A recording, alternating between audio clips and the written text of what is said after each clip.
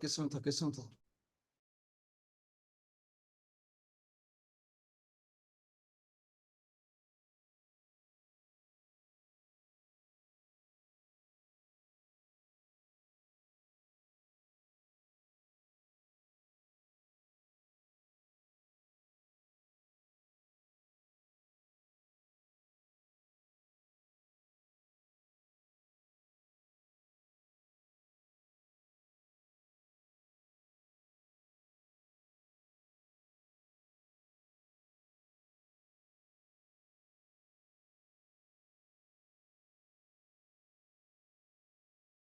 Namaskar. Uh, am I audible? Okay. Okay. Namaste, sir. Namaste. You are audible, sir. Good morning, sir. Yeah, okay. Okay, thank you.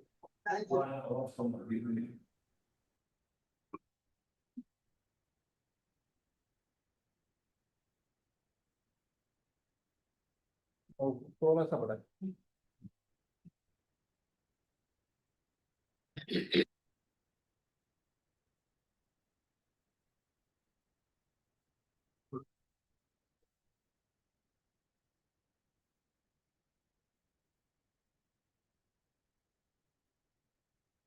Yes, yes, sir.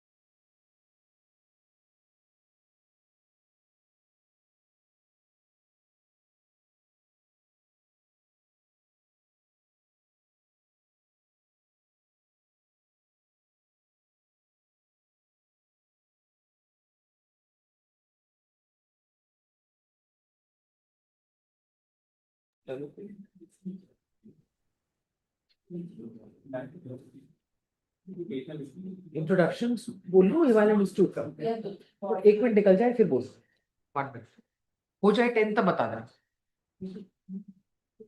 अभी 9:50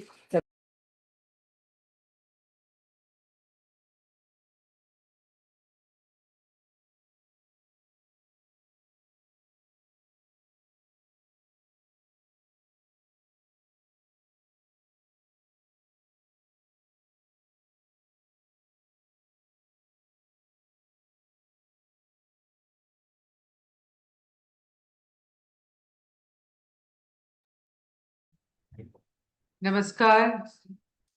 Very warm greetings to everyone. we are starting the CME on time.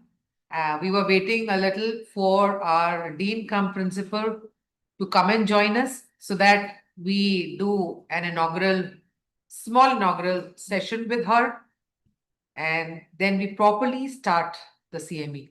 So very, very warm greetings to our seniors, the dignitaries present online, to my colleagues, and all the participants, the PGs, and my dear students. Dr. Archana, welcome. Welcome, Dr. Archana.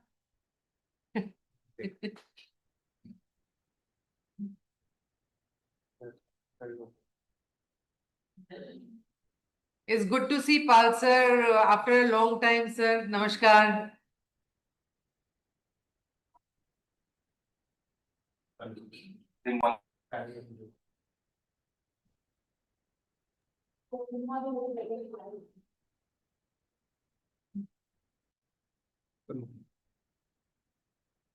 Good morning.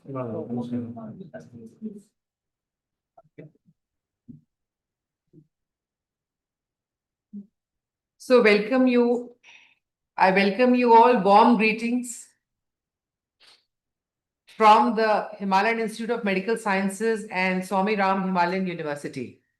Let me make a brief introduction of our institute to everyone who's joined online. The Himalayan Institute of Medical Sciences, fondly known as HIMS, is the constituent medical college of Swami Ram Himalayan University, Dehradun. It's an institution founded with the vision of our revered Gurudev Param Pujya Swami Ram, whose vision has made this institution, whatever you see, the high academic standards possible, including spirituality and the service of humanity. SIHU stands today as a beacon of excellence in medical education, research, and healthcare. We amalgamate a unique holistic model. The Himalayan Institute of Medical Sciences has, since its inception, been at the forefront of imparting quality medical education and advancing healthcare in the region. It offers an environment that nurtures innovation, compassion, and integrity. These are the qualities which are essential for every healthcare professional. With its state-of-art infrastructure, dedicated faculty, and strong commitment to community service, the HIMS contributes to medical education, clinical practice, biomedical research, everything reflecting the true spirit of its founder's vision: serving humanity is the highest religion. So, good morning, ladies and gentlemen. We welcome you to this magnificently glorious day. The galaxy of intellectuals, honorable guests, benevolent teachers, colleagues, and beloved students. Namaskar, Abhinandan. I welcome our Dean cum Principal, Dr. Renu Dasmana ma'am, Dr. Anuradha Kusum ma'am, Vice Principal UG Sciences, and all the other dignitaries who are present here, Dr. Taruna ma'am, Dr. Nisha, and all the people who have joined online also. So this was the proud introduction of our institute. And now we begin with today's inaugural proceedings.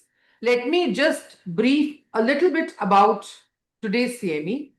This is yet another example of the institution's continuous efforts to promote knowledge, sharing, and professional development, bringing together experts and learners from across the country to deliberate on one of the most important health challenges of our times, diabetes mellitus. With the dual epidemic of obesity and diabetes growing at an alarming pace, especially in the Southeast Asian population predisposed to visceral adiposity, it is vital for us as medical professionals to deepen our understanding and adopt a comprehensive approach to prevention and management. Department of Physiology, Himalayan Institute of Medical Sciences, under the aegis of Association of Physiologists of India, that is SOP, is organizing a national CME through online mode on the occasion of the World Diabetes Day, that is today, the 14th of November. Every year, 14th November reminds us of our collective responsibility to raise awareness about one of the most pressing health challenges of our times, diabetes mellitus. With the rapidly expanding footprints of both diabetes and obesity in the present age and the inherent risk of all these problems which are associated with visceral adiposity in the Southeast Asian region, it is vital for us as medical professionals to deepen our understanding and adopt a comprehensive approach to prevention and management. So this year our CME is centered around a theme that truly captures the evolving understanding of this condition, and the theme is looking beyond glycemic control, a holistic approach to diabetes. We are privileged to have with us today a panel of eminent experts and speakers who will share their insights and experiences to broaden our understanding of diabetes. To mark the auspicious beginning of today's academic gathering, we shall now commence with the lamplighting ceremony and Guru Vandana, symbolizing the dispelling of darkness and ushering in of knowledge, wisdom, and enlightenment. Let us invoke the blessings of our divine Gurudev, Swami Ram, as we light the lamp of learning. I invite the dignitaries present over here for holy lamp lighting. Dr. Ritu Dasmana ma'am, Dean cum Principal of HIMS, Dr. Anuradha Kusum, Dr. Taruna, Dr. Nisha, Dr. Abha to please join for the lamp lighting.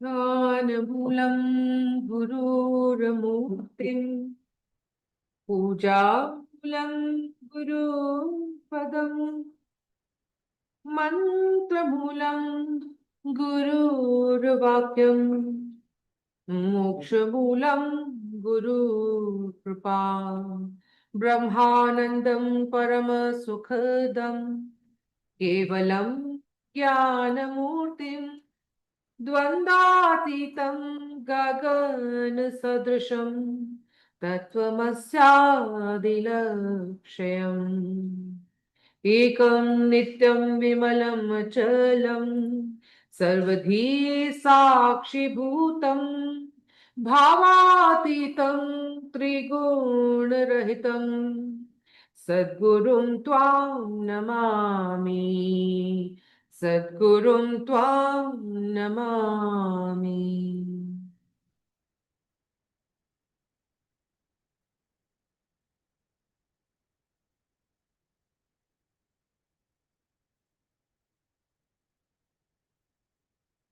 Thank you, all the dignitaries. May this light continue to inspire and guide us in our pursuit of knowledge and service to humanity. I now invite the dignitaries for a group photograph for this CME. I invite all the faculty members and our dignitaries over here for a group photograph so that everyone else can also see, and we have a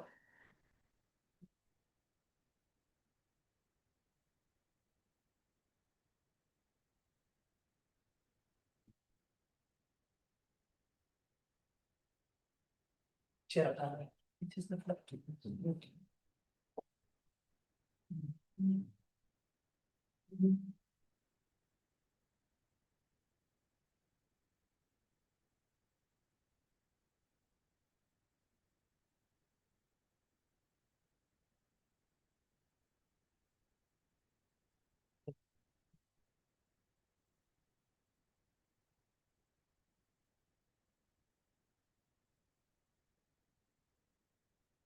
Thank you, everyone. I request you all to be on your seats.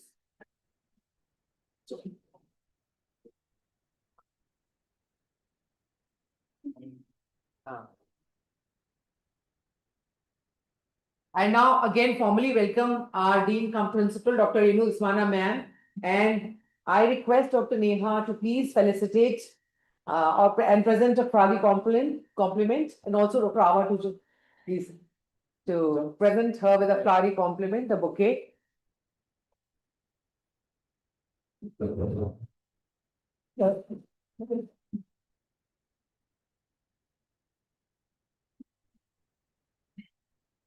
Thank you.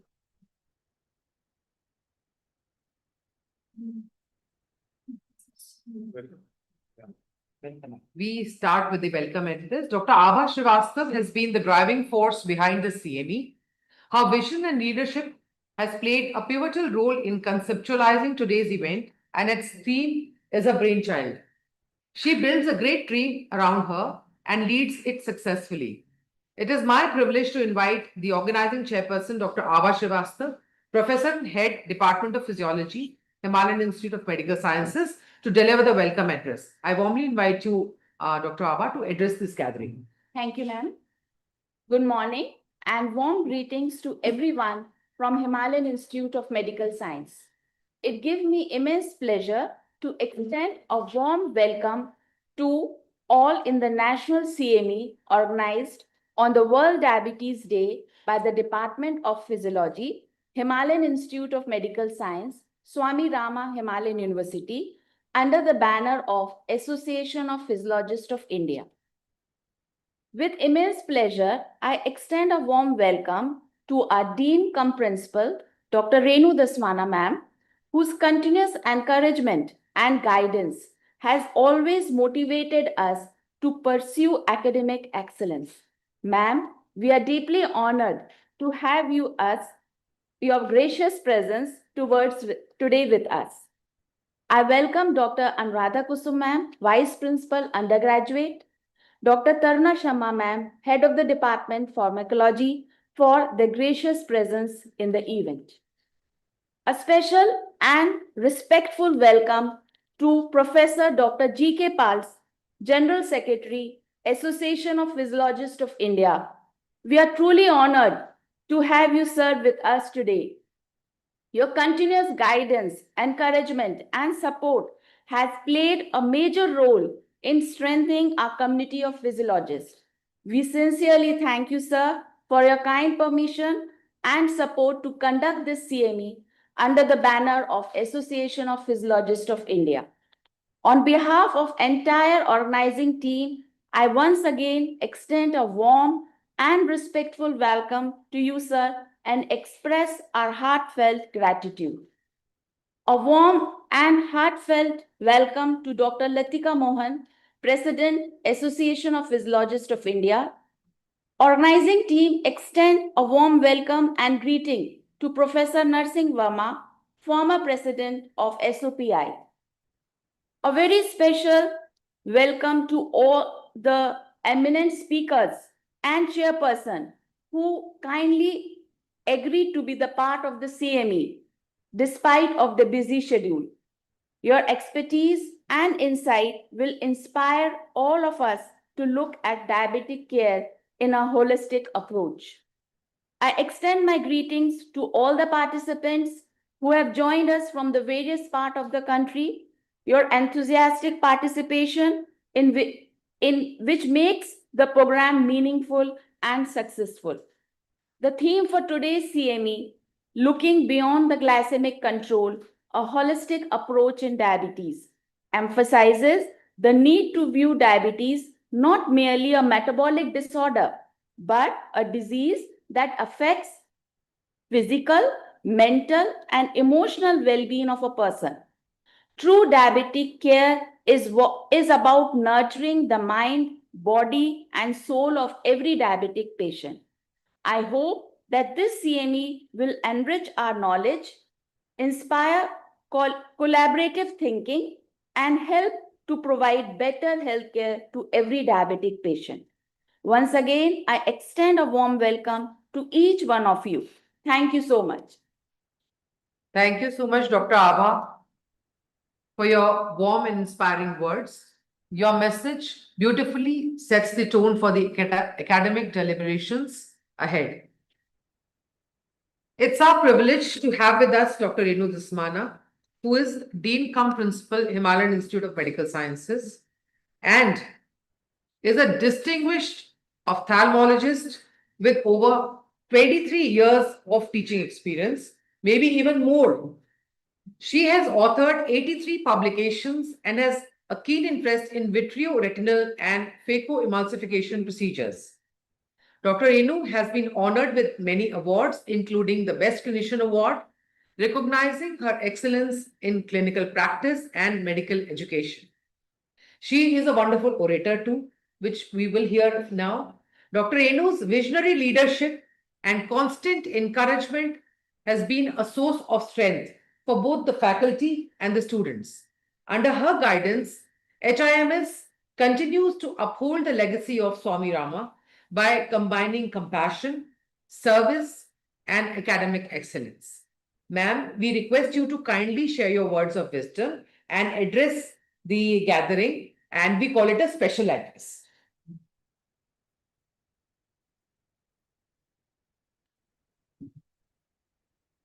Good morning, everyone. Our distinguished guest for today's CME, all the participants, my junior colleagues, my senior colleagues, and anyone and everyone who's listening us anywhere.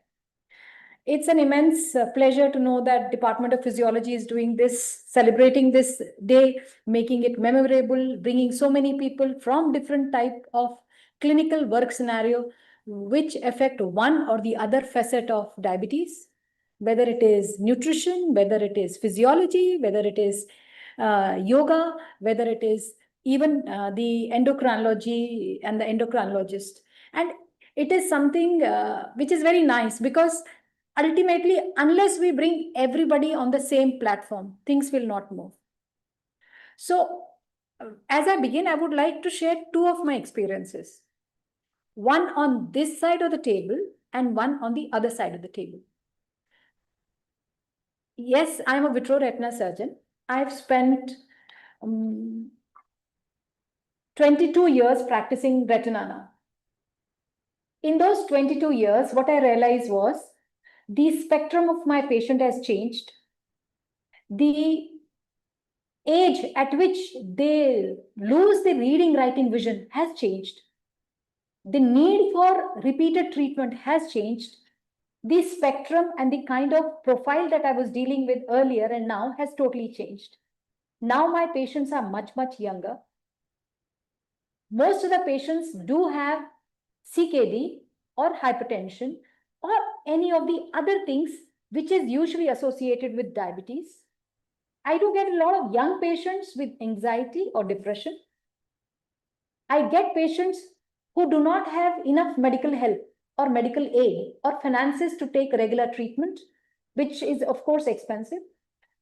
And what I realized was that though in last 2 decades plus, the awareness of their own disease has actually not changed with much of my patients. You know, things do not change unless you put this person on the driving seat. Unless we encourage the health-seeking behavior, unless we encourage the power of this person to go out and reach for help, unless we demand equity for treatment for these people, a lot of things will not change. A lot of families are not aware of what diabetes is. Even though the husband is diabetic, the wife may not know. Or the wife is diabetic, the husband does not know. What is happening? Our basic education itself is lacking. So today, I would have really appreciated if we would have had, education is the power. Education is the key. Whether you educate the physician, whether you educate the patient, whether you educate the society, whether you educate anyone who's going to touch these patients. Because yes, it is a chronic disease. And it is, you feel so sorry when you have a 28-year-old who has lost vision in both eyes, is young, she's still not married, and nobody wants to now take care of her. I mean, what is the quality of life we're talking about? So here I understand is education involving the patient, putting this patient on the seat is important. Yes, HbA1c is important. It is really important for an educated person. For an uneducated person, it often happens that if the patient is going to go for his blood sugars, वो 2 दिन से control करने लग जाएगा. 2 दिन से दवाई regularly खाएगा so that his reports come normal. I mean, he does not understand what this seesaw of blood sugar is actually doing to his body. Yes, we have thrift gene. We are in this subcontinent. We cannot do anything about our genetics. We have thrift gene, fine. We are, I call everybody, we are in fact very efficient machine. We need less calories to perform the same action as anybody else. And this is something which we need to recognize and we need to work beyond that. The other thing was sharing my personal experience. Yes, as an ophthalmologist, I do have a lot of experience. As a person, I can tell you that in 2001, my GTT, my fasting, my postprandial, and my HbA1c all came deranged more than once. That's 2001. My father is diabetic. His sister, I mean, everybody in my father's side is diabetic. Everybody has had CABG. And everybody is on medication. So this was in 2001. I can just tell you very proudly that my HbA1c is 5.3 right now. My fasting is not impaired. My postprandial is not impaired. The only thing I did was I incorporated some science with food, some with exercise, and some with relaxation. So those were the 3 things that I did. I followed a lot of Swami Rama's teaching. I can tell you, yes, my Gurudev did help me a lot. I do a lot of relaxation, takes care of my cortisol level. I do very mindful eating. And I am physically active. You will rarely find me use a car. And I don't do rigorous exercise at all. Not at all. But what I can tell you from my personal experiences, 25, almost 25 years, I would have had all the complications of diabetes had I not taken care of myself then. I could do it because I had a guru who taught us about yoga, a guru who taught us about nutrition. I was a clinician myself and I had an understanding of what was happening to my body. So there, I'm just trying to tell you, when you put the patient on the driving seat, and if you give this person some information, some knowledge, and some support, these people will be able to take care of themselves. You know, there are 2 things. You are a diabetic, let us help you. You are potentially a diabetic, let us help you. You are a diabetic with complications, we will still help you. So whether you take care of making easy apps, whether you make easy food diary, whether you help them how to handle just simple stress because you have a disease, right? Can you imagine the stress? I was sitting in the flight. I had this young girl, 19-year-old. She was going to UK. And she was a young diabetic and she was carrying her insulin in her thermos. And because the flight was 9 hours, before food, she checked her sugars. Then she injected herself insulin. Then she took the meal. Again, 4 hours later, when the food was served, she checked her sugars. And she took her insulin. Before getting down, she said, my travel distance is long. She again checked her sugars. And I could understand that kind of chronic stress this kid would be having. She's 18-year-old. She's studying psychology in Yorkshire University. And she had actually come to India because she was not able to get appropriate and immediate treatment in NHS for her lung condition, which she had had. So what you understand is, it is not here. It is not in this country. It is everywhere. It is everywhere. Because this is my personal experience. My co-passenger, who comes from a very well-to-do family, traveling in business class, actually had to fly down to the country to take treatment. So it is not just India. It's happening everywhere. So we need to, as people, you know, we are global citizens. Let us share our best learned practices. Let us share personal experiences. We are clinicians. We know what we can do to take care of that HbA1c. But we are also human beings. So let us not lose that human touch. Let us make sure we teach our patients to eat right, breathe right, to take care of themselves. You know, self-care is the most important thing. And that is something which we need to do, because diabetes is going to affect everything, every aspect of your body. It is going to affect every aspect of the body. And it is something which can really affect somebody's quality of life. So I'm so happy that you guys are doing this. It's a wonderful opportunity to listen to all of you. And it's a wonderful opportunity for all the participants as well. Because even if there is something you're doing and you take one take-home message, it's going to really help your patient or your family, because every fourth or the fifth one of us is diabetic now. So it's not that there is no diabetic in my family. So every information that I have actually helps somebody, even if I'm not actively working with diabetic patients. So thank you for giving me this opportunity, and all the best for your CME today. Hope you have a wonderful experience. Thank you. Thank you so much, ma'am, for your encouraging and insightful address. An ophthalmologist's view, ophthalmological view, ophthalmologist's view, a vitreoretinal surgeon's view, and your own personal experiences, your opinion. Oh my God, what a special address. How well you have started the CME. Your words always motivate us to strive for higher standards of learning, service, and overall humanity, for humanity. Thank you so much, ma'am. And I will now start the keynote address for the keynote address.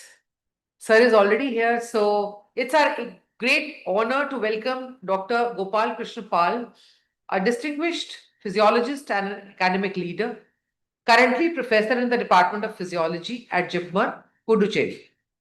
An MBBS gold medalist with multiple doctorates, including MD, PhD, and other degrees. Dr. Pal is a passionate advocate of integrated medicine with additional qualifications in yoga and naturopathy. He presently serves as the General Secretary of the Association of Physiologists of India and President of the Federation of Indian Physiological Societies. A prolific researcher with a scientific H index of 34, he has authored several acclaimed textbooks also. He is a recipient of 27 national awards, including the ICMR Scientist Award for Biomedical Research and Dr. A.S. Paintal Oration Award. Dr. Pal has made an outstanding contribution to physiology education and research in India and, of course, abroad.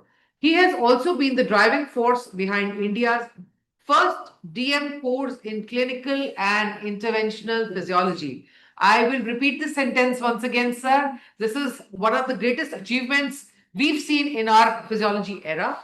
He has also been the driving force behind India's first DM course in clinical and intervention physiology, established at AIIMS Patna in 2023. So we are deeply privileged to have him deliver the keynote address on the global theme 2025, diabetes and well-being. I warmly invite you, sir, to deliver your keynote address.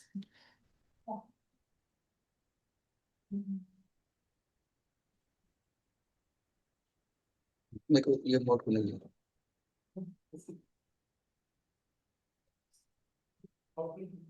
Yes. Am I audible and visible also? Okay. Yes. Very good morning, all of you. Where is coming? Very good morning, all of you. And Good morning, sir. Good morning, sir. good morning. Good morning. I'm indeed honored to be invited to this the Grand CME organized by the team of physiology under the able leadership of Dr. Abha Srivastava. I recognize eminent speakers, scientists in the board, and all. I pay my deep respect to all of you, the honorable principal, the vice principal, the registered delegates, participants, and my dear students. At the outset, I would like to congratulate Dr. Abha Srivastava and the entire team for organizing such a beautiful program on the occasion of World Diabetes Day. The World Diabetes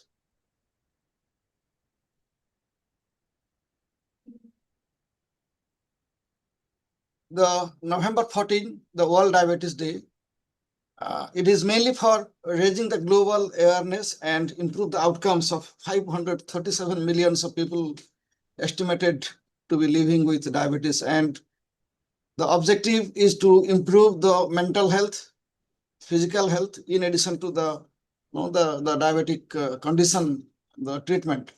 So therefore, for last 3 years, starting from 2024, the World Health Organization has introduced this diabetes and well-being as the theme. So well-being of diabetics, the concept is that the well-being is a combination of feeling good and functioning well that is subjective and unique to each individual, which is essential if people are to live as healthy a life as possible. 63% of people with diabetes, they report that their well-being is affected mainly by the fear of developing the diabetes-related complication, because they are already having and they are hearing that diabetic people, they develop complications, and 28% they have, they say that it is very hard to remain positive with diabetes. Moreover, the people with diabetes are more likely to experience emotional and mental health issues. These issues range from diabetes distress to anxiety, depression, and disordered eating. 36 people with diabetes experience diabetes distress, which refers to the negative emotional reactions that can arise from living with diabetes. Example, anger, denial, guilt, shame, fear, worry, sadness, and stress, which can manifest anytime in the life of a diabetic patient. Diabetes distress can be triggered by the following events, mainly the treatment targets not achieved. This is the common problem actually with the diabetes. In spite of taking medicine, in spite of making all effects, HbA1c is still high, and that is their main worry actually. And experiencing the frequent episodes of hypoglycemia and the fear of onset of complications, the major complications like ketoacidosis and life transitions, not able to enjoy eating tasty food, and the two, so much of diet restrictions and no charm in living when you are deprived of your liked foods, and long duration of disease. The disease, they live with diabetes, and it is very difficult to always live with the compliance, achieve the compliance, and experiencing the stigma of having diabetes. The very beautiful article which was published in Lancet Diabetes Endocrinology, it goes into the details. Actually, this is an editorial, what it has given so well, very well narrated, putting well-being at the core of diabetes care. One should read this actually, a very beautifully written article. Then another article which was published in Diabetes Research and Clinical Practice, the well-being interventions for individuals with diabetes, a systematic review. Diabetes is more than just glycemic control. It can affect every part of daily life, negatively impact well-being. And the psychological burden of diabetes, if to be reduced and well-being to be improved, a holistic approach to diabetes care needs to be adopted. Only by treating body and mind as the inseparable entities will make the diabetic people achieving the well-being. So the holistic treatment approach includes diet control, proper nutrition, behavioral changes, and counseling. Regular counseling should be done to the diabetic patients, exercise and yoga, psychological and family support, in addition to the medical treatment. Aim is to improve the mental and the physical well-being. A beautifully published article recently in Frontiers in Endocrinology, the diabetes and mental health, from understanding biomedical and social determinants to promoting wellness in diabetes. This also one should read actually. Actually, this is a combination of many edited articles published in this issue. The role of exercise. In an integrated diabetes management for wellness, physical exercise protocol is a must. And physical exercise could be aerobic exercise, resistance, the strength exercise, combine both actually. That is, now they have found that the combined exercise of both aerobic and resistance is more fruitful for the diabetic patients. And high intensity interval training regimen and the balancing exercises like Tai Chi and yoga. The activities such as walking, cycling, jogging, dancing, and swimming, they are the best forms of exercise for glycemic control and also achieving well-being. So this article, again in Frontiers in Endocrinology, goes into the details of how physical exercises is, for treatment for adults with type 2 diabetes, a very, a rapid review, and one can go through this actually. It's a beautifully written article. So the morning walk, then the spot jogging, the cycling, and this is I have taken a picture of Odissi dance actually. You see how it expresses the beauty and sometimes the majesty of the body, and happily they are performing, and that is how you maintain your well-being. And swimming and the group physical activities. So these are different kinds of activities that one should adopt, for the treatment of diabetes and to keep the well-being.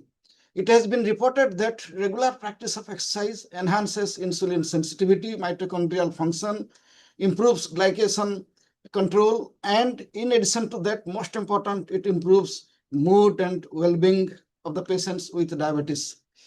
And again, this is a very recently published article in the last month, that this physical activity, healthy lifestyle, and subjective well-being in people with type 2 diabetes, testing the efficacy of an exercise program. Very beautifully written. One must go through this if you're looking at the well-being of the diabetic patients. And another article also, which is published last month in September, this the physical activity as the clinical practice care for patients with type 2 diabetics and its implementation in routine clinical care, how physical activity also should be part of the treatment, that is the routine clinical care, an expert opinion survey. Yoga, as we know that, yoga, we practice yoga. For the practicing yoga, it is done everywhere, and our Honorable Prime Minister has propagated it beyond India into the world. But yoga therapy, which is actually the onus is on us, which has been now emerging as a growing field in medical practice. For this, actually, a lot to be done, the medical research for establishing yoga therapy.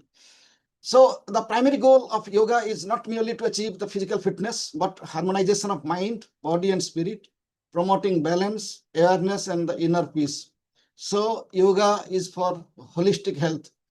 So yoga, the mind-body practice, that integrate physical and the mental well-being, especially in a treatment of diabetes, which is a multifactorial management.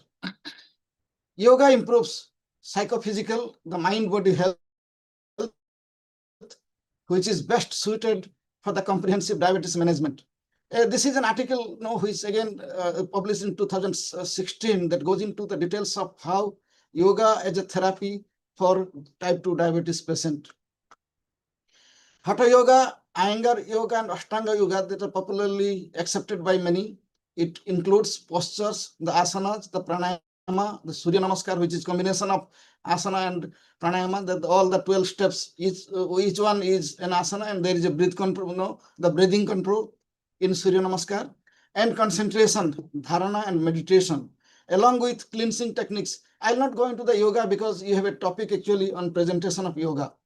So this is one of the asana which is used for this diabetes control. This is for the flexibility of the body, and just example of how this is, you do the left nostril breathing, the Chandranadi pranayama, that improves your vagal tone, and the Surya Namaskar, each step is one on asana, and there is breath control in this, and then relaxation in the Savasana and meditation. So yoga for comprehensive diabetes management, a growing body of research evidences indicate that yoga reduces cardiovascular risk and enhances physical health and well-being of patients with type 2 diabetes mellitus. The controlled trials suggest that yoga significantly improve glycemic control and quality of life.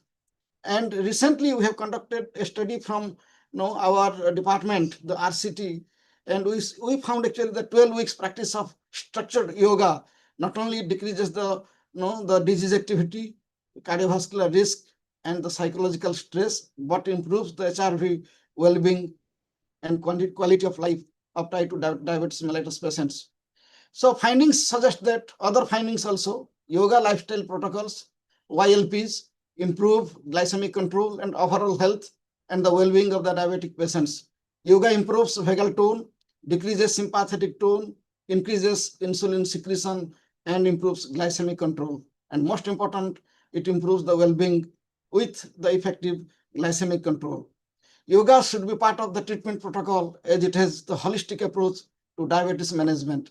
And this is an article which is also published little early in 2018, the therapeutic role of yoga in type 2 diabetes mellitus. And this is just published, the yoga is a holistic approach to diabetes management, addressing stress, metabolic balance, and glycemic control. Our few public, actually we have done a lot of research on diabetes, stress, and also the management of gestational diabetes. Just I'll show some of them. This effect of 12 weeks yoga therapy on the quality of life and the diabetic risk in patients with pre-diabetes and diabetes. That was a PhD work. And assessment of short-term short course yoga practice in improving the fetal maternal outcome in gestational diabetes mellitus. And just few 1 to 2 weeks of yoga in the third trimester of pregnancy improves the outcomes in gestational diabetes mellitus. This is another PhD work we did, the honey supplementation and quality of life in diabetic patient. This is the one which was referring to 12 weeks of yoga on heart rate variability in diabetic patients. We have a lot of parameters in this actually, and we found very effective improvement in quality of life and also reduced disease activity. Physical exercise and yoga, which I have just published as an editorial, is a must in a standard protocol for integrated management of diabetes mellitus. So in the triad of diabetes mellitus, nutrition, exercise, meditation, at the core is yoga, which includes also counseling and other quality of life. So the recommendation for effective well-being in diabetes, anti-diabetic drug is a must. If people say that yoga will cure, exercise will cure, I will not agree. Anti-diabetic drug is a must and people must take it very sincerely for effective glycemic control. In addition to that, brisk morning walk or evening walk for about 45 minutes, at least for 5 days in a week, and morning or evening yoga for about 20 to 30 minutes. However, it should be tailored to the specific need of the individual. The behavioral change of the individual is a must because it is not just for few days. You have to do it almost throughout your life. So adaptation and maintenance of lifetime physical activity and yoga, which is essential. And then the psychosocial support and encouragement from the family members, on special occasions, or otherwise also, all family members will be eating sweets and the person with diabetes will not eat sweets and people will be advising that you don't eat. That is not nice actually. So you also in the family reduce the sweet intake, or you eat sweet when the person is not available, the diabetic patient is not available, that time you eat, but not in front of him. A lot of things actually the family has to really support, and that is very vital. So finally, it is the fitness of the mind that matters in a diabetic patients for achieving well-being and keeping happy. So this is a just published article in the Journal of Clinical Endocrinology and Metabolism. Mind matters, mental health, and diabetes management. Thank you so much. And I'll be happy if there are a few questions. Otherwise, you can just send to me your question to drjkpal@gmail.com. I'll be happy to answer the questions. So thank you once again, Dr. Abha Srivastava and your team for inviting me to deliver the keynote address. And thank you so much. For blessing us. Thank you. Thank you so much, sir, for that enlightening and thought-provoking address. I've known you for the past so many years. 2005 में से भी पहले से शायद मैं आपको जानती हूँ, and I've seen you like growing academically and in every way through so much of conviction. You've been, that is why you are a great leader, sir. Your perspectives on diabetes and well-being have beautifully captured the spirit of this year's theme and provided valuable insights for all of us. I now hand over the mic to Dr. Ramkumar, Assistant Professor in Physiology, Thank you. a great orator himself, teacher, and a researcher. So over to Dr. Ramkumar. Thank you, ma'am. So now I'd like to begin the scientific session of the day. We have crafted around 6 sessions. So for this session, the chairperson will be Dr. Rajiv Bandhu sir, and the speaker will be Parvati Pal ma'am. Excuse me, ma'am, are you available online, ma'am? Just a small check from our end.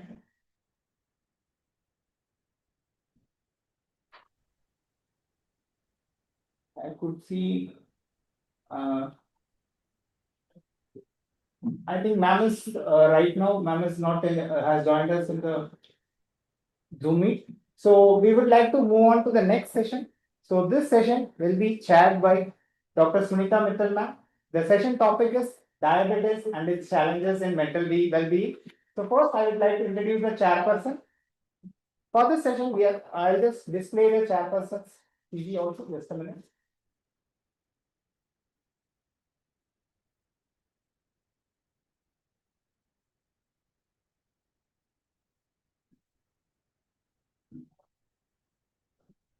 So for this session, we are pleased to invite the chairperson, Dr. Sunita Mittal ma'am, Professor of Physiology at AIIMS Rishikesh. Ma'am's field of interest is neurocognitive physiology. With numerous publications and book chapters, ma'am has written 75 index papers and 4 book chapters. And ma'am has also received so many awards, including the APPI Award for Excellence in Clinical Physiology and APPI Award of Appreciation. Ma'am has also received the Best Teacher Award, and ma'am has led so many leadership roles like Vice President of the APPI UP UK chapter, and ma'am is also the Associate Dean present, and she has contributed to a lot of scientific publications. Ma'am is also a fellow of International College of Nutrition. Ma'am has also played a vital role in curriculum development programs. So we welcome you, ma'am. It's a great privilege to invite you, ma'am. I welcome you from the bottom of my heart. Very good morning, ma'am. Are you available online with us? Yes. Thank you so much. Thank you so much, ma'am. Thank you, Dr. Ram, for Thank you, ma'am. introduction. I'm first at outset, I want to congratulate all the organizing team who have taken pain to organize such a beautiful event and important event rather, because we know that the cases are increasing day by day of the diabetes mellitus. So this is very pertinent topic. And at the outset, I just want to congratulate the whole team, especially the organizing chairman, Dr. Abha, and senior faculty members, Dr. Brijesh and Dr. Jyoti Dwivedi. And I know that they are doing a very good work. Now, I just want to introduce the speaker of this part of the CME, Dr. Nisha Batra Dhoot. Am I audible? I think I am audible. Yes, ma'am, you're audible, ma'am. So Dr. Nisha Batra Dhoot is presently assistant professor in the Department of Medicine, and she is an endocrinologist at Himalayan Institute of Medical Sciences, Dehradun. And she is, of course, MD and DM in endocrinology, and her area of interest are diabetes mellitus, obesity, PCOS, pediatric endocrinology. She has 20 publications in her credit, and she has written 2 book chapters as well. She has received A.V. Gandhi Award of Excellence in Endocrinology and as a best paper in 2025. She is a winner of Endocrine Hawk IQuaz Endocrine Enrichment Program in 2024. And she has many honors others, and she has given honors in DM exit exam WBUHS. So I think she has a lot of laurels to her name, and we look forward for her specialty, that is endocrinology, and the field of diabetes mellitus will be having deep insight. So I welcome Dr. Nisha Batra to the web podium.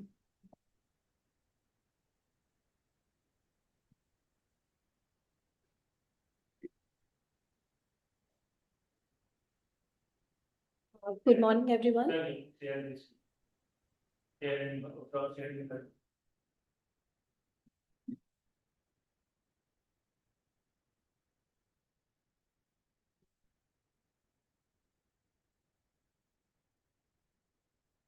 Just a small check, is the PPT visible to all of the participants?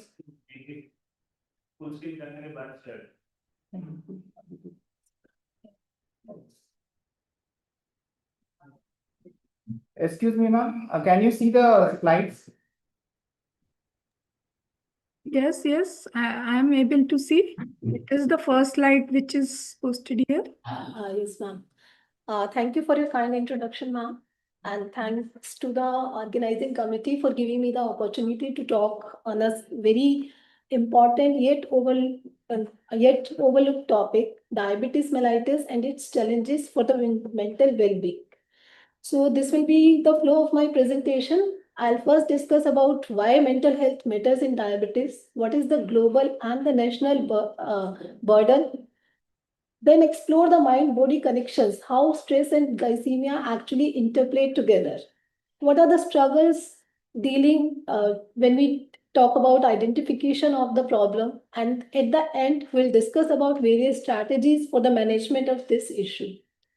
So to begin with, WHO defines well-being as a state of physical, mental, and social health, not merely just the absence of the disease. So even if we are taking control of the glucose values, if we are not taking care of the mental and the social stress that the patient is going through, we cannot say that patient is actually well. So if we explore, I'll just go through the growing epidemic of diabetes. As per the recent publication, more than 500 million adults are currently living with diabetes, and this number is projected to increase up to more than 700 million by 2045. So if we see, 1 out of every 8 person is actually affecting from diabetes worldwide. And 75% of those belong to low and middle income countries like ours. Diabetes is actually leading to one death every 5 seconds worldwide. And if we go through our Indian data, India is known to be diabetes capital. More than 100 million adults are actually living with diabetes. And on the top of that, more than 100 million even have pre-diabetes, who are actually at a very risk of further complications. And for our Indians, it is actually more of a problem because the diabetes that we are dealing with, it's usually at early onset. We are dealing with longer disease duration, and we see multiple comorbidities in our diabetic patients, which actually lead to a high psychological as well as economic burden. So, but instead of just talking about the numbers and the glucose values, there is one hidden dimension of diabetes that we usually forget to discuss about. So as per the recent survey conducted by International Diabetes Federation, this survey was conducted across 7 countries, and the findings were highly surprising. More than 3/4 of patients living with diabetes actually experience mental health issues in terms of anxiety, depression, or any other mental health condition. And out of these people, 3 out of 4 patients actually stop or interrupt their treatment because of this mental health issues. And if we look at what are the important factors which actually affect their mental health, there are 4 important factors like fear of developing complications, daily diabetes management load, the stigma and discrimination because of the disease, and the fear of needles, of course. And the situation in India is even more striking. We are not actually having only the metabolic epidemic, but also we as a nation are also having mental health burden as well. 86% of our Indian diabetic patients actually reported mental health issues linked to diabetes. And diabetes burnt out, which is a state of actually emotional exhaustion out of which patient usually stops taking the medications. That is common in more than 75% of our patients. So if I talk about in absolute numbers, as we have discussed the prevalence, worldwide, mental health of over 400 million people is at stake due to diabetics burden. And in our country, it's around 85 million people who are at risk because of this mental health issues. So, what is actually what are the pathophysiological links? How the mind and body connection works in diabetes? There are multiple postulations. Diabetes is not just a metabolic condition, but it is a neuroendocrine behavioral problem. So there are multiple pathways involved, like stress and emotions, which actually activate the hypothalamic pituitary adrenal axis, leading to increased cortisol and catecholamines level, which actually further aggravate the glycemic worsening and insulin resistance. Inflammation. The various mediators like interleukin 6, TNF alpha, they contribute both to insulin resistance as well as depression. Sleep loss, anxiety issues, which actually alter the appetite hormones, which further worsen our glycemic control. And the last but not least is autonomic imbalance that is also involved in both of these conditions. So why addressing mental health actually matters, just like HbA1c for the diabetic patients. So the first of all, diabetes is a daily psychological challenge. It demands constant self-regulation, diet, medications, glucose checks, physical activity. Patient might feel difficulty in coping with all these issues, which creates a continuous cognitive and emotional load. The second, mental health also directly impacts the glycemic control. Because of stress and anxiety issues, it actually leads to increase in certain hormones, which can lead to worsening of the glycemic control. Several behavioral issues which actually affect your medication adherence. Patient will not comply with the treatment even if you give the best treatment to them. So it will lead to ultimately increase in the complications. It shapes the health outcomes. Actually, multiple studies have now shown that if their patient is having a mental health issues, they are at risk of increased recurrent complications like diabetic ketoacidosis or other chronic complications. In a recent publication, actually, it has been observed that these issues lead to more than 50% increased risk of premature mortality. And the last but not least, addressing these issues is important because it improves everything. Treating depression or the mental health issues actually improve HbA1c by 0.5 to 1%, which was recently established in a meta-analysis.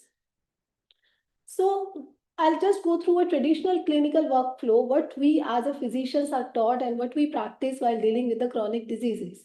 The first step, we take a detailed history, then request for the appropriate investigations, try to establish the diagnosis, rule out the differentials, plan out our strategies, and at the end, we prescribe certain medications.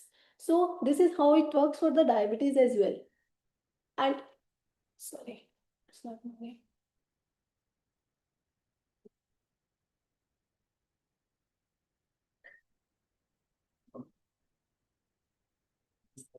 Sorry. And this is a same for the diabetes, that we formulate a treatment plan and what we expect, that we expect our patients to have a better quality of life and the less complications. And if we see over the last few years, there has been a remarkable evolution in the diabetes management strategies like CGMs, insulin pumps, multiple new medications. But in spite of all this therapeutic expansion, have we really achieved our goal yet? No. Not even in India, but globally, if we see the real world data, diabetes control is still very poor. Less than 50% of our diabetic patients worldwide actually achieve a target HbA1c of less than 7%. And in our India, mean HbA1c of our diabetic patients is actually 8.1%. So where are we lacking? The missing link is diabetic distress, the lack of human connection, which actually leads to suboptimal diabetic self-management education, poor adherence with the treatment, and disengagement with the healthcare. So now that we know the importance of this condition, I'll just go through how do we actually define diabetic distress. It's nothing but an emotional distress from living with diabetes and its relentless daily self-management, which include burden of complications, stigma, financial strains, and the social misunderstanding. The diabetic distress has actually been defined in terms of 4 domains, which are emotional burden, physician-related distress, regimen-related distress, and the interpersonal distress. So the first and the most important is emotional burden. Patients have persistent fear, worry, and guilt about the numbers and complications. We have often heard patients saying that my sugars are high. Am I doing something wrong? I am tired of being strong all the times. No matter what I do, I'll still go blind or lose my feet someday. I can't enjoy a meal without even feeling guilty. These are not just sentences, but these sentences actually reflect what a patient is actually going through. The next one is physician related distress. It might feel as uncomfortable, but it is very important to acknowledge because our patients usually feel judged by their healthcare professionals. They are usually having fear of being scolded by the doctors. We often hear in our clinics, my doctor tells me what to do, but I never get to ask any questions. They act like it's very easy to live with diabetes. Every doctor changes my plan. I don't know whom to believe. I said my sugars crash after insulin, but he said, you must have eaten something wrong. It's not about medications. So, and the third one is regimen related distress. These patients actually have a very complex schedules which includes glucose monitoring, diet planning, insulin titrations, and at the top of that, financial constraints. One of my patients actually told me like this, I feel like my entire life revolves around food, sugar, and needles. I'm tired of pricking my fingers. The test strips and CGM sensors, they actually cost a fortune. I can't keep up. So these are actually very distressing for the patients, which we usually ignore. And on the top of that, if the patient is not having any support from their family members or their friends, then it becomes even more difficult. Some of the times we see a spouse actually takes control of the schedule, that what you will eat, what you will not. And sometimes the opposite, that nobody is there to take care of that. Sometimes we just say, pass these kind of comments to the patient that you have done this to yourself. So these actually make them more difficult. So what are the questions for us to ponder? We all know diabetic distress exists and we know it matters and impacts the outcomes. Then why aren't we paying them any attention? Is the experience of this condition not as important as diagnosis and treatment of diabetes itself? Has our inability to integrate this dimension into healthcare contributed to the patient dissatisfaction and search for the alternative options? Actually, till now, what I'm discussing all this, these are not theoretical, but have been well documented in the data as well. This was a recent publication published in a reputed journal, and where Indian doctors were actually surveyed on their approach to communicate with the non-adherent diabetic patients. The study was conducted to look for the attitude towards their communication cues and the language that Indian clinicians use to promote the adherence among the patients. So this is a glimpse from this study where we can see these lines I have highlighted are actually the statements that Indian clinicians have made, and they agreed that they use such kind of authoritarian language while dealing with their patients. Like sometimes I just scold them for being irresponsible. Sometimes we as a clinician say, that's why your sugar is high. You haven't done enough. You are not listening to what I'm saying. You can take your money back if you don't want to come here because I will not treat if you don't listen to me. So, although doctors actually agree that using empathy actually works for the patient, but still they also agree to the fact that they use this fear and blame based therapy so as to promote the adherence for the patients. So, this study actually made us realize that we should take a moment of reflection or for us as a physicians. Are we doctors adding to our patients' diabetic distress? Our intentions are unquestionably noble, but do the methods we use truly justify the outcomes we seek? And is there a need for the structured communication training, which should be actually made essential part of the management of such chronic conditions like diabetes? So even if we recognize this, even if we agree to this diabetic distress and the implications, the next question comes, how do we recognize diabetic distress in our clinics? We are actually dealing with lots of patients in our clinic every day. We don't have much time to discuss with every patient. So there should be certain signs and symptoms which actually, without taking much of our time, but we should know that our patients might be dealing with this condition. So What are the common presentations in a patient who is having the diabetic distress? A patient on a good therapeutic regimen still not maintaining HbA1c. Patient frequently missing doctor visits or cancel the appointments. Or the patient partner says that he doesn't even want to talk about his diabetes anymore. If the patient is showing any passive or aggressive behavior in OPD, patient is sitting silently, avoiding eye contact, or responds defensively. What do you know about this condition? I am the one dealing with it. Or if the patient is having stress eating or binge eating behaviors and uses the statements like it feels like everybody has to die someday. Or sometimes the patient's actually crying while explaining his or her situation. And even at this point, I would like to highlight that optimal HbA1c doesn't mean that patient is not having diabetic distress. Sometimes maintaining HbA1c in the target range actually requires intensive and exhausting efforts, which can limit their social life, reduce the quality of life, and most of the times these efforts are usually unsustainable. So if a patient is having rapid normalization of HbA1c, eating schedules, or extremely physical activity. This actually reflects that patient also might be having a diabetic distress.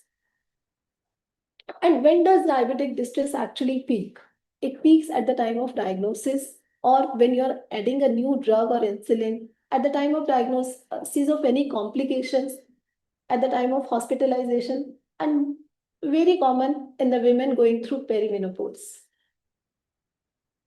So now moving from recognition to resolution, ADA, that is American Diabetes Association, has actually given us a very structured yet simple model, that is 7A's model, to identify and manage the diabetic distress in a very humane yet very systematic way. So the first point is you should be aware of the condition. The second is start asking normal questions like, many people find living with diabetes quite challenging. Are you also having the same issues? What is the most difficult part of living with diabetes for you? What are the biggest concerns about your diabetes? How is diabetes interfering with your other areas of your life?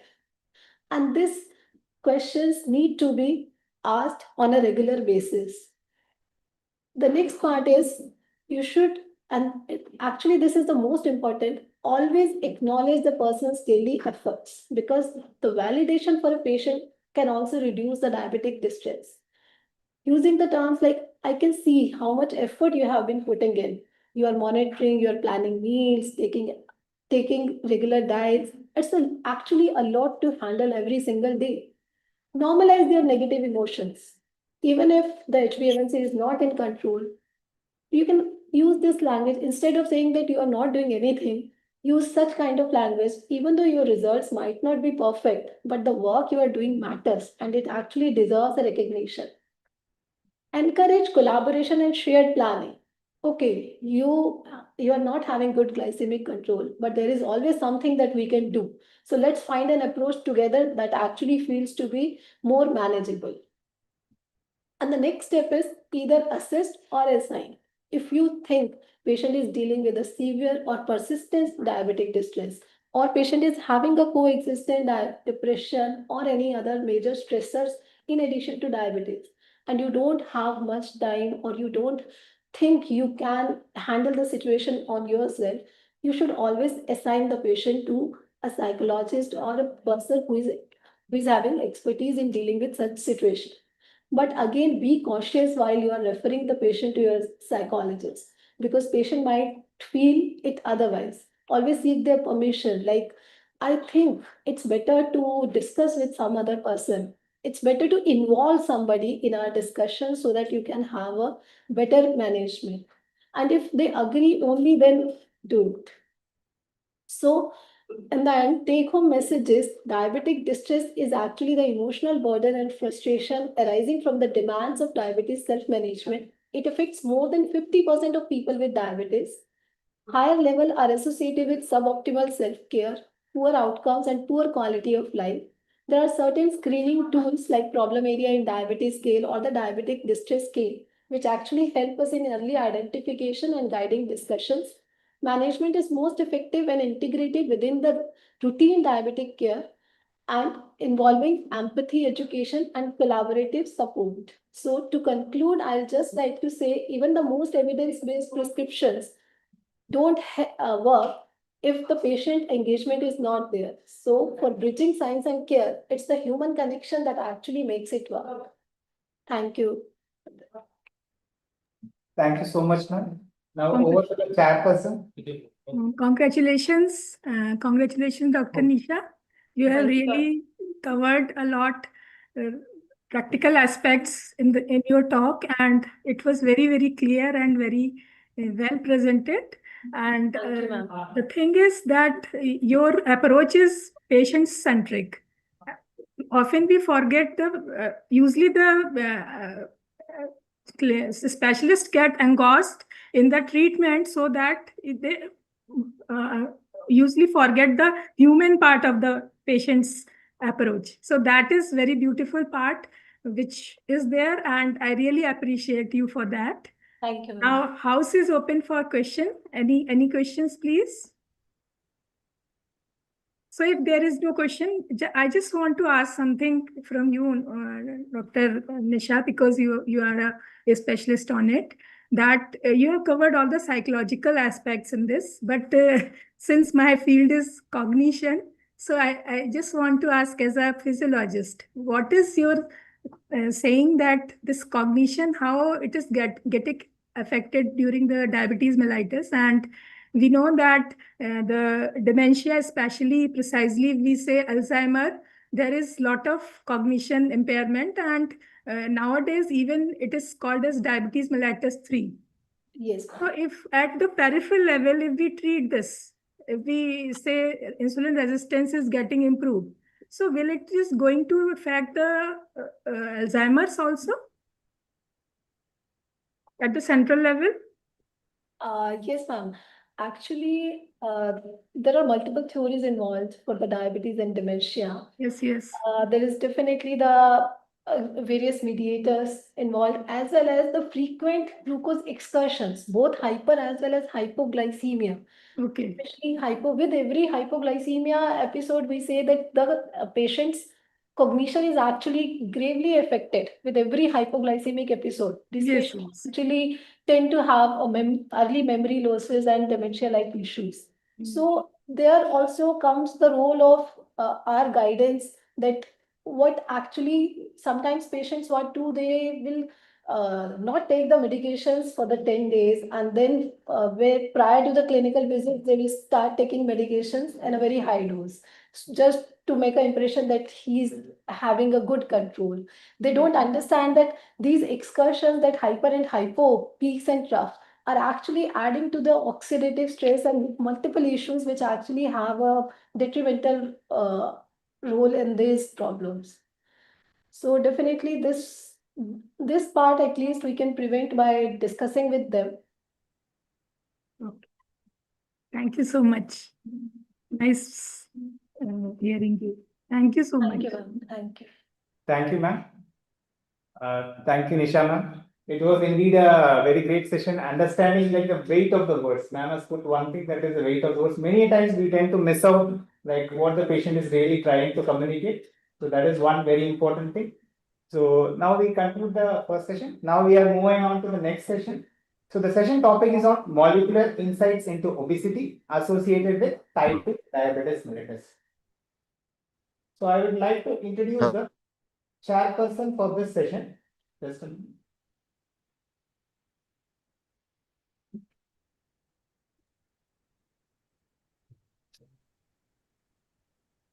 So for this session, we have Dr. Rajiv Bandhu, sir. Sir, we are privileged to invite you as a chairperson for this session, and we are honored also.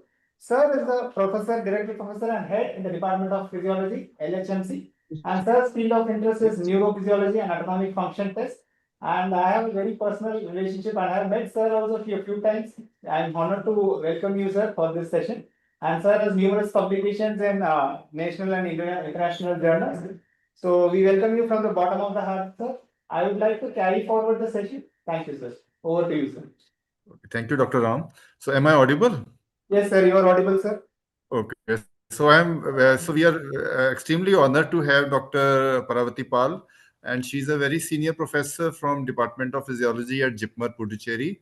And Madam has made outstanding contribution to the field of endocrine physiology, neurophysiology, and yoga. And she has authored and co-authored several standard textbooks, including comprehensive textbook of medical physiology.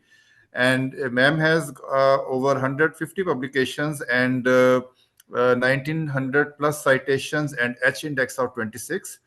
Her research excellence has been recognized through numerous awards. So, Madam has been awarded prominent awards like Professor K.P. Puthraya Award for Best Teacher in Physiology 2012 and A.V. Tilak Parvati Devi Prize for Best Research in Neuroendocrinology 2016. She also serves as review board member in Satyam division of DST, Government of India, and section editor of International Journal of Clinical and Experimental Physiology. So we welcome you, ma'am. Thank you, Dr. Rajiv, for your kind words. Thank you. First of all, I thank Dr. Ava for inviting me and giving me this opportunity to speak in this session and part of this very apt CME in the current situation where diabetes has become an epidemic in India. So, I will. Yeah, my slide is visible. Yes, ma'am, it's visible, ma'am. You are audible also. Yeah. So in this next 30 minutes or so, we will try to understand the molecular mechanisms in which obesity leads to type 2 diabetes mellitus. This is my schema of my talk. Just to have an overview of insulin mechanism. When insulin binds to its receptor, there is tyrosine phosphorylation of the tyrosine kinase. Then the subsequent molecular signaling, that is insulin receptor substrate, then activation of protein kinase B, then mammalian target of rapamycin activation and inhibition of GSK3. So by this mechanism, insulin mainly executes all its metabolic actions.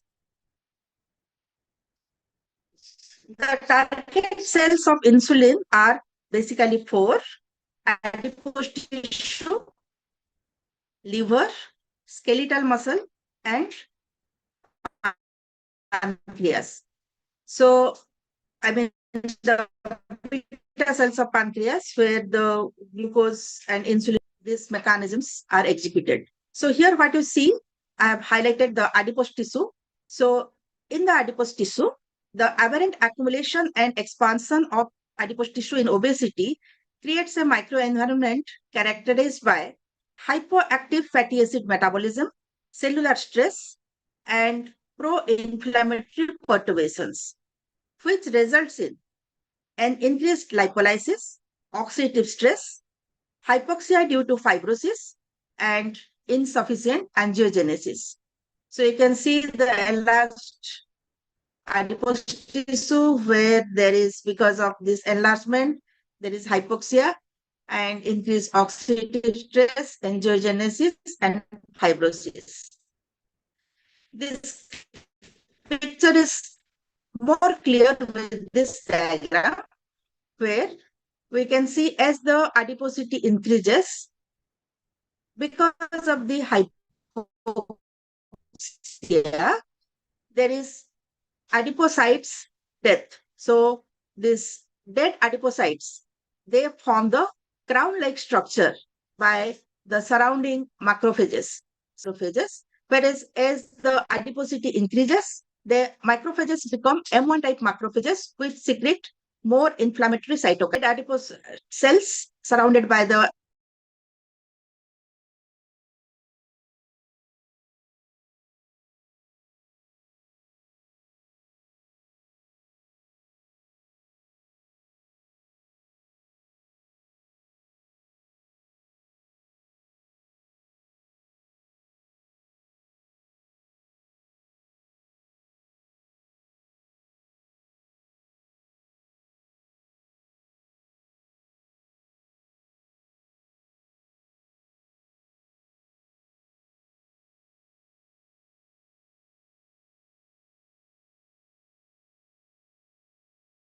Ma'am, can you hear us now?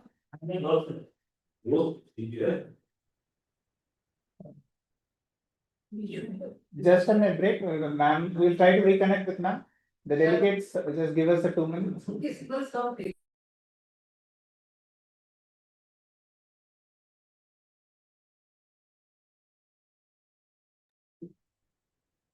To all the delegates, ma'am is rejoining, just a small connection issues.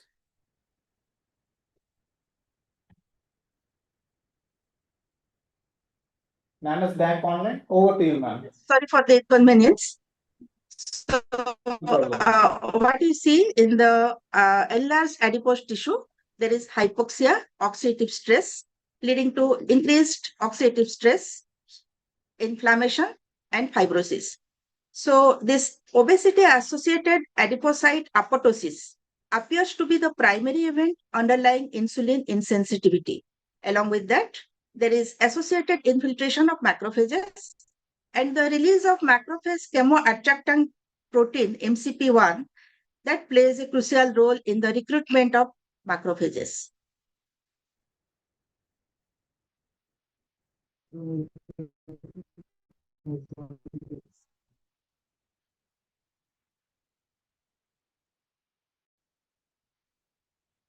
So the adipocyte, which acts as an endocrine organ, releases many adipokines.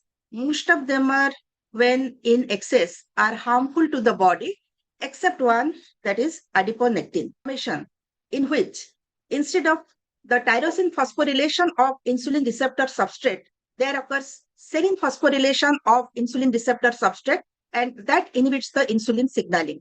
Thus, due to this increased inflammatory milieu in obesity, the high dose of aspirin and salicylates have been found to be useful to treat fat-induced insulin resistance in humans with good success.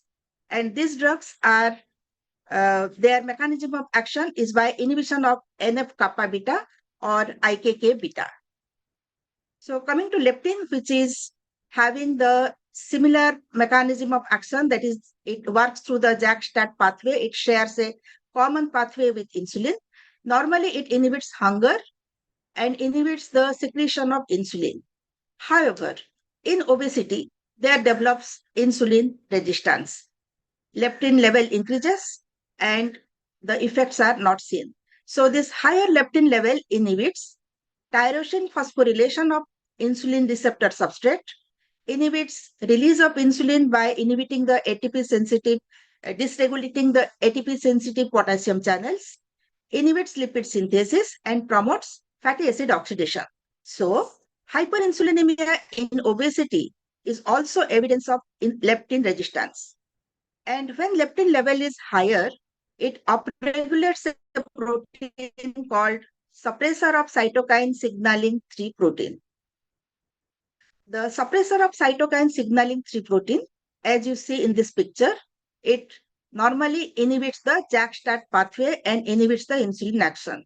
So, in hyperleptinemia, upregulation of this SOC3 protein that inhibits the insulin action and produces insulin resistance. Interleukin 6, the next cytokine which is released from the adipose tissue, it also impairs the phosphorylation of insulin receptor and insulin receptor substrate, induces the expression of this associate protein, and increases blood glucose level. Just to give a note here that during exercise, interleukin 6 is also released from the exercising muscle.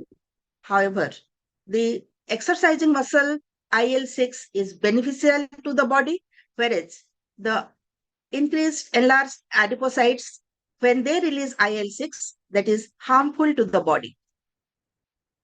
Another cytokine released from the adipose tissue called plasminogen activator inhibitor. As you see in the diagram, when there is excess positive energy balance, the plasminogen activator inhibitor inhibits the receptor PPAR gamma, that is peroxisome proliferative activator receptor in the nucleus of the target cell of insulin. So inhibition of this receptor leads to increased pre-adipocyte differentiation and increased obesity. also causes insulin resistance and diabetes. And the drug that is troglitazone mainly acts through the activation of this PPARY gamma and has been shown to have anti-inflammatory properties. The visceral adipose tissue, white adipose tissue, they are more dangerous, and as they secrete more of this plasminogen activator inhibitor. Next cytokine, that is angiotensin 2. What we see in the picture, in the enlarged adipocyte, when angiotensin 2 is produced, normally it regulates adipogenesis and lipid metabolism. What angiotensin 2 does? It increases the triglyceride content in adipocytes by activation of two lipogenic enzymes, that is FAS and GDPH. So you can see in the enlarged adipocyte from angiotensin 2, we can see triglycerides are getting deposited. Angiotensin 2 has anti-adipogenic effect when it activates the ERK1/2 pathway and this PPARG pathway. So here it inhibits the differentiation of pre-adipocytes to adipocytes, and that's why it works as anti-adipogenic. However, when angiotensin 2 gets converted to angiotensin 1-7 and binds to its receptor mass on the adipocyte, this inhibits this ERK pathway and activates PI3K-AKT pathway. And due to that, it inhibits the anti-adipogenic action and causes adipogenesis. Angiotensin 2, also by binding to the angiotensin receptor type 1, it decreases the PI3K activity, that is phosphatidylinositol 3 kinase, and decreases insulin signaling, causing insulin resistance. Apart from that, it also produces the increased oxidative stress milieu. The tumor necrosis factor alpha, it is increased in obese patients, inhibits insulin signaling, causes insulin resistance, and alters lipid metabolism. The acylation stimulating protein ASP that has positive action, stimulates fat storage, inhibits fat release. However, when this is increased, chronically high levels of ASP due to consumption of high fat diet are associated with increased insulin resistance and inflammation. The cytokine macrophage migration inhibiting factor in the beta cells of pancreas has a positive regulatory action on insulin secretion, and it also works as a pro-inflammatory cytokine. So, with excess production or excess deposition of adipocytes, the increased lipid concentrations in the insulin responsive tissues increases. So there is more fat deposition in the target cells. So people who are having more fat, even though they have normal glucose tolerance, they are at a risk of having diabetes and having risk of insulin resistance. This picture shows how the fatty acids works. So the monounsaturated, on the left corner, you can see the monounsaturated fatty acid, polyunsaturated fatty acid, branch chain fatty acid, and esters of hydroxy fatty acid. They are all beneficial because they inhibit the inflammatory process. However, the saturated fatty acids, when they are increased, they sabotage insulin sensitivity by promoting pro-inflammatory signaling by binding to toll-like receptor 4 and its adapter proteins called TRIP and MYD88, which jointly enhance the activity of pro-inflammatory pathway and transcription factors such as IRF3, NF-kappa beta, and AP1 in the nucleus. And thus, they promote release of more cytokines, inhibit insulin signaling. And as you can see here, more saturated fatty acids in the right corner, they also promote deposition of more triglycerides and cause ceramide release. So this produces a positive feedback loop because the saturated fatty acids, they promote insulin resistance, and that itself has more release of or more accumulation of this saturated fatty acids. Next target organ, this is the hepatocyte. So as you see in the top part of the diagram, excess lipid infusion to the hepatocytes, it gets converted to diacylglycerol. So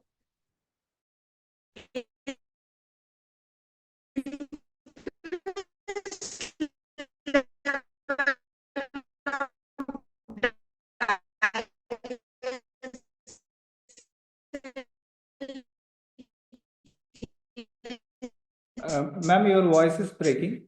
in the hepatocytes get Now inside the cells. Epsilon, protein kinase C epsilon.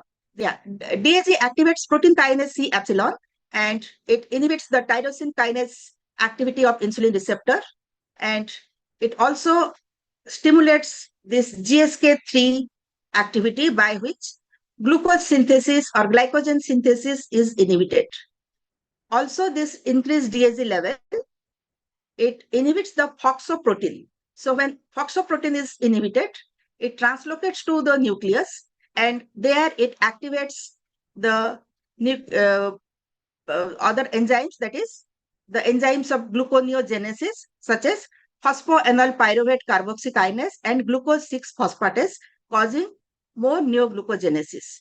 So in the increased lipid level in the mitochondria leads to mitochondrial dysfunction, decreasing fat oxidation, and promotes more release of diacylglycerol.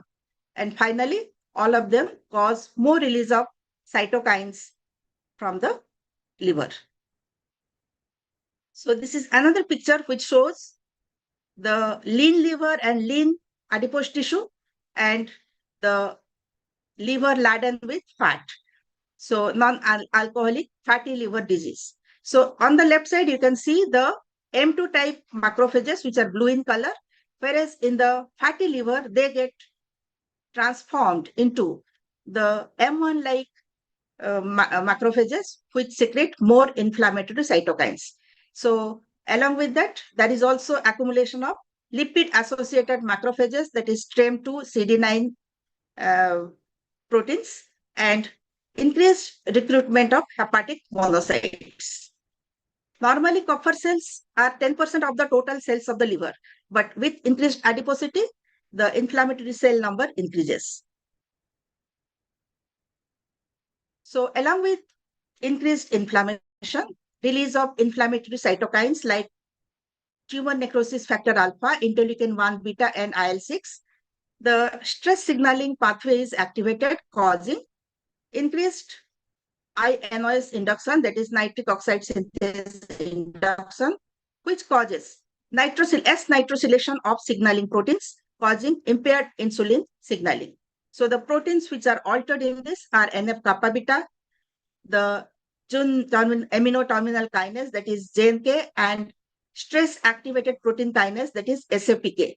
Also, SOC3 protein is upregulated, causing hepatic steatosis, lipid peroxidation, and hepatic apoptosis, all of which are seen with obesity-induced diabetes. Now, next target tissue, that is the skeletal muscle. What we see here, increased lipid infusion into the skeletal muscle causes accumulation of long-chain acetyl coenzyme A, converting them to more of DAG. So DAG again gets deposited at triglyceride inside the lipid droplets. And in the mitochondria of the skeletal muscle, there is decreased fat oxidation causing mitochondrial dysfunction and reduced glucose uptake. And this increased DAG also increases, it hinders the insulin signaling, subsequent activation of this PI3K-AKT pathway, decreasing the GLUT4 translocation to the membrane, and thereby decrease glucose entry into the cell and decrease glycogen synthesis. So glucose uptake as well as glycogen synthesis is impaired by this altered mechanism. In the adipose tissue, in the pancreas, with increase in adiposity, the body tries to manage by releasing more insulin. So in that process, the volume of beta cell mass is increased to tackle the increased adiposity, and thus there is hyperinsulinemia. The hyperinsulinemia exacerbates both hepatic and systemic lipid accumulation. It increases the level of lactate in the muscles, which is released into the circulation and used as a substrate for hepatic lipogenesis. So if the process continues for longer time, the beta cell finally collapses and the deficiency of insulin secretion leads to type 2 diabetes. This picture again shows the normal state, pre-diabetes state, and diabetes state. So in the normal state, there is the anti-inflammatory protein called IL-1 receptor antagonist, that is interleukin-1 receptor antagonist. That protein is actually anti-inflammatory and that maintains the balance between whatever little bit inflammation happens in the pancreas, that is balanced by this anti-inflammatory protein. Whereas once the adiposity increases and pre-diabetes sets in, the increased release of the inflammatory cytokines, increased recruitment of macrophages, amyloid deposition, increased interleukin-1 beta, the balance is disturbed. And when it progresses to still further to the diabetic state, this anti-inflammatory IL-1 receptor alpha, that level decreases. So now the inflammatory process takes the upper hand once the full form of diabetes sets in. This picture, we see how the beta cell loss occurs. So on the top, you can see there is glucolipotoxicity causing insulin resistance as a result of obesity. And there is beta cell exhaustion, more of inflammation and cytokine release. And what happens inside the beta cell is deposition of amyloid. So the deposition of amyloid worsens oxidative stress and increases apoptosis of beta cells. Another thing that happens that there is de-differentiation of beta cells to progenitor-like cells or transdifferentiation to other identities like alpha cells. So by this, the beta cell function as well as the beta cell population decreases. And this constant pro-apoptotic and pro-inflammatory signal puts or produces the ER stress and leads to beta cell loss. Next part, coming to the role of microbiome gut-brain axis in obesity. So the gut microbiota links both obesity and type 2 diabetes in the functions of energy harvest. Means the gut microbiota decides which energy molecule to be taken into the body and which should not be taken. Gut microbiota has an important role in that. It regulates inflammation, the maintenance of gut barrier integrity, the reduced microbial diversity effects, and also different bacterial composition. And in all this, the short chain fatty acids, they play an important role. Gut dysbiosis can lead to increased gut permeability, endotoxemia, and insulin resistance. So various gut microbiota, they have been found to be associated with both obesity and type 2 diabetes. As you see in the picture, these are the microbiota that inhibits or they are helpful in case of obesity and type 2 diabetes. Whereas if their number and function or state is altered, then they lead to obesity as well as type 2 diabetes. So that's why the use of probiotics, prebiotics, they all have been found to be useful in both the cases.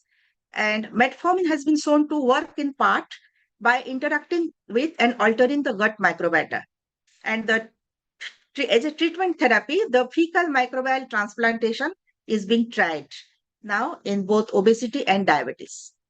So in the recent publication, that is in 2025, they have tried to link obesity and type 2 diabetes by Mendelian randomization. So what you see in this picture, they have done the Mendelian randomization and they have found this gut microbiota to be linked to both obesity as well as type 2 diabetes. Now looking into the mechanism by which gut microbiota works. So there occurs decrease in the production of bile acids and short chain fatty acids. and increase in lipopolysaccharides.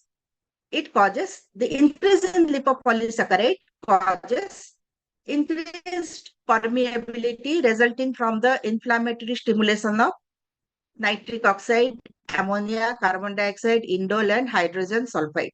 So below you can see the down area of the picture, the increased LPS is causing or altering the gut epithelial permeability. So LPS entered into the this epithelial cells, and there it activates the TLR4, that is toll-like receptor 4. On the left side, you can see the toll-like receptor 4. In the enterocyte, it binds to it, and by binding, it produces or creates the pro-inflammatory environment by recruiting more of dendritic cells, beta cells, and macrophages. Then, the profound reduction in the short-chain fatty acids and bile acids that occurs due to, on the left side, you can see the BA means bile acid. Below, it is the short-chain fatty acids whose number is decreased. So bile acids, they bind to FXR receptor. The short-chain fatty acids, they bind to the GPCR receptors.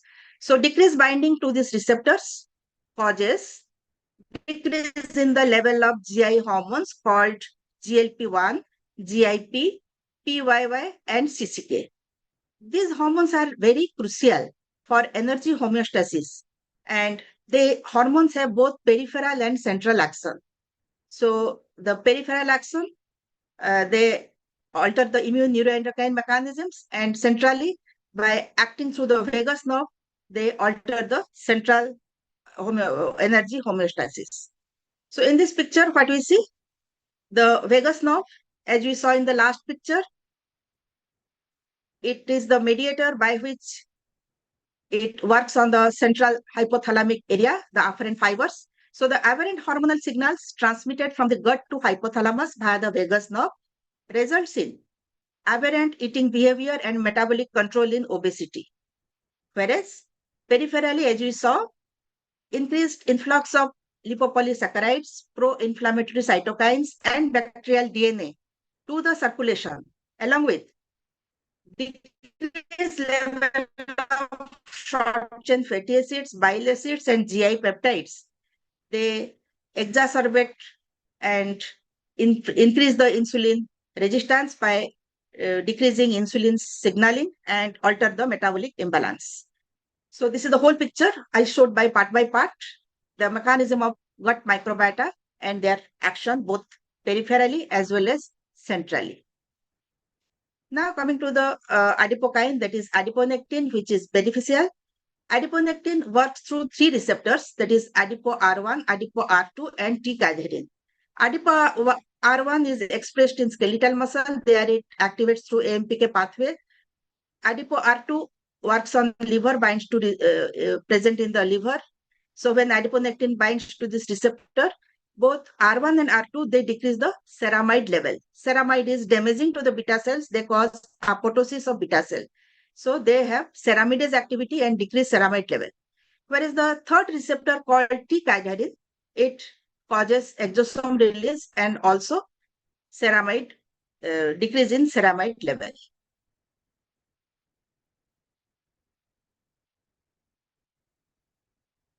So now let us see what is the role of exosomes. So what you see in this picture, on the left box is the adipose tissue, middle box is the liver, and last box is the beta cells of the pancreas. The blue color in the adipose tissue, that is the normal adipocytes having M2-like macrophages, they release the microRNA called MIR690, and that improves insulin sensitivity. Similarly, in the liver, the release of microRNA 3075 from the normal hepatocytes improves insulin sensitivity. Whereas with increase in adiposity from the M1-like macrophages, there is release of, from the adipocytes, there is release of MIR155, which is harmful, that it decreases insulin sensitivity. And from the hepatocytes, that is the fatty liver, there is release of MIR434-5P, that is also harmful, reduces insulin sensitivity. And this release of MIR 128-3P and MIR1 has been associated with non-alcoholic steatohepatitis. So these are the microRNAs, research is going on them. So they are very much involved with the energy homeostasis. And in the beta cell, we see the MIR21-5P, which induces apoptosis in neighboring beta cells. So when in adiposity, this MIR21-5P is released in more amount and it increases apoptosis of beta cells. Then coming to a little bit about autophagy. Autophagy, we know, is a process present in the body. So whenever these dead cells or unwanted cells are there, that is taken up or eaten up by the body.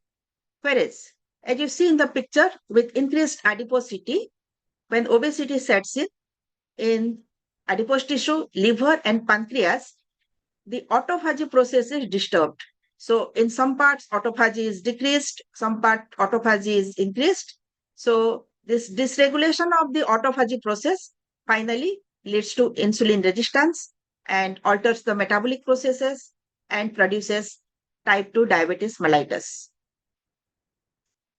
Now coming a little bit about reactive oxygen species. This picture, what you are seeing, adipose tissue, by activation of so many pathways, finally increases the state of oxidative stress and produces autonomic dysfunction.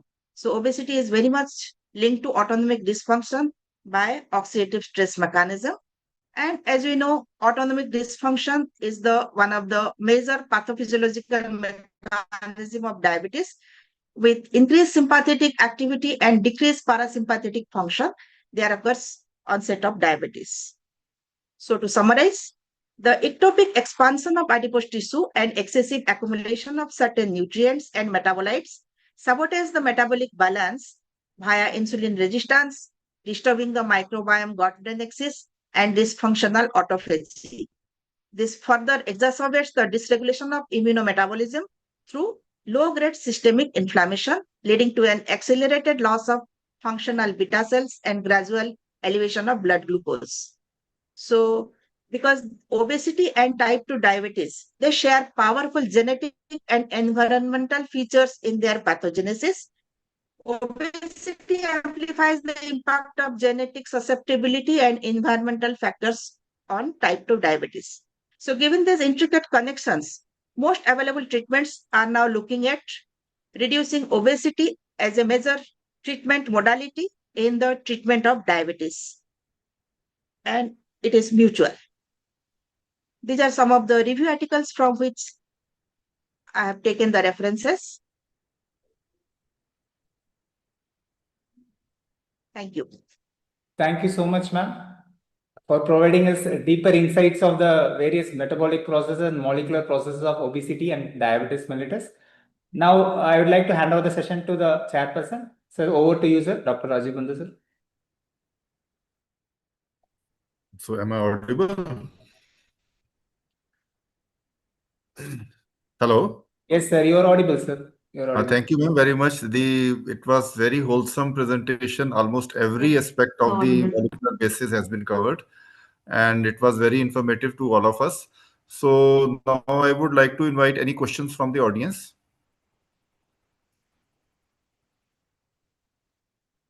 So, so I just want to ask, ma'am, whether so once we start reducing we proceed towards the lifestyle intervention and the obesity reduction. So how do these, so broadly speaking, these molecular pathways, they shift? So basically what you saw, sir, that obesity, once it sets in, it is the deposition of lipids, that is the diacylglycerol in the target tissues, and the secretion of pro-inflammatory cytokines. That is the actually the basis of all the disturbed pathophysiology. So once we reduce the adipose tissue, the adipose function, automatically the pro-inflammatory cytokine release will be reduced. As I understand, the M1 type macrophages, the dangerous macrophages, will be reverted back to the beneficial M2 type, and also decreased deposition of DAG, diacylglycerol, in the target tissue will have the beneficial effect. And this is overall, as you saw, also the gut microbiome, which I think neglect or has not, we are not discussing so much. The gut microbiome plays such an important role.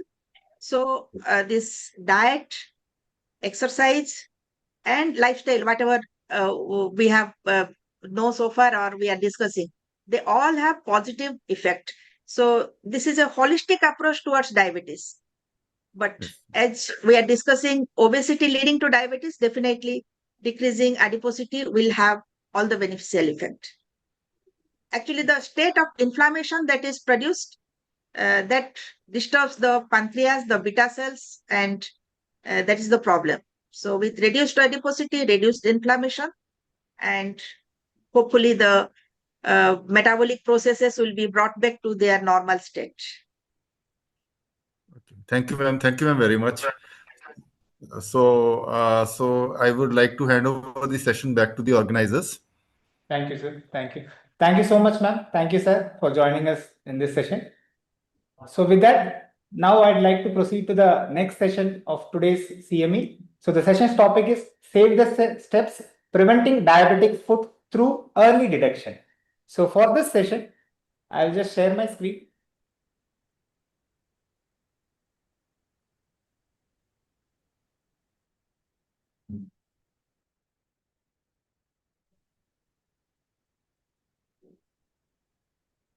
For this session, I am privileged to invite Dr. Pooja Dullo ma'am with us, Professor and Head, Department of Physiology, Parul Institute of Medical Sciences, Gujarat.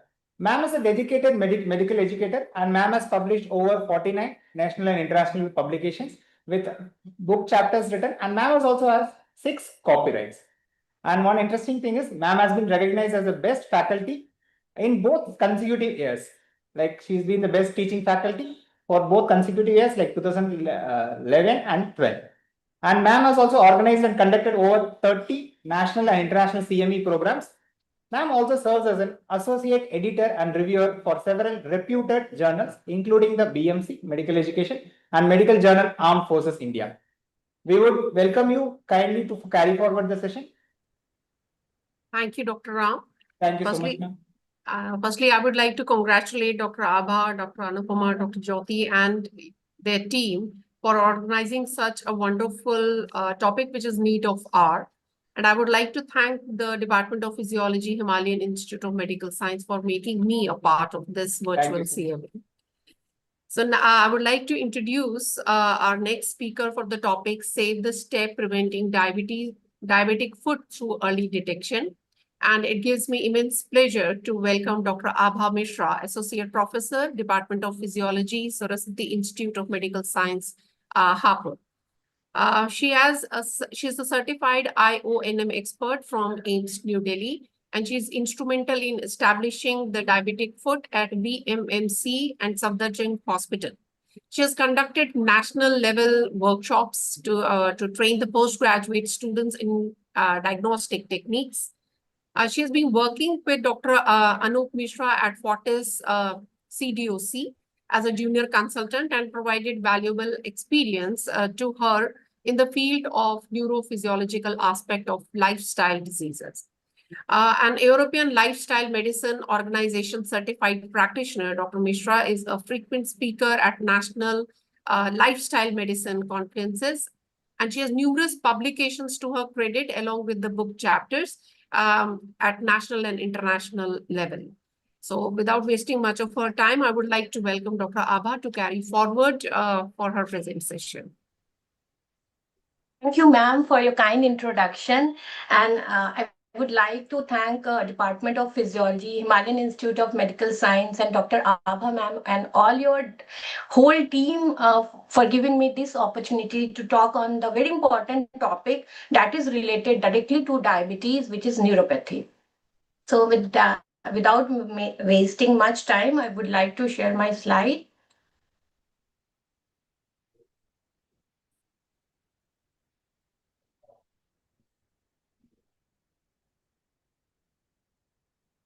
I think I am audible. Yes, ma'am. You are audible and slide is also visible, ma'am. Okay. So let's start with our topic today, and with this beautiful slok from Sanskrit, Yatra Pada Sukham Tistanti Tatra Jivanam Sukhmayam. So where the foot rests in comfort, life flows in ease. So, going with the topic today, save the step, preventing diabetic foot through early detection. I would like to cover understanding diabetic neuropathy. Then I'll talk something about peripheral arterial disease and related neuropathy, something related to, of course, pathophysiology of diabetic neuropathy. Then I'll talk about some screening tools and how to prevent and take care of your diabetic foot, management of neuropathy, and at the end, I'll talk about foot examination and risk levels and management of foot ulcer and various advanced technique related to foot ulcer. So, diabetes is a serious and chronic metabolic disease associated with both micro and macrovascular complication. And according to ICMR India B study, it is estimated that around 101 million people in India are found to be affected by diabetes. And these numbers are expected to increase with the exponential increase in population by the year 2045. So it is a microvascular complication, which is diabetic peripheral neuropathy or DPN, and it is characterized by the presence of peripheral nerve dysfunction. The main symptoms that is related to peripheral neuropathy is pain, paresthesia, or any other problem that is related to neurological deficit. And it is alarming to understand that nearly 50% or more people with diabetes nowadays are affected by diabetic peripheral neuropathy. And the prevalence of diabetes peripheral neuropathy was found to be between 9.6 and 78% among the different population across India. So this is the current scenario of peripheral neuropathy, 9.6 and 78% in different population across whole of the India. And the most important thing is the ignorance of signs of nerve damage among elderly people contributes to the decrease in their quality of life as well as it leads to mortality and morbidity associated with this disease. So let's understand what is diabetic neuropathy. So it is related to nerve damage that affects that affects sensory, motor, and autonomic nerve. And why it matters a lot? Because up to 50% of peripheral neuropathy can be asymptomatic, increasing risk for injuries and ulcers. Sorry. So what are the common presentation as I talked? Burning, tingling, numbness, imbalance, and reduced sensation in feet. In OPDs nowadays, most of the patients complain a lot about burning, tingling, and they say in their common language कि ma'am बहुत जलन हो रही है, burning sensation हो रहा है, कुछ feel नहीं होता, ठंडा गरम कुछ feel नहीं होता. So this kind of common presentation we used to see in our OPD. So this is the picture of healthy nerve and this is the picture of damaged nerve.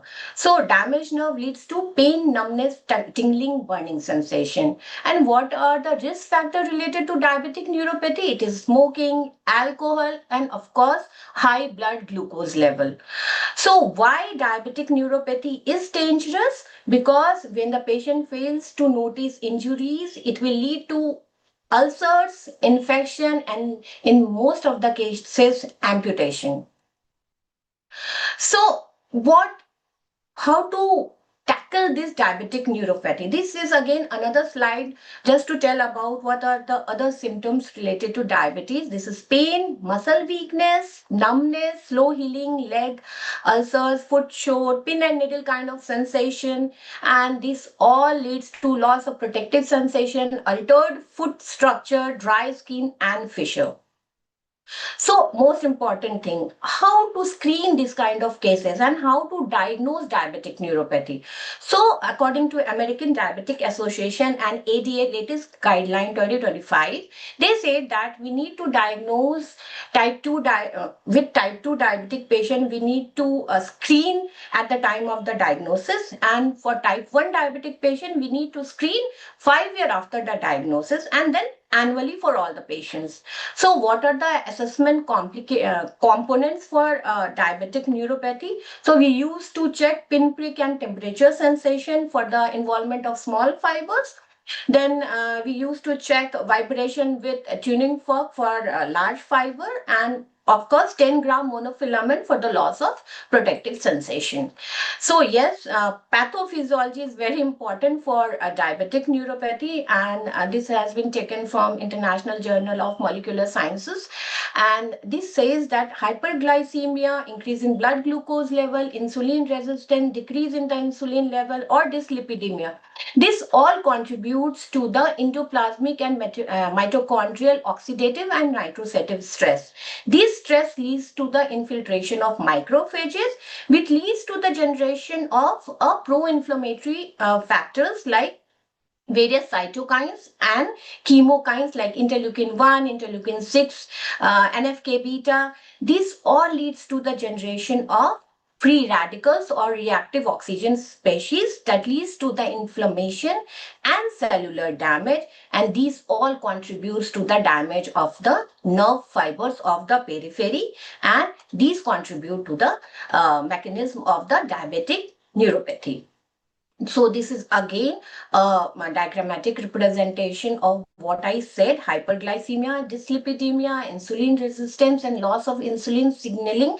This all lead to the oxidative and nitrosative stress that leads to the infiltration of macrophage and generation of various chemokine and cytokines like interleukin 1, 2, and so on. And finally, these all leads to the neuropathy.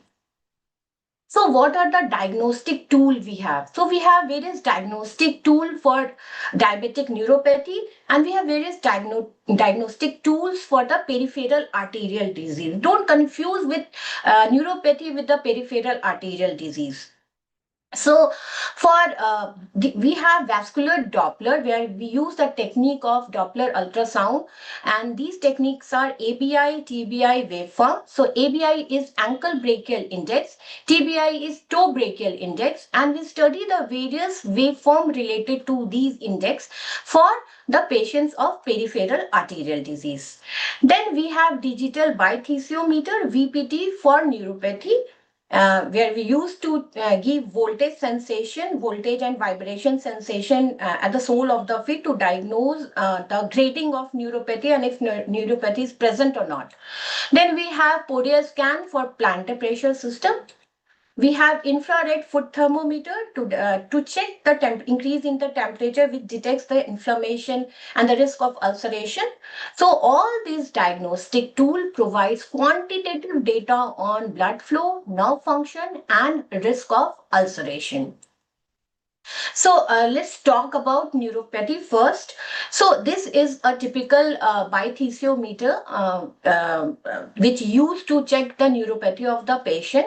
So what it does, the various component of this machine is, this is the vibration probe. From this, we used to give vibration at the sole of the feet, and this is the machine. These are the various buttons to increase the voltage and to track the record. And this is a very simple machine. Anybody could handle this machine if they learn and know how to interpret the data. So this machine used to check the neuropathy of the patient, and it detects the early sensory loss, and high voltage is required for more severe neuropathy. I'll talk about in detail the protocol and reports related to neuropathy in detail in coming slide. Then we have monofilament test, which identifies the loss of light touch sensation, and it is essential for ulcer risk assessment. These are the monofilament testing. But clinical exam remains the central to the diagnosis. Every clinician should examine the foot of the patient who are diabetic. So let's talk about very important test and the topic of today, diabetic neuropathy. And this test is VPT, vibration perception threshold. And this is the machine through which we use to check the neuropathy. So from this machine, we used to check the large fiber function and detects the early peripheral neuropathy. So what is the procedure? Procedure is very simple. First, we explain the test to the patient, and we place the vibration probe. This probe on the patient's palm, and we will slightly increase the dose slowly. and we'll make sure that they perceive the vibration, and we'll instruct the patient that the similar kind of vibration you will feel in the foot. So then after giving all the instruction, we'll increase the voltage from 0 volt and we'll gradually increase the voltage. At the moment the patient indicate that they feel the vibration, that point will be recorded. So certain precautions related to the VPT probe. So do not use the vibration probes on the eyes, open wound, and we should clean our skin and dry it properly for the accurate perception, and maintain consistent probe pressure to avoid false threshold. So these are certain precautions we should take during VPT testing. So this is reporting from a diabetic foot lab in VMMC and Safdarjung Hospital, where I have established a foot lab with the help of our senior faculty. So it is a reporting, this kind of reporting we used to generate for the neuropathy. And the reporting says this is right foot and this is left foot. In the right foot, you can see a various number. So we used to apply probe on these area: first metatarsal, third and fifth metatarsal, big toe, medial arch, and the heel of the foot. So we used to take out the average of all these 6 values, and this comes out to be 22.97. Okay, and again in the left foot we have taken the average of all these value, and the average came out to be 35.22, and it says that 22 is moderate and 35 is severe. So what is the VPT guideline? So the guideline says 0 to 15 volt is normal study, 15 to 20 volts leads to mild loss of vibratory perception, then 20 to 25 is moderate loss of perception, and greater than 25 is severe loss of the vibration sensation.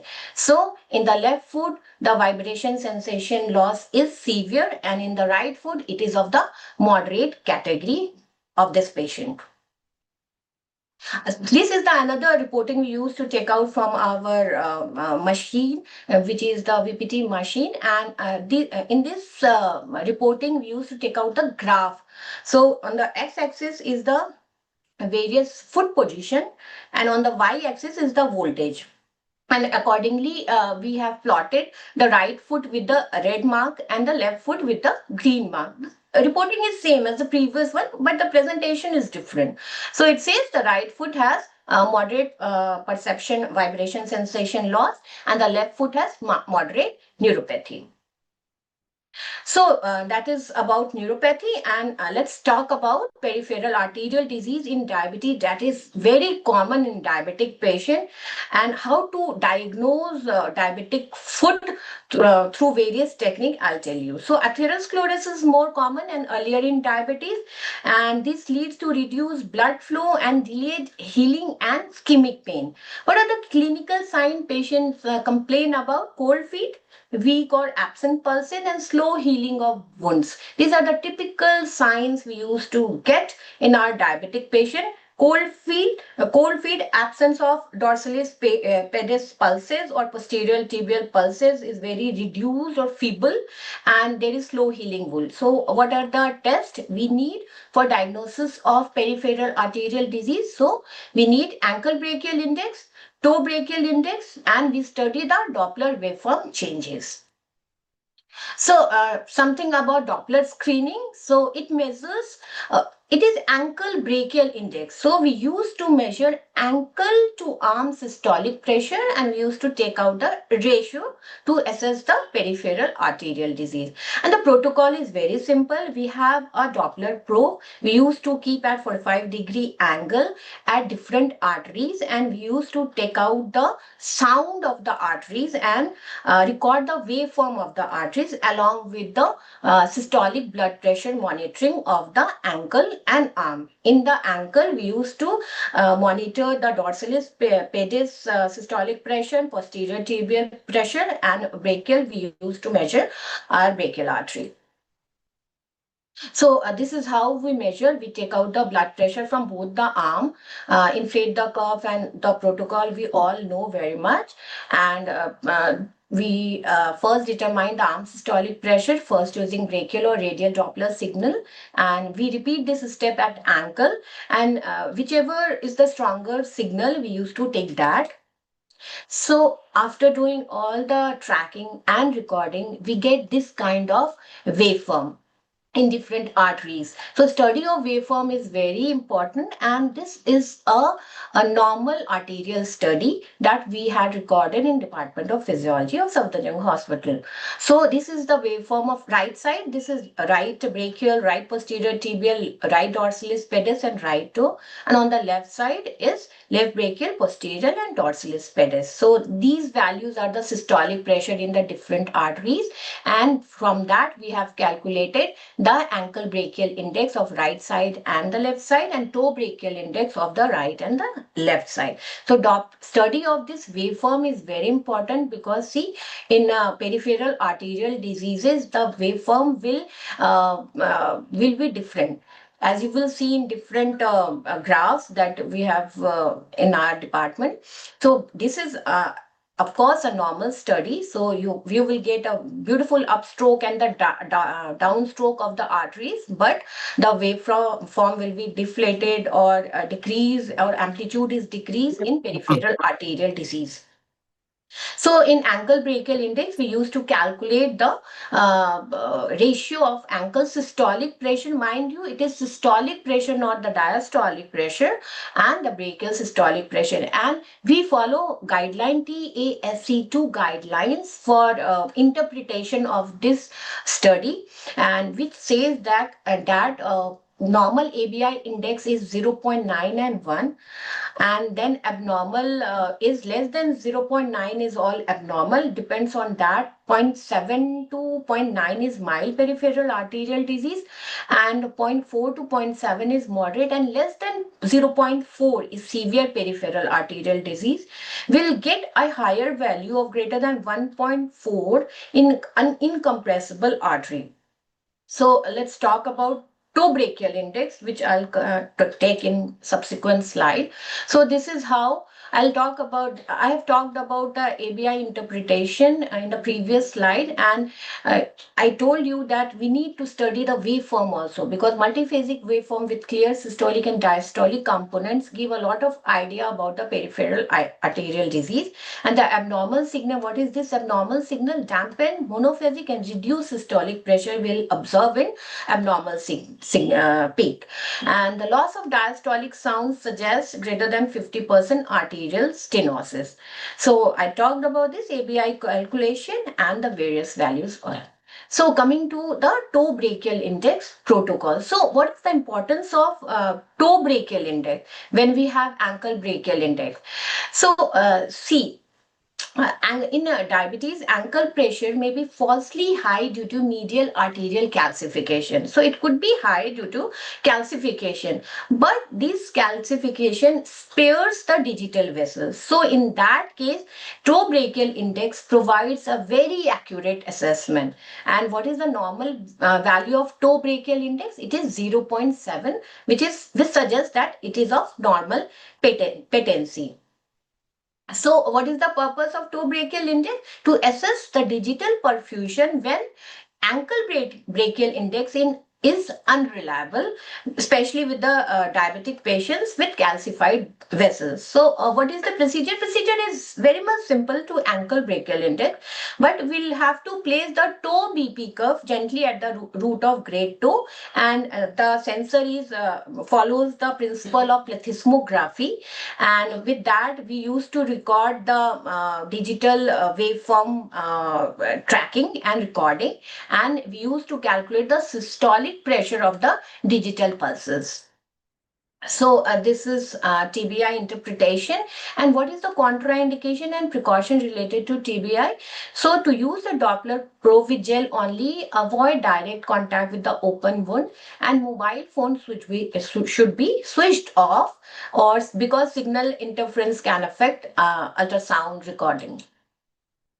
So now the third test that is related to diagnosis of neuropathy is foot temperature screening, and this uses the principle of infrared thermometer, and the rationale is that high temperature under the foot coupled with reduced or complete loss of sensation can predispose to patient to various kind of foot ulceration. And as we all know that inflammation is precipitating sign of the ulceration, so infrared thermometer identifies the local area of increased temperature and indicate the area likely to ulcerate. So infrared thermometer detects hot spot that indicate early tissue injury, and with that indication we can offload that area with elevated temperature and can prevent ulcers. So what is the protocol related to that?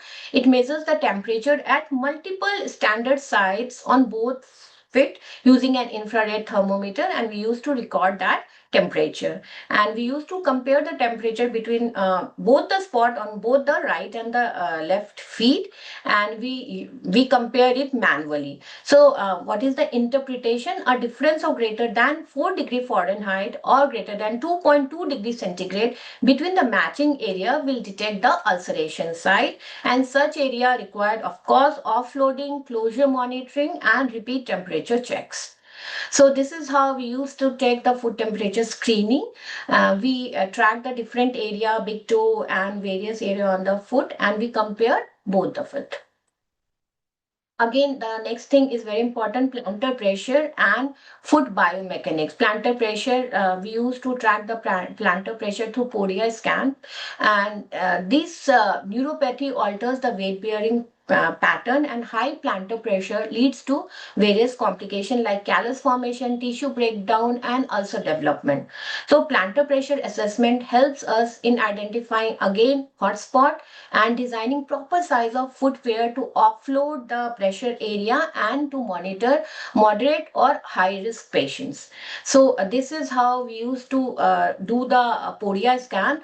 There is a small plate where the patient gives pressure, and we used to design take the this kind of picture comes on the Podia scan. This red area shows this area is getting a lot of pressure. So this is the weight bearing area, and through that we used to check how much is the pressure in different areas of the feet and how to offload that area with the proper footwear.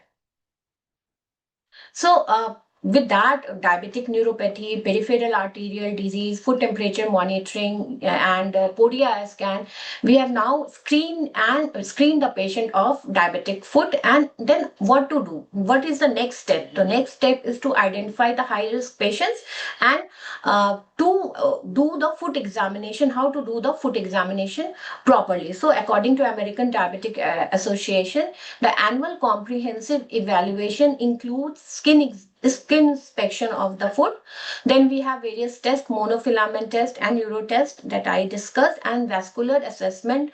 Yes, we need to do the vascular assessment through pulses, check of the pulses, capillary refill time, color change of the foot, and screening of peripheral arterial disease through these comprehensive evaluation techniques, and how to identify the high risk group and how to tackle these patients. So according to the International Working Group on Diabetic Foot Risk Stratification System, they have categorized patient into a 0 to 1 category according to the ulcer risk and the frequency of examination. So in category 0, we have a very low ulcer risk patient. By very low risk is characterized by no loss of protective sensation and no peripheral arterial disease, and the examination required in that patient annually.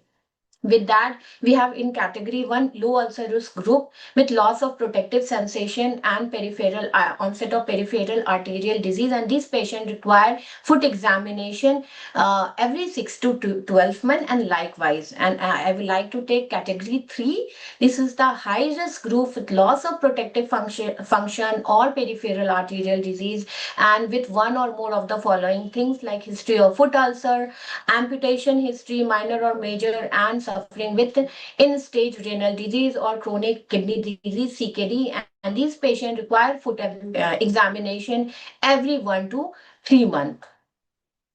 So with this risk-based categorization, so very low risk requires annual monitoring, low risk every 6 to 12 months, moderate risk every 3 to 6 months, and high risk every 1 to 3 months. Now, after diagnosis and screening and identifying the risk category, how to manage the patient of neuropathy. This is very important. So, first, we need the most important step for the management of neuropathy is glucose monitoring and glucose management. So, yes, we need a good glycemic control, and the glycemic control varies in different age group.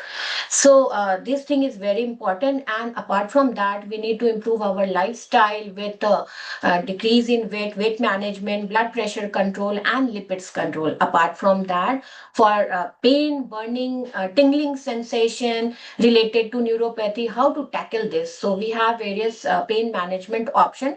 We used to give gabapentin or pre-GABA. In various doses are available for gabapentin, GABA neuron like 100, 300, 400, and 600 mg. That depends upon the pain and burning sensation of the patient, along with pregabalin. Then we have norepinephrine reuptake inhibitor, tricyclic antidepressant, and sodium channel blockers also. But avoid opioids, tramadol, and tapentadol, because this is not required.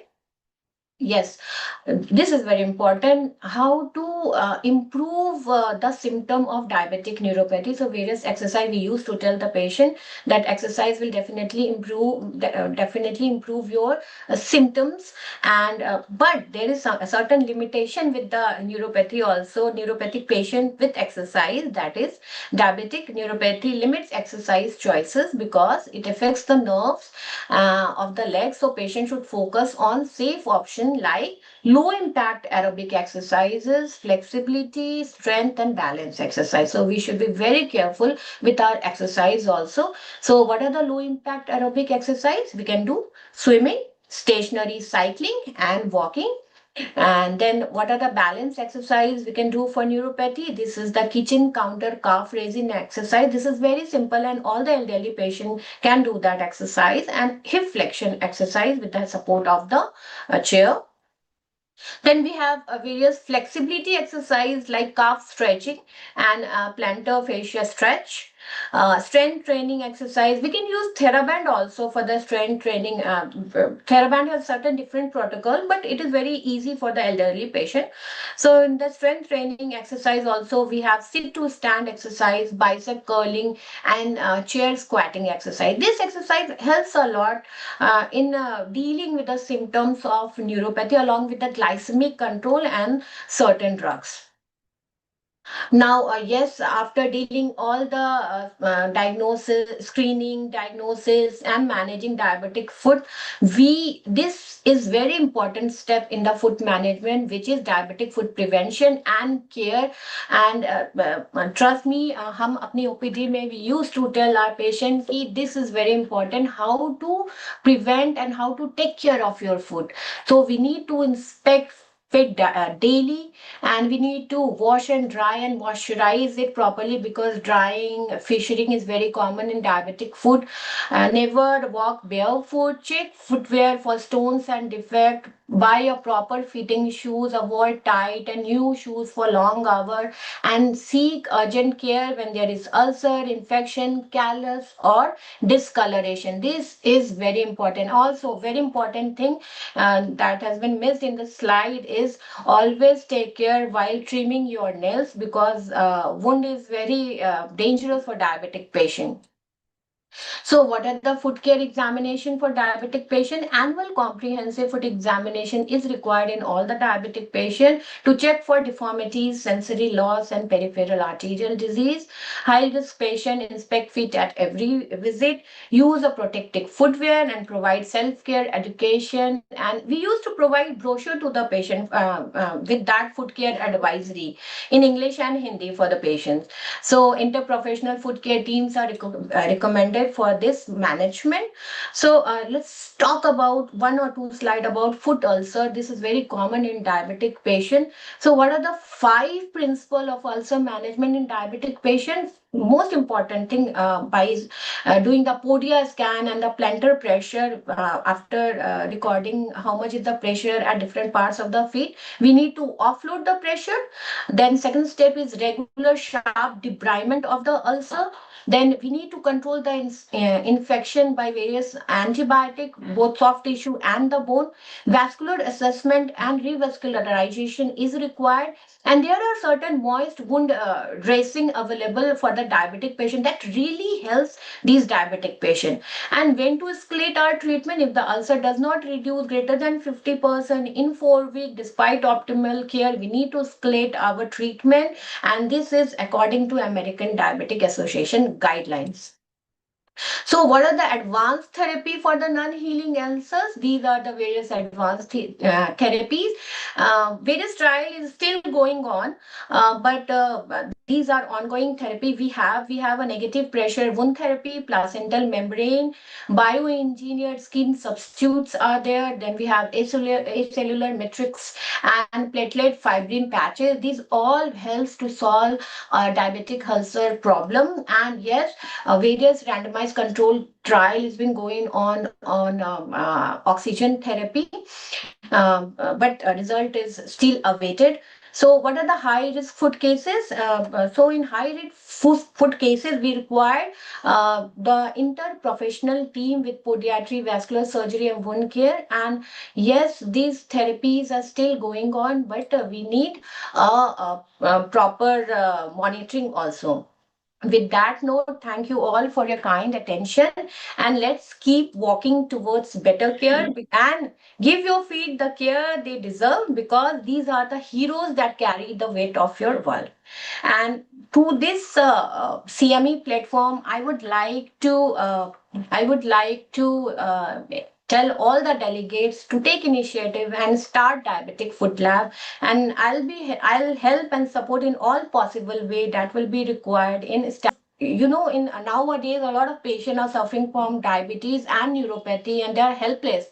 With this simple lab, you can diagnose the neuropathy and peripheral arterial disease and solve their problem. Thank you very much for your kind attention. Thank you, ma'am. Thank you so much, Dr. Abha. It was wonderful presentation. Participants, if there is any question from your end, please let me know. Any question? I don't think there is anything on the chat box. Right. Okay, so I would like to say that we do have at our institute the vibrotherm, Okay. and the instrument has been kept in the OPD just across the medicine OPD, so that it becomes easy for the patients to screen for their peripheral neuropathy. We do not have a vascular, but would look forward to have a collaboration with yourself. Thank you, ma'am. Thank you. With this wonderful presentation and the presentation by Dr. Nisha, I just have one suggestion to EDA, that if a community of ours can think about, we do know about all the issues related to the diabetes. How about thinking about having a diabetic community club, which will help what you were talking about and what Dr. Nisha was saying, that we need to talk to the people. People should talk to each other, those who are diabetic, so that they can share their thoughts, they can share their issues, whether it is personal or professional, which are affected because of the diabetes. So maybe this club will be an additional for the betterment of the patient. This is just a suggestion, a thought for all the faculties here and as well as the participants. Thank you so much for such a wonderful session. Really loved it. Thank you. Thank you so much. Over to Dr. Ram. Thank you, ma'am. Thank you, ma'am. Thank you, Abha, ma'am. It was indeed a significant session. And this is one area I always feel it is underlooked. In food care in India, people always underlook. This is one area. So as ma'am suggested, we might have a club for the diabetic club or something, which could help lots and lots of patients. Thank you, ma'am. And I also come from a family of diabetic tree, so I will start caring from now. Thank you, Ram. Thank you, ma'am. Thank you so much. So with this, I would like to hand over the scientific session to Dr. Anupama, ma'am. So for the further sessions will be carried over by Dr. Anupama Natyal, Associate Professor, Department of Physiology, HIMSS. Over to you, ma'am. Thank you, Dr. Ram. Now moving forward, we move to the session titled Diet and Nutrition, Cornerstone of Diabetic Care.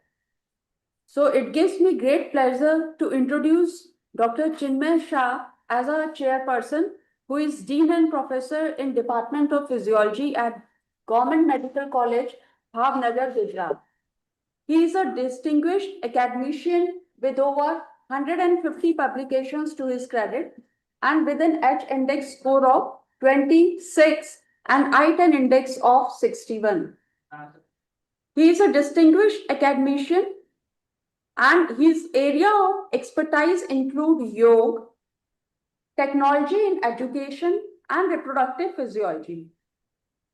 Chinmay sir is also a recipient of numerous awards, including the IMA Honorary Professor Award in 2021 and IMA Med Achievers Award in 2014. Dr. Chinmay Shah has made remarkable contributions to medical education through innovations such as introducing course in learning management system and a biomedical waste management app also. So we are privileged to have him with us today. Over to you, sir. Thank you. Thank you very much, Dr. Organizing, giving me an opportunity. I am happy that I am chairing a session one of the scholars of physiology. So I would like to introduce our next speaker, Professor Dr. Narsingh Verma, sir. I think those who are here, mostly all are knowing sir, because basically sir doesn't need any introduction. But for the share a few details regarding sir is Dr. Principal and Dean of Hindu Institute.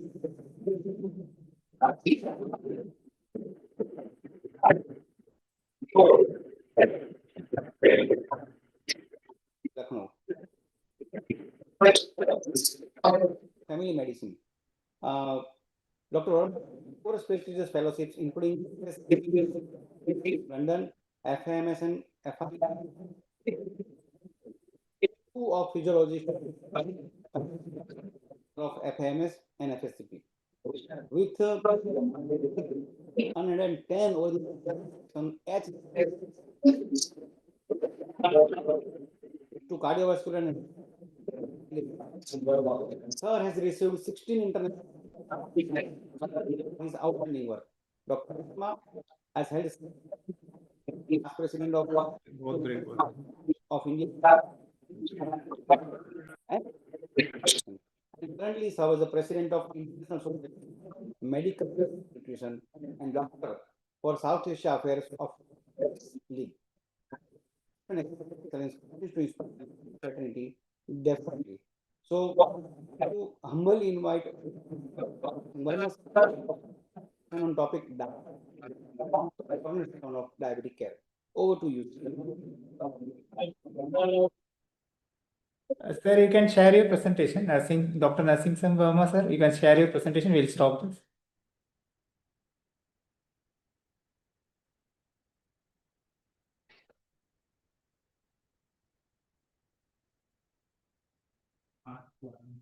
Sir, can you unmute?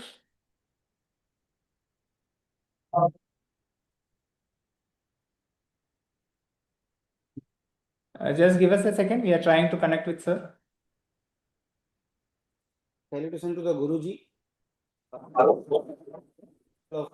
hall of Institute, and I'm very happy to share that I to visit the hymns personally.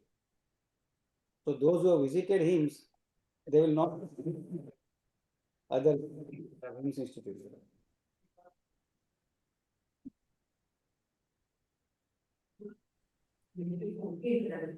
To all our dear delegates, just give us 1 or 2 minutes. We are connecting with sir, and sir will join us very shortly.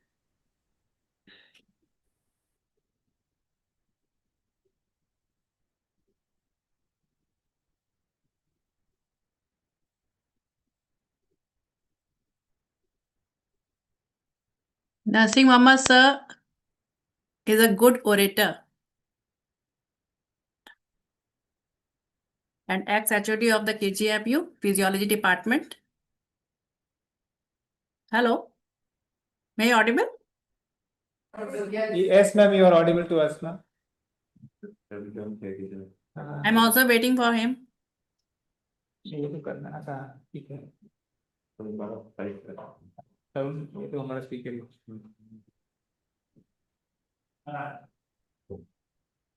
Your session is.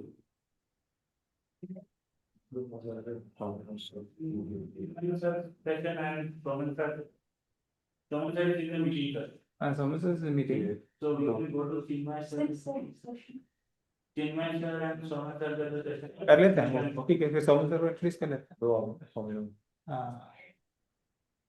I'm very happy to see you all. Thank you so much, ma'am. Dr. Jyoti, Dr. Yogesh, Dr. Anupma, Dr. Abha.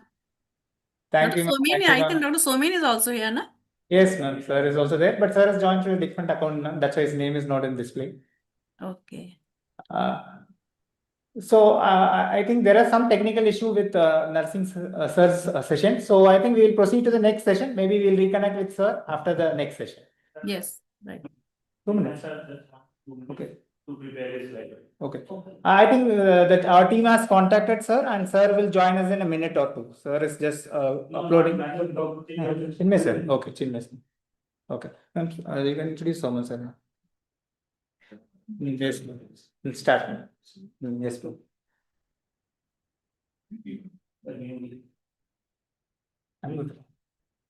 So, right now, because of some technical issues, we are moving to the next session titled Role of Yoga and Meditation in Diabetes Care.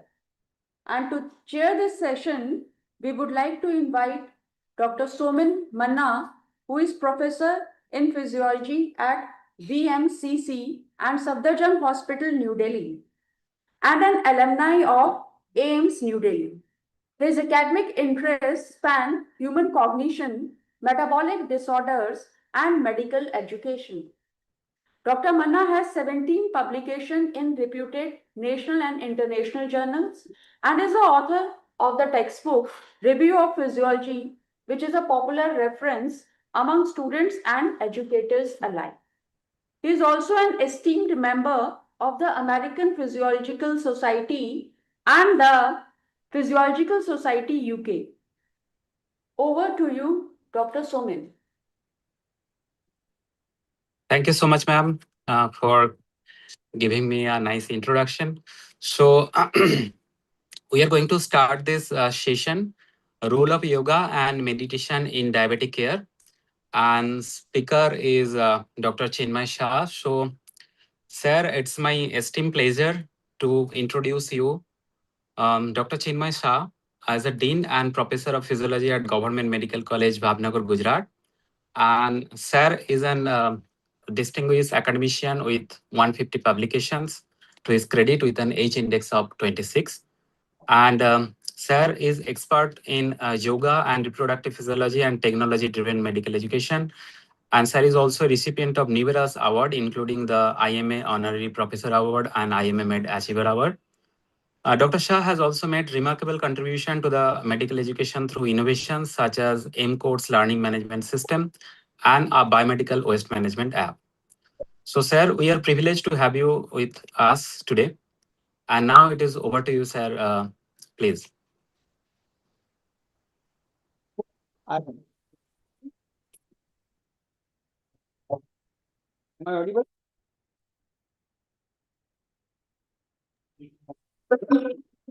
Sir, we are able to see your screen, sir, but your voice is breaking a little bit. Okay. Now, am I audible now? Yes, sir. You are audible right now, sir. Thank you. Thank you. First of all, me an opportunity. The evidence in care. Salutation to the Guruji of and let's for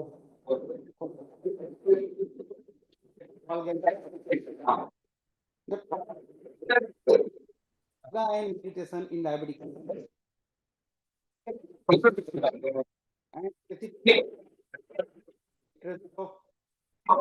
Desai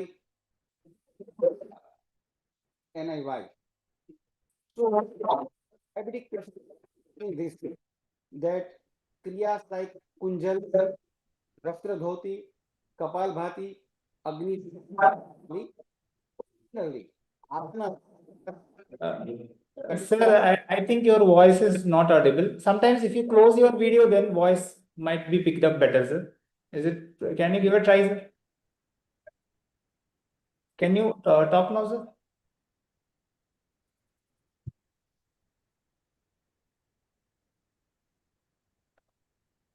Sir, your voice is not audible. Okay, 1 second. Yes. कुछ sound increase कर सकते हैं sir, can you talk now? Yeah, meanwhile I sort out the query. I request all of you. So there are two. Do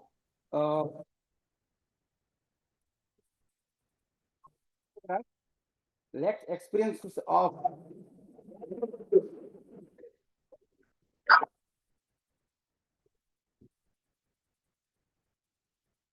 with the PPT.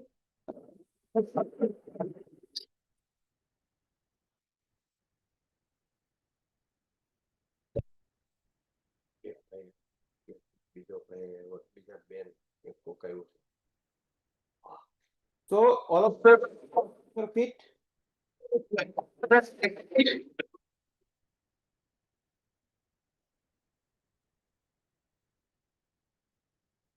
Okay. Thank you very much. Thank you all of you for this.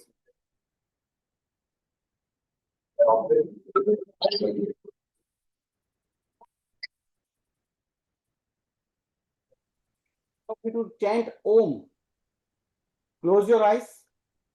I request you to close your eyes and chant Om 3 times. All of you, please. So we'll be closing our eyes.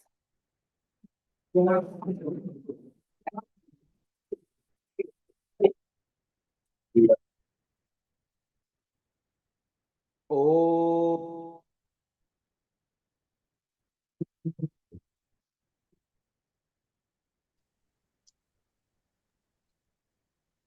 Second time.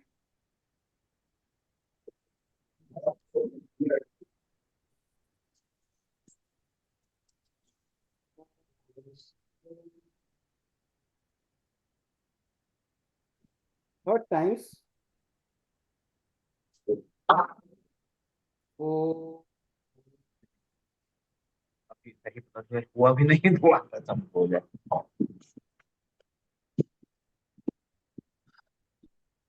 My voice is clear. And now it's perfect, sir. Now it's clear.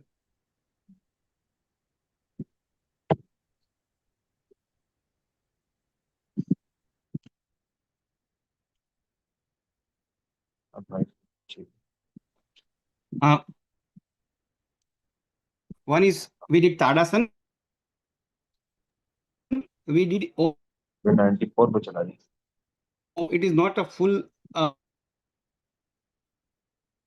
it was just a slight. Anybody would like Om chanting? Anybody? What is the effect of Om? क्या था वो You want to share?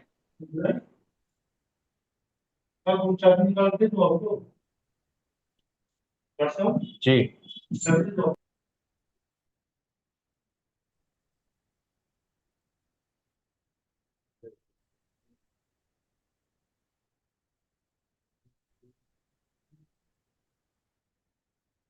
No worry.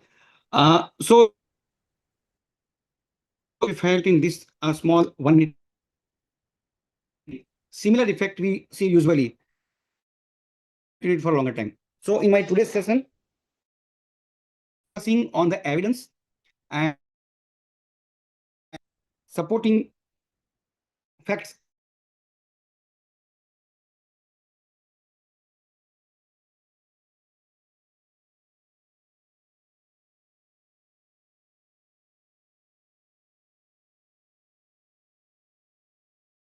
it is a comprehensive approach, how we will approach for the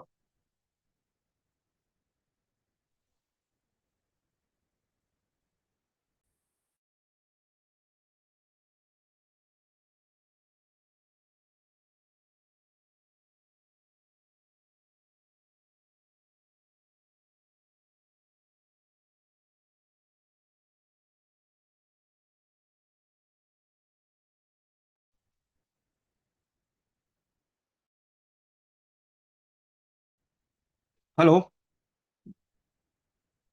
Are you able to hear me? Now we are able to hear Hello? you. In between it was black, in between the network went down. Now we are able to hear you, sir. You can continue. Okay. Now? Yes, sir. Yes. Okay. Done. Thank you. Just telling that we have experienced a small a Tadasan.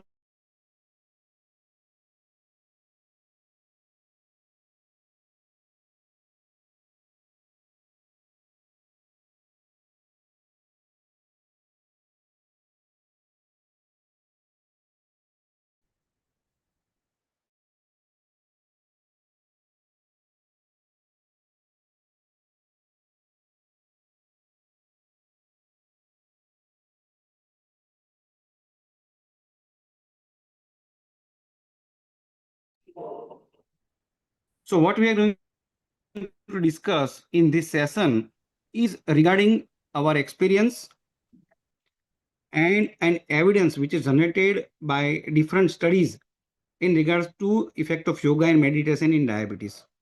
So we are going to discuss three things: the proven efficacy, triple mechanism, and comprehensive approach in regards to yoga and meditation, in diabetic care. Now, there is one disclaimer. We all are speaking yoga, but actually it is a yoga. So yoga and meditation, its proven efficacy, triple mechanism, and comprehensive approach. So let's start with the first. So there are many systemic reviews and meta-analysis of RCT provides highest technical evidence for yoga's effectiveness in type 2 diabetes mellitus. If you look at the HB1AC, so it says that there is a significant reduction of with mean reduction of 0.47%, and the clinical impact shows 0.84% of reduction in HbA1c. Okay, the glycosylated hemoglobin, as we all know, represented an average long-term glycemic control over last 2 to 3 months. And this reduction are not only statistically significant, but also we can see here they are clinically meaningful, comparable to metformin effect. So here we can see that if we compare with the drug also, yoga is having a clinically and statistically significant effect. Now, if we look at the FBS, there is a reduction in yoga and meditation 33 milligram per deciliter, while in walking it is 12 milligram per deciliter. So there are multiple meta-analyses which demonstrate substantial improvement in FBS. One study reported a standardized mean difference of minus 0.92 with the p-value of 0.004. It confirms the yoga has a powerful acute glucose lowering effect. If you go to the PP2BS, the post-parenteral blood glucose decreases by 6.4 milligram per deciliter in a meta-analysis, indicating better glucose handling immediately following meals. A separate analysis also found the effect of minus 0.53 with p-value of 0.001, confirming improved peripheral glucose utilization. Even a small trial also showed a significant reduction in PP2BS after 6 months of experiment. Further going, if we look at it is also affecting the insulin resistance part by investigating HOMA I2 point, which improved the cellular insulin responsiveness. The fasting insulin is also reduced by 4.9, which is the less compensatory hyperinsulinemia and affecting a core pathology by addressing underlying insulin dynamics. And it is not only affecting the symptoms, but also affecting the core pathology. This is a graph showing that if we want to check HbA1c, fasting glucose, PP2BS, triglyceride, and insulin resistance, yoga demonstrates significant improvement across all metabolic marker with effect size ranging from small to large according to Constandard. Now, if you look at the cardiovascular risk reduction, there's a reduction into the lipid profile. If we can see here the decrease in the triglyceride, a total cholesterol and LDL with improvement in HDL and VLDL. Body composition by showing a reduction in the BMI, waist hip ratio, body weight, and body fat percentage, which is directly lowering insulin resistance. And blood pressure by decreasing both systolic and diastolic blood pressure. And meditation also classified as class 2B level by American Heart Association. So in summary, if you want to see the effect of different studies, HbA1c has a significant reduction, fasting glucose significant reduction, PP2BS significant reduction, HOMA-IR significant reduction, and triglyceride having a medium effect. Here you can see the evidence that what are the type of evidence we are referring to. Okay. Now, if we want to just understand the heterogeneity of different study, this meta-analysis shows high heterogeneity, which indicate the efficacy also depend on the specific intervention protocol, duration, and patient population. So when we are looking at this RCT's meta-analysis, we have included, the authors have included all the different study. But if we look at the heterogeneity, he again prove that everywhere it is not going to affect similarly. So how much specific protocol you are using, what is the duration, and what is the patient population also affects. Okay. What is the limitation? So the variability among different report currents the limitation. Okay. If we see that overall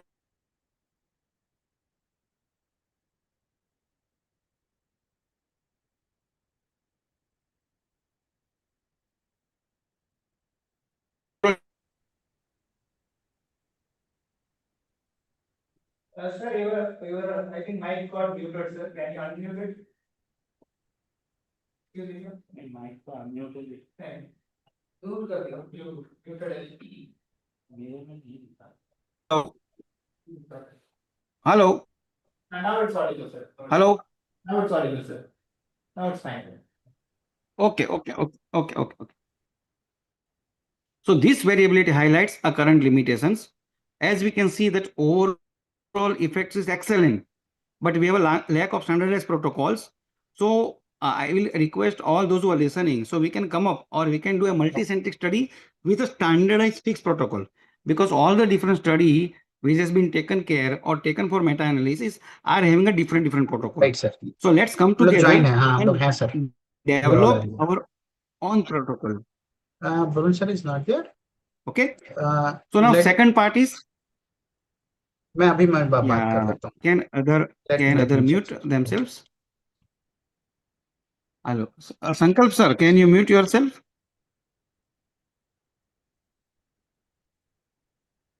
Okay.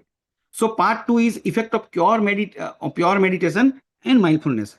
So there must be a distinction between a yoga and meditation, because yoga is a physical posture, and when we use the word meditation, it is affecting a mind. So when we are combining both, we are targeting at both level, physical level as well as mind level. So if we look at the impact of meditation, it is a limited glycemic impact. Okay.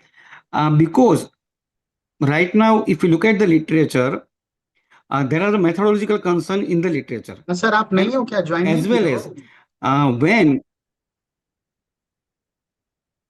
Hello.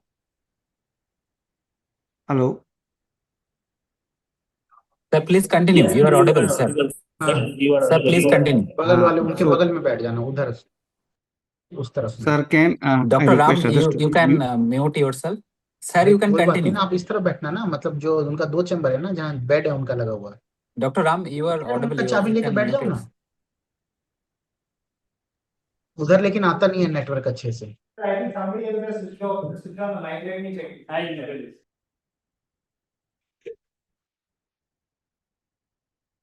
Okay, thank you.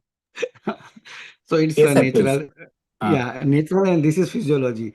No problem at all. Okay.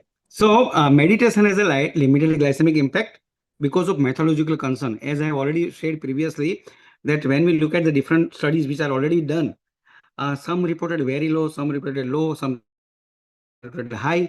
So we need to have our own specific protocol for meditation also. Now here you can see that if we have high metabolic and high psychologically active yoga, it will give high sociological benefit, psychological benefit, but low metabolic impact.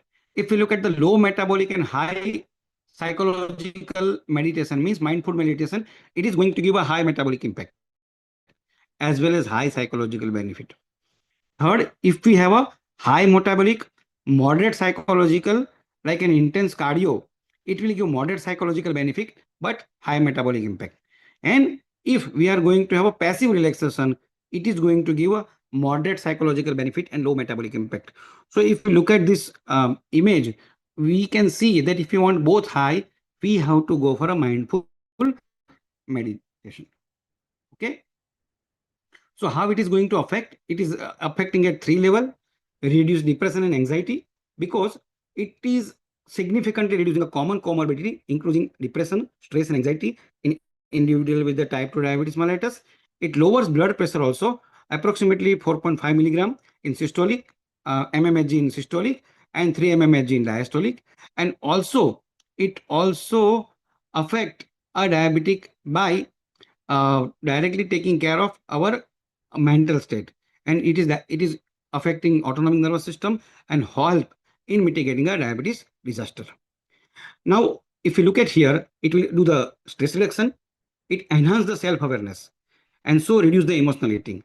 It also improve the adherence because of meditation, and when it is combined, as we have seen in previous speakers, diet and exercise, it is going to give a better compliance, and ultimately, if stress is reduced, self-awareness increase, and adherence increase, it is going to give a better outcome. Now, let's look at the synergistic triad, which is happening because of yoga and meditations. Okay, so number one is HPA axis modulation. So as we all know that there is a connection between stress and diabetes. So if we go for yoga and meditation simultaneously, meta-analysis shows that there is a significant medium-sized effect of meditation on reducing blood cortisol level, particularly benefiting at-risk individual, and this HPA axis suppression activates stress-induced insulin resistance and promotes the diabetic reduction. If we look at the effect on autonomic nervous system, commonly the problem in diabetic is exhibit scientific nervous system overactivity, chronic fight and flight. The solution will be yoga enhance the parasympathetic nervous system activity, rest and digest, counteracting the SNS dominance. The evidence is by the study shows that there is a stabilized HRV, improved autonomic function, and better cardiovascular outcome. So ultimately leading to increased insulin sensitivity, better glucose tolerance, and enhanced lipid metabolism, which ultimately improve the tissue oxygenation. Third is a anti-inflammatory effect. So because in diabetic, which is characterized by elevated pro-inflammatory cytokines interfering the insulin signaling, yoga will reduce TNF alpha, interleukin 6, and CRP level at rest and after physical challenge. The cellular impact will be inhibit NFKB inflammatory transcription factor through enhanced vagal tone, and ultimately there will be a metabolic restoration by reducing inflammatory facility. And if the inflammation reduce, it also make an insulin signal transaction very efficient. So we can see the first effect is by HPA axis modulation, second is autonomic nervous system, and third is anti-inflammatory effect. If we look further, in the slighter sense, it is also affecting the other part of the body. This is a summary of all the three things, that HPA axis, down regulation of chronic stress response, evidence by reduced cortisol and catecholamines, therapeutic effect is mitigation of stress-induced glyconeogenesis and insulin resistance. On autonomic nervous system, shifting to parasympathetic dominance, improved HRV, lower blood pressure, which enhance the circulation, improved insulin signaling, and reduce CV risk.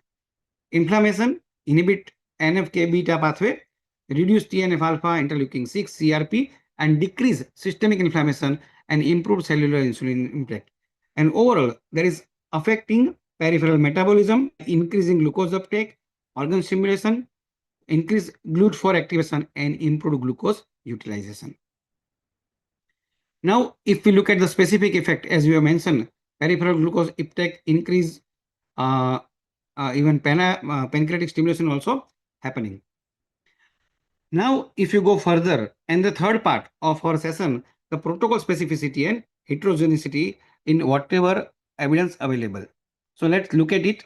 So if we go for yoga and meditation, it is divided into asanas, pranayam, and dhyan.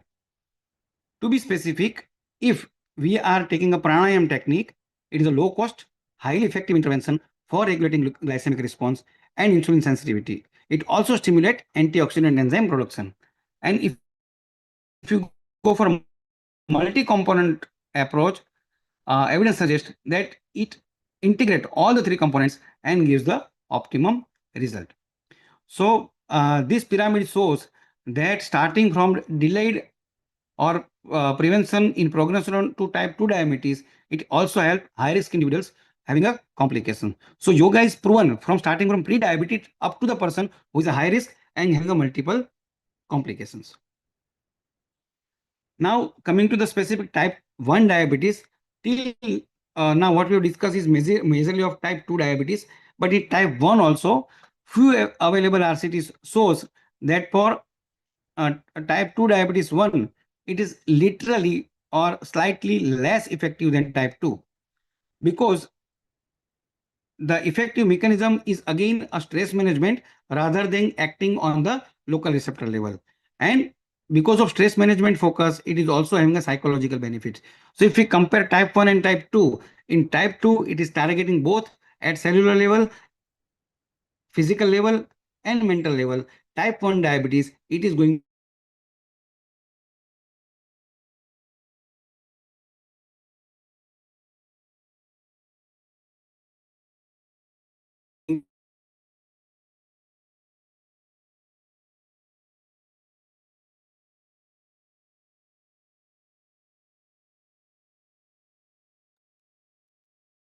Sir, sir, your voice is not audible. Hello, now? Yeah. The yoga program for type 2 diabetes mellitus prevention trial represents a structured multi-component lifestyle education and exercise program designed for standardized use of asana, pranayam, dhyan, and relaxation practices. So I will be sharing afterwards the whole this protocol with the organizer, which can be shared with the everyone. So analysis of this protocol suggests that therapeutic efficacy depends on the sustained sufficient doses. Okay, so longer meditation program yields stronger, more resistance cortisol reduction, implying that physiological remodeling requires a chronic practice. So if I do only for 1 or 2 days, it is not going to affect, but I have to do it for consistent level. Now, when we are going for yoga and meditation, there are certain things we have to keep in mind as a clinician, as a physiologist, that what safety parameters we have to keep in mind. So number one, we have to keep in mind, as previously other also speaker has said, that yoga and meditation is an adjunct therapy, not a replacement. Okay, it is a cost-effective self-care. So I will request that if we'll start doing it today onwards, it is going to prevent us in developing a yoga rather than developing a diabetes, rather than having a diabetes and then going for yoga and meditation. So it is a cost effective, and as we have seen previously, it is affecting at psychological as well as physical level. It is also added the enhancement. Okay, so the safety is prescription given by any consultant must be carefully tailored to the patient's clinical status and existing complication we have to keep in mind. Generic prescription both ineffective as well as potentially unsafe, and that's why there are sometimes big oppose to all this type of practices, because the people who are prescribing this type of practices are not taking care of a safety. Now, Here, this table suggests a complication-specific guideline. For example, if there is a severe retinopathy, so risk is increased intraocular pressure and hemorrhage. So what is contraindicated? Kumbhak, head down intervention and heavy straining is contraindication. Okay. If there is a peripheral neuropathy or peripheral vascular disease, in case of foot injuries, fall, impaired circulation, high impact activity, intense balance process, and aggressive stretches should be avoided. And in case of hypoglycemic risk, which may lead to exercise-induced glucose drop with the medication, exercise with blood glucose lowering less than 100 milligram per deciliter should be avoided. So this we have to keep in mind when we are prescribing yoga and meditation to the people. We have to also keep in mind we can tailor with the hypoglycemia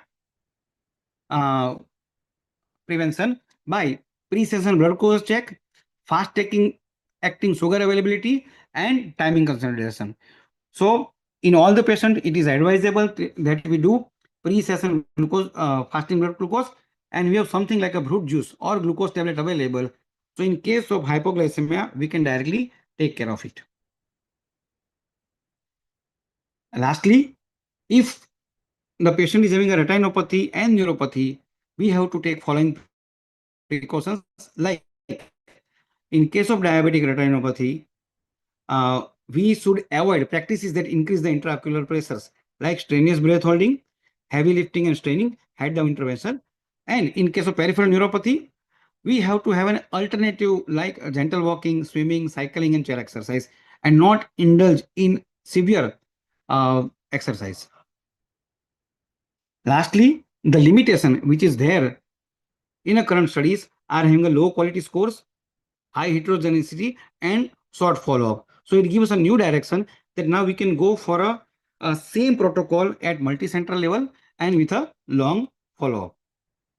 So the future research implications or initiative can be, we can go for a rigorous RCTs, we can go for a long-term studies. We need to do a component isolation. For example, only pranayam, only asana, only meditation, and we can also add an mechanistic elucidation. So if we do this, we can have a future with full of strong promises and strong evidence in case of effect of yoga and meditation in diabetic care. So the key takeaway for clinical practices, comprehensive yoga work with the protocol integrating asana, pranayam, and dhyan, which help us to have a robust, clinically significant reduction in HbA1c, FBS, and insulin resistance. There is a triple mechanism of action, as we have seen: HP axis, enhance parasympathetic balance, and reduce systemic inflammation. We have to keep in mind that meditation is going to address psychology, and the lastly, safety is first. So if we keep in this mind, our future is bright with yoga and meditation. So concluding, a scientific evidence overwhelmingly support yoga as an effective complementary therapeutic strategy for type 2 diabetes mellitus. Comprehensive yoga protocol delivers a robust metabolic improvement through sophisticated synergistic mechanism targeting neuroendocrine regulation, autonomic balance, and inflammation. Thank you. Thank you very much. Thank you so much, sir. Thank you so much. So we have finally reached the end of this highly engaging and interactive session on role of yoga and meditation in diabetic care. Sir, I like the way you have started the session with Om chanting. So I think every listener has enjoyed the session.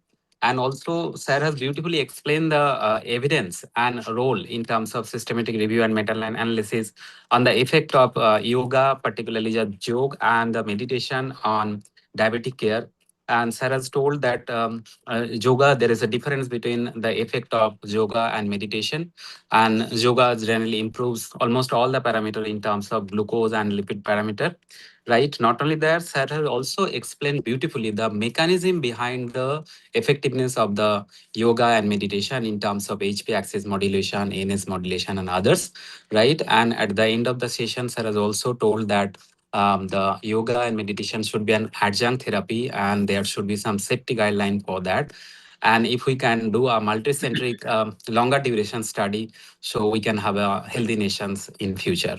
So I think sir has beautifully summarized in a crisp manner the every points that is more apt for this session. So thank you so much, sir. And I hope the beautiful big round of applause should be there for Chinmay sir. And sir, thank you so much. And thank you to all the listeners also. And I think now we should move on to the next session. So over to you, Dr. Ram and others. So, Thank you very much, Dr. Mana and Dr. Ram. Thank you very much for giving an opportunity. Thank you, sir. so thank you, Dr. Somin, and thank you, sir. And now, may I ask if Dr. Narsingh Verma sir is there in line? So can he start the session? Yes. Or we move to the next session? If he is there, he can start. If he is there, he is senior. Okay. So, Sir is available, sir. Can you talk over? I can see. No. Sir is in the meeting, but right now I think he's not able to join us. Maybe If he is not available, then we can continue. Okay. Thank you. So check for him first. so, sir, we are moving to the next session. And this session is prescription beyond pills, role of exercise in diabetes. And for this session, we have as our chairperson, Dr. Archana Gildial ma'am, and she is professor of physiology and in charge of the exercise physiology lab at King George Medical University, Lucknow.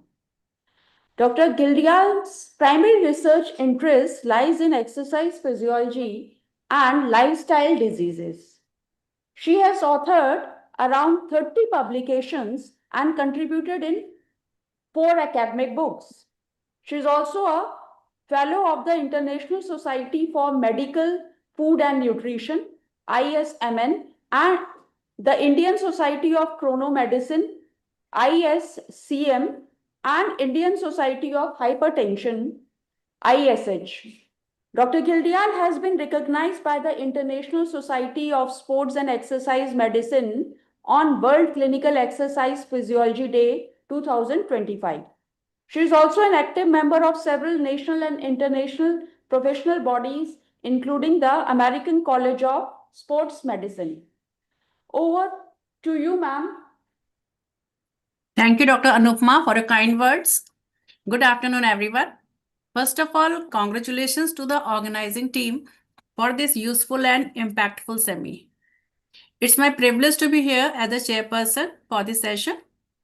As per the CME theme, we are looking beyond glycemic control, a holistic approach to diabetes.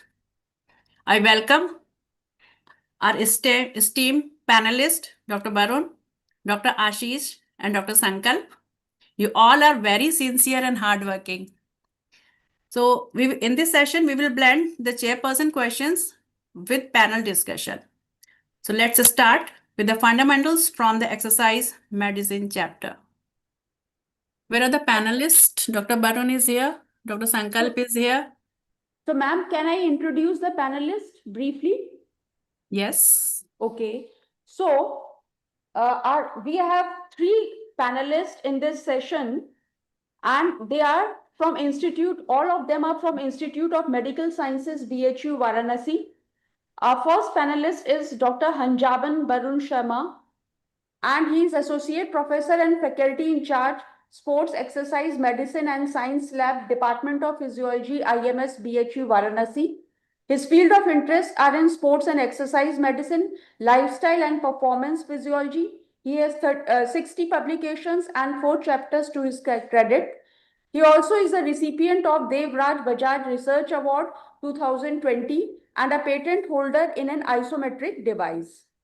He has important roles as a General Secretary and Founding President, ISSEM, Sports Medicine Specialist and Clinical Performance Physiologist, Indian Army at Varanasi. Our next panelist is Dr. Ashish Kumar Gupta. He is Assistant Professor in Department of Physiology, IMS, BHU. His field of interest are in sleep physiology, sports and exercise medicine. He has 60 publications and 4 chapters to his credit, and he holds professional membership as a licensed practitioner and General Medical Council UK. His special focus is bridging sleep science and exercise physiology for holistic health and diabetes care. Then our third panelist is again Dr. Sankalp Jha, Assistant Professor from BHU, Varanasi. His field of interest are intervention physiology, sports and exercise medicine, and yoga. And he is recipient of APPI National Award, that is Shushila Thakkar Prakriti Mandir Award in 2021-22 and Professor T.R. Raju Award in 2022. He has professional certification in basic life support CPD UK, clinical trial design, John Hopkins University, GCP, medical ethics and law, Medversity, Six Sigma Green Belt, CQI tools, NABH accreditation. And his keen focus is integrating physiology, exercise, and yoga for lifestyle and metabolic health. So, I welcome all the panelists along with our chairperson to proceed with this session. Thank you. Thanks, Dr. Anupma, for delightful introduction of our great panelist. So as per the CME theme, we are looking beyond glycemic control, a holistic approach to diabetes. So let's start with the fundamentals from the exercise medicine chapter. Where is Dr. Barun? I'm not... Just a minute. We'll try to ping Varun, sir. Just a minute. Dr. Barun is there. Dr. Sankalp is here. And Dr. Ashish. Yes, ma'am. Yes, ma'am. I'm audible. So my first question to the panel is, as we all know, the fundamental goal for diabetes management is glycemic control. How does exercise prescription fit the holistic CME theme, especially for Southeast Asians with visceral adiposity fat? Thank you for the introduction, ma'am, and thank you for this lovely question. Is Dr. Barun has not been able to join yet? No, he was there. Sir is joining. Just a second. Okay. I think he should be online right now. Yes, he is here. Sir is joining. So, Dr. Barun? Yeah, thank you. I repeat. Thank you very much. Yes, I repeat. My first question to the panel is, as we all know, the fundamental goal for diabetes management is glycemic control. How does exercise prescription fit the holistic CME theme, especially for Southeast Asians with visceral adiposity risk? Yeah, so let me talk one problem. There is some problem, is it? Wait. Nearby. Echo is there. Sir, I think if you are around, I think I'll ask the other two can unmute, sir, Dr. Sandam sir and Ashish sir, the kind that was so that we can mute it so that sir's voice can be audible. Barun sir, you can carry forward now. Now it should be audible. Yes. Some echo is there. It is okay now. Yes, it's okay. Yeah, it's Okay. Thank you. Now it's okay. Thank you very much, first of all, for giving our team this the opportunity. I'm very grateful, and HIMS is always close to my heart because my professional journey in physiology start from there under the guidance of Professor Davasi Vasta Madam. So thank you very much. As you have already, so many well-known speaker has already spoken beautifully about the background about how yoga, exercise, and how lifestyle is so much important for diabetes, because diabetes, especially type 2 diabetes, is basically a disease of lifestyle. So a disorder of lifestyle needs intervention in the lifestyle. So only relying on pills is not the answer. we have to do modification in the lifestyle should be used as an therapeutic the intervention. And domains of lifestyle comes under physiological intervention, where non-pharmacological intervention is given. So exercise is very much important, not as a part of the physiological intervention, as a part of the lifestyle intervention, not only for the prevention of the the different the risk factor for the diabetes, whether especially for type diabetes, but also for improvement of different fitness parameter, not only concerned with the glycemic control, but lots of cardiovascular fitness parameters and other overall mental health and overall well-being and wellness is the overall holistic approach is taken care by exercise. So exercise is very much important, and it should be the cornerstone of treatment, as well as not only for the prevention but also treatment of the type 1 as well as type 2 diabetes. So exercise plays an important role. So yeah. Ma'am was sorry to interrupt, sir. Ma'am was also has mentioned asked us about some the genetic predisposition of this region, Southeast Asians. How related with our diabetes, sir? Absolutely. This is very important because South Asian phenotype is there. We are basically, our Indian phenotype, basically it is known as skinny fat, toffee, TOFI, toffee, thin outside, but fat inside. That is visceral fat. So deposition of the visceral fat with, less skeletal muscle mass. Our limbs are very thin, skeletal muscle mass is not there. Central obesity is very bad. This is one of the most important factor for insulin resistance and type 2 diabetes. We have to tackle this. So only diet is not the answer for that. Your exercise has to be combined. So I will call upon further our, other speaker. One thing I would like to add, sir, that regarding this genetic predisposition, as sir very well mentioned, that with the skinny thing,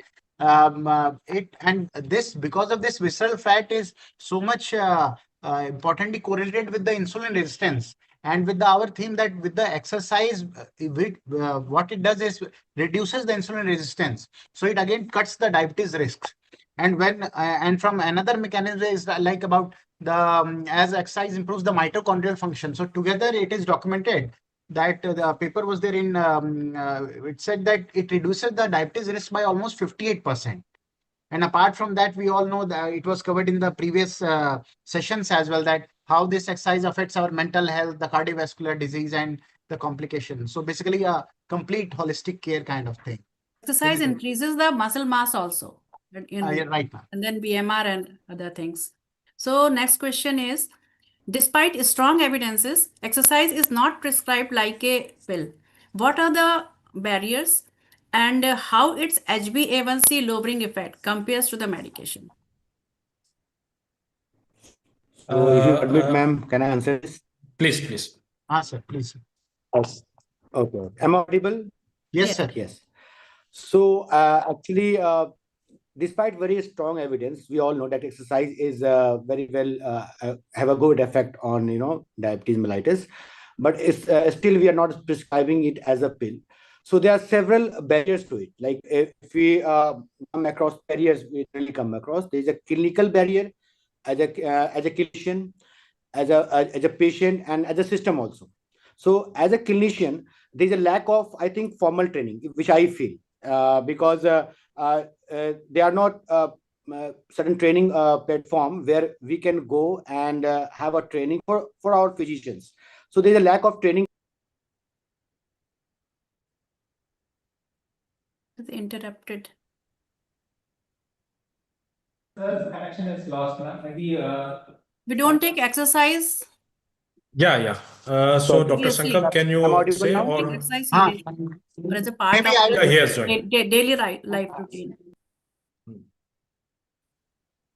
The mechanism behind that, why I would like to say about the. Sure, Dr. Ashish is back. Sir, do you want to continue?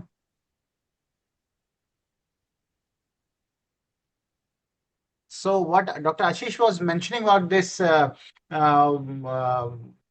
the exercise in being prescribed like a pill and the barriers about how it is toward the medication with the HbA1c. Sir, are you back? Yes. I'm back. Please continue, sir. So continuing with that, there is a perception for poor adherence, not at the patient level also, but at the clinician level also. The clinician thinks that if I prescribe, as exercise as a medicine or as a pill, so my patient will not adhere to that schedule and all. So that is also a problem. So at both level we have to educate, actually, as a clinician also, as a patient level also. And there is no separate or standard template or billing code for exercise prescription. So at the patient level, of course, low motivation, behavioral issues, okay, and there's a lack of safe space and resources also. They are patients sometimes feel that I have some comorbidities, and if I do some exercises, and that will increase my pain. So until and unless we tell the patient about that specific exercise and its beneficial effect, and how it is not going to increase your pain, but it's going to increase your health, as in terms of like decreasing the glycemic index and control overall. Yes. So that is also there. System-based barrier also there. Like there is no collaboration between the clinics and we as a physiologist. There is no reimbursement model of counseling also. So lack of monitoring at the level of department, institute, government, that is also lacking, actually. But we have started in our lab, in a sports physiology lab here, we have started consulting patient free of cost, of course, with Dr. Barun's and Dr. Sankalp help. We've started in our lab. So that is how. And yes, exercise as compared to the medication, as ma'am has mentioned, like if we compare medication and exercise, so of course exercise do have a role in reduction HbA1c, because if I talk about aerobic exercise like simple walking, swimming, even a 150 minute of walking per week reduces HbA1c about 0.7%. And if it is combined with resistance exercise, it will of course reduce the HbA1c 0.9 to 1%. And if I talk about HIIT, that is a high intensity interval training, it will reduce HbA1c about 1.2%. As if we compare this scenario with the anti-diabetic drugs like metformin, SGLT2 inhibitors, DP4 inhibitors, they have a range between 1 to 2 or 0.15 to 1%. So this is comparable. So why not to prescribe exercise over the medicine at the initial stage?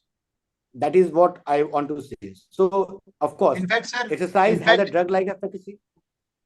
Yes, please. And if we go into the More than drug. I think molecular more than drug. level, yes, sir. And if we go into at the molecular level, and especially the one we have touched about the inflammatory cascade, like the aerobic exercise enhances the mitochondrial biogenesis of the PGC1 alpha activation, and also through that AMPK signaling, and then expanding it to the our oxidative capacity, just to buffer the free fatty acid influx, and it just attenuates the reactive oxygen species, just like fresh fruits as well. With the help of exercise we can do that, thus reducing the other kind of stress which we define at the molecular level, that there's the oxidative stress, which otherwise damages our insulin signaling proteins, thus increasing the insulin resistance again. So with this resistance training, as Dr. Ashish mentioned, that it augments the muscle hypertrophy and capillary density, acutely elevating the post-exercise glucose disposal by around 30% through contraction-stimulated GLUT4 translocation. As Archana ma'am was also saying, it increases the muscle mass with the exercise. Muscle is the skeletal muscle, almost accounts to around 30% of the BMR. And like I'm talking about the resting state. So if we have more skeletal muscle mass, so even at the resting level, we can use up more glucose, leave up and just imagine the exercise. If we increase the usage by those 30% of the skeletal muscle, the use of the glucose goes way above. So it is so important for the diabetes specialist as a doctor as well, when we are prescribing exercise to the patients, that if we are not promoting the exercise to and recommending exercise to our patients, we are actually not doing justice to our management. There was there is a correlation evidence as well from the from a study. It was done in around 1 lakh women, which demonstrated that achieving, as Dr. Ashish was mentioning, the same data which even WHO tells in the guideline, that at least 150 minutes of moderate activity, it very weakly associates with 34% of around lower incident type 2 diabetes risk. Even after multivariable assessment through statistics and all for BMI and confounders, underscoring the exercise preventive, this just underscores the exercise preventive potency in actual cohort of the real world. Isn't it, sir? There is So I FITE think principle. There is FITE principle for exercise: frequency, intensity, type, time, and enjoyment. Also, last one is E, enjoyment. Also, can we recommend this for diabetic patient? Is there any guidelines for this? Yes, sir. So very nicely explained by Dr. Ashish Kumar Gupta and Dr. Sankal. So the molecular basic physiological understanding of how exercise is important for this thing is very important. But going ahead from molecular basis, from physiological basis, in translational physiology, how application in day-to-day basis on, in your clinics is also important. Like Madam has touched upon the famous FITT principle, because exercise should be treated as a medicine if we are talking, because lots of, beneficial effect is there. Just like a medicine, in order to prescribe a medicine, certain doses required, for how much duration is required, what is the, basic background of the patient. You cannot just, mass prescribe the medicine. Similarly, exercise has to be prescribed in a scientific way. The principle of exercise prescription is there. So two principles one has to understand. One is the principle of exercise training. Another is the principle of exercise prescription. So regarding the principle of the exercise prescription first, FITT is the famous one, which everyone knows. So it has to be F stand for the frequency, how much exercise has to be prescribed. Like for example, if you take the WHO criteria and the famous, the general protocol for diabetes is 150 up to 150 minute to 300 minute of moderate to mild to moderate aerobic exercise. So if you divide in the form of frequency, it will come around say 30 minutes or so per day. So frequency, and this frequency has to be at least 3 times a week. So you can start from 3 to 6 weeks. That is, it should cover almost days of the week. So the frequency is 3 to 6 week is the one, and you can do multiple exercise as a snack also per day also. So one exercise session should be at least 10 minutes. It should be 10 minutes. If it is less than 10 minutes, then it will not have that much effect. So multiple frequency in the term of daily basis or frequency in the term of weekly basis, you can do FI. Then another is the intensity. How much intensity one has to prescribe. Always start with mild to moderate exercise. You should remember that you have to start low and progression has to be slow, because too much too soon always lead to injury and illness. So everything has to be started gradually, very gradually. So mild to moderate intensity of exercise has to be prescribed first. Then you can go, depending upon the fitness level and how the progression is there, you can go ahead to the vigorous intensity also, no problem. Like for example, high intensity interval training can be given. Then T stand for the time duration. Their time due, how much duration exercise has to prescribe. Like for example, say 20 to 30 minutes per day, and accumulating to say 150 to 300 minute of moderate exercise per week. It is achievable. It can be done. And time, another time importance is related with the chrono exercise also, depending upon your circadian rhythm. If you are say, early or late chronotype, depending upon that, when to prescribe the exercise. So most of the recent paper says it should be prescribed in the evening also, so depending upon a chronotype. Another is a type of the exercise. Which type of exercise you have to prescribe? It has to be the exercise prescribed should be the one that with the particular, the patient or the individual enjoy and has to do it. If you prescribe lots of complicated exercise, then adherence will be problem. So success is, it may be aerobic exercise depending upon a non-weight bearing, like for example, swimming, cycling, or going into the weight bearing, like for example, brisk, starting with a brisk working, then increasing the intensity. Then FITT, the last one, T is the the frequency, intensity, Time time. and type. Time and type. And the last one is E also, enjoyment or enjoyment. do what you And after that, I just want to add B and P also. Because if you prescribe same intensity of exercise, then the benefit will plateau out. So it has to be progressive. So progression is very important. So VP, V is the volume of exercise. Volume means how much intensity, how much frequency, if you multiply everything, it will give you the actual dose of the exercise. And the P, pattern of exercise or progression of exercise is also important. So this is the basic way in which we can prescribe the exercise. And for diabetes, type 1 and type 2 diabetes also, we have to prescribe in this manner. So this is the principle of exercise prescription. Another is the principle of exercise training, because if you have to do exercise training, one has to understand certain principle. Like, for example, if you remember by this acronym SPORTI, S is for specific. Exercise has to be specific, depending upon a requirement. You have to assess what is the current fitness level, what is the requirement of that particular patient, whether any comorbidity is present or not. So exercise has to be specific. Okay. P is the progressive, like which I have already told you, because if progression is not there, then it will not be useful. It has to be progressive. And the progression depends upon your day-to-day assessment. That's why assessment has to go hand to hand with the training. SPO is the optimum loading, because loading has to be given. R is the is the principle of reversibility. That means if you don't give exercise, then every beneficial effect will go back. Detraining effect will happen. So for a type 2 diabetes, more than 2 days of exercise gap is not encouraged. That means you have to maintain at least 2 days of there should not be gap of 2 days. So that reversibility principle is there. And R is the and I, the last one, SPORTI, I is the individuality. So these are the certain principles which will guide you in prescription, in prescribing the exercise. But of course, your clinical knowledge is very important, because depending upon your clinical reasoning and the individuality, you have to prescribe patient to patient basis. So very well explained, Dr. Barun, very well. So is there any addition? So my question is, as per evidences, high intensity interval training is superior than steady state exercise. How? So, Dr. Ashish, you want to add something, or should I continue?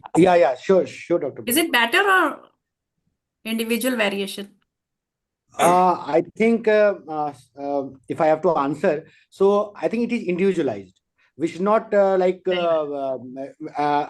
it as a superior or inferior, because both have a role.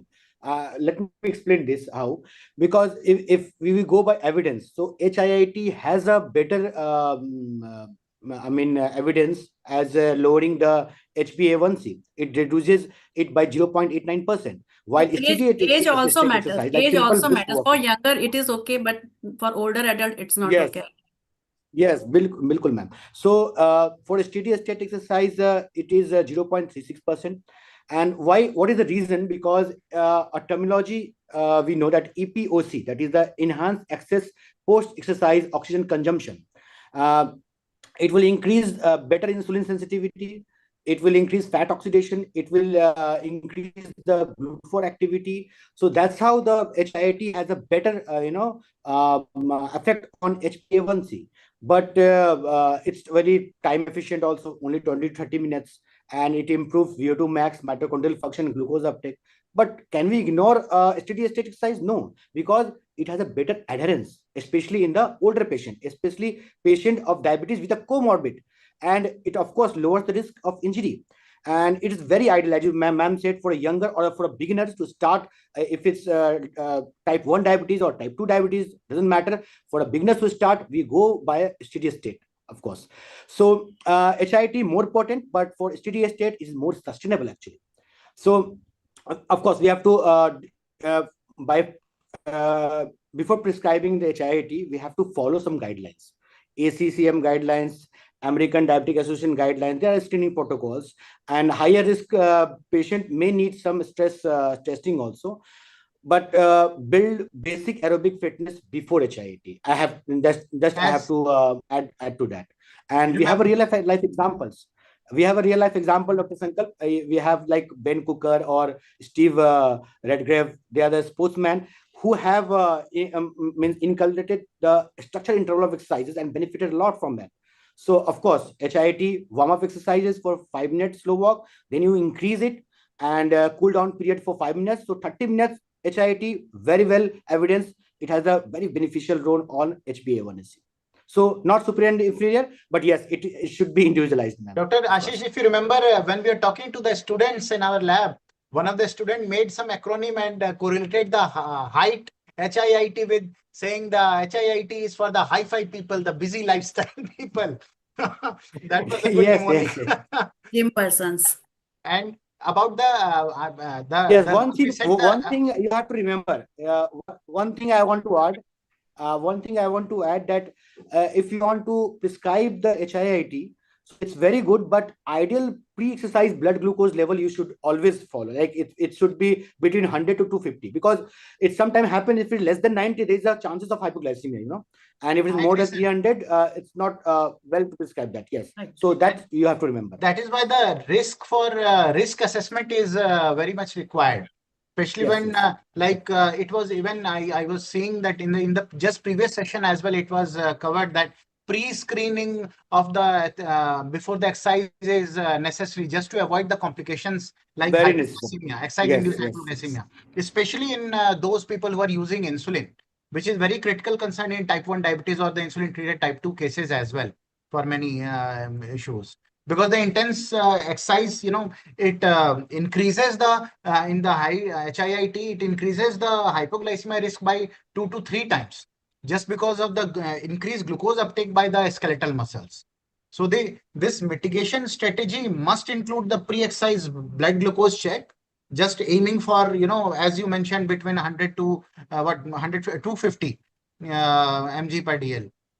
Along with the, it was very beautifully, I saw the table in the previous session that they have compiled this in the table, that with appropriate carbohydrate adjustment should also be there as a practical step, which is also mentioned in the ACM SM guideline, which Dr. Ashish just mentioned.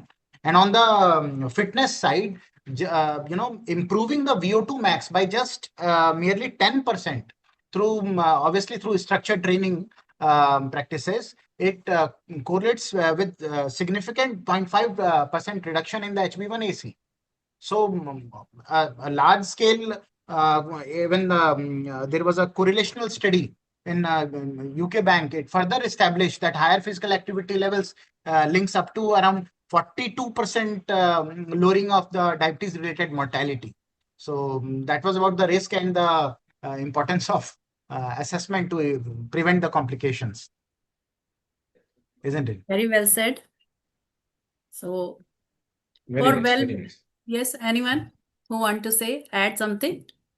Panelists? Ma'am, I want to add one thing about the adherence also, because it's very important. I just spoke in the first slide. Adherence is very important because how can we increase adherence? Because without adherence we cannot convert evidence into the real world outcome. That is for sure. So exercise benefit depends on long-term adherence actually. So it determines whether VO2 max gains, metabolic improvement, and weight changes. That is there. So how will we start? We have to start progressively. Begin at the patient current fitness level, and gradually we should increase the intensity, duration, frequency, and we should also monitor the injury and early dropout also. So that will build tolerance and confidence level at patient level. And of course, there are variable devices also that we can prescribe, that we are the wearable device. By that, patient will get motivated about the long term. So for well-being, exercise is one component of healthy lifestyle. Other important factors are sleep quality, stress management, and diet. We should focus on all the four factors. Here we have discussed the one parameter, that is exercise. That is very important. So now the session. Yes, please. Okay. Okay. Thank you, Chairperson, ma'am. Thank you, Chairperson, ma'am, and all the panelists for a wonderful and enlightening discussion on role of exercise in diabetes care. Now, since Dr. Narsingh Verma sir has joined our panel, joined our line, so may I ask sir to proceed with this discussion on diet and nutrition, which is a cornerstone of diabetes care. Our speaker is Dr. Narsingh Verma sir. So Yeah. just briefing about him. He is principal and Uh, dean. yeah. He Good is afternoon, madam. Yeah. Dr. Chinmay here. So Okay. I would like to introduce sir. Okay. Okay, sir. If you Let me have honor of. Yes, sir. If you are online, please, sir. Please, sir, you can introduce. Yeah. So sir is a principal and dean of Hindu Institute of Medical Science at Sitapur, and a former professor in head department of physiology, as well as officiating head of family medicine at KGMC Lucknow. Sir, it is fortunate for physiologists to being an officiating head of family medicine. So it is learning from you. Sir, also holding prestigious fellowships like FACP from USA, FRCP from London, FAMS and FIMSA. I think very few physiologists of India have these fellowships. Sir, you have a 310 original research paper with an index of 27, numerous citation and contribution in cardiovascular and metabolic disease. Sir has received around 16 international and 38 national awards. For Sir's exemplary work, Sir is also hold a post of past president of Association of Physiologists of India, Asia Pacific Society of Hypertension. So Sir's reach is not limited to India. It is, we can say, all over globe and specifically Southeast Asia. Sir is also president of UP Diabetes Association, currently serving as a president of International Society for Medical Food and Nutrition. And so the topic is diet and nutrition, the cornerstone of diabetic care. From the, we can say, horse's mouth directly from the president. And lastly, sir has also served as a director for Southeast Affairs of World Hypertension League. And sir, your leadership and academic excellence continue to inspire all of us.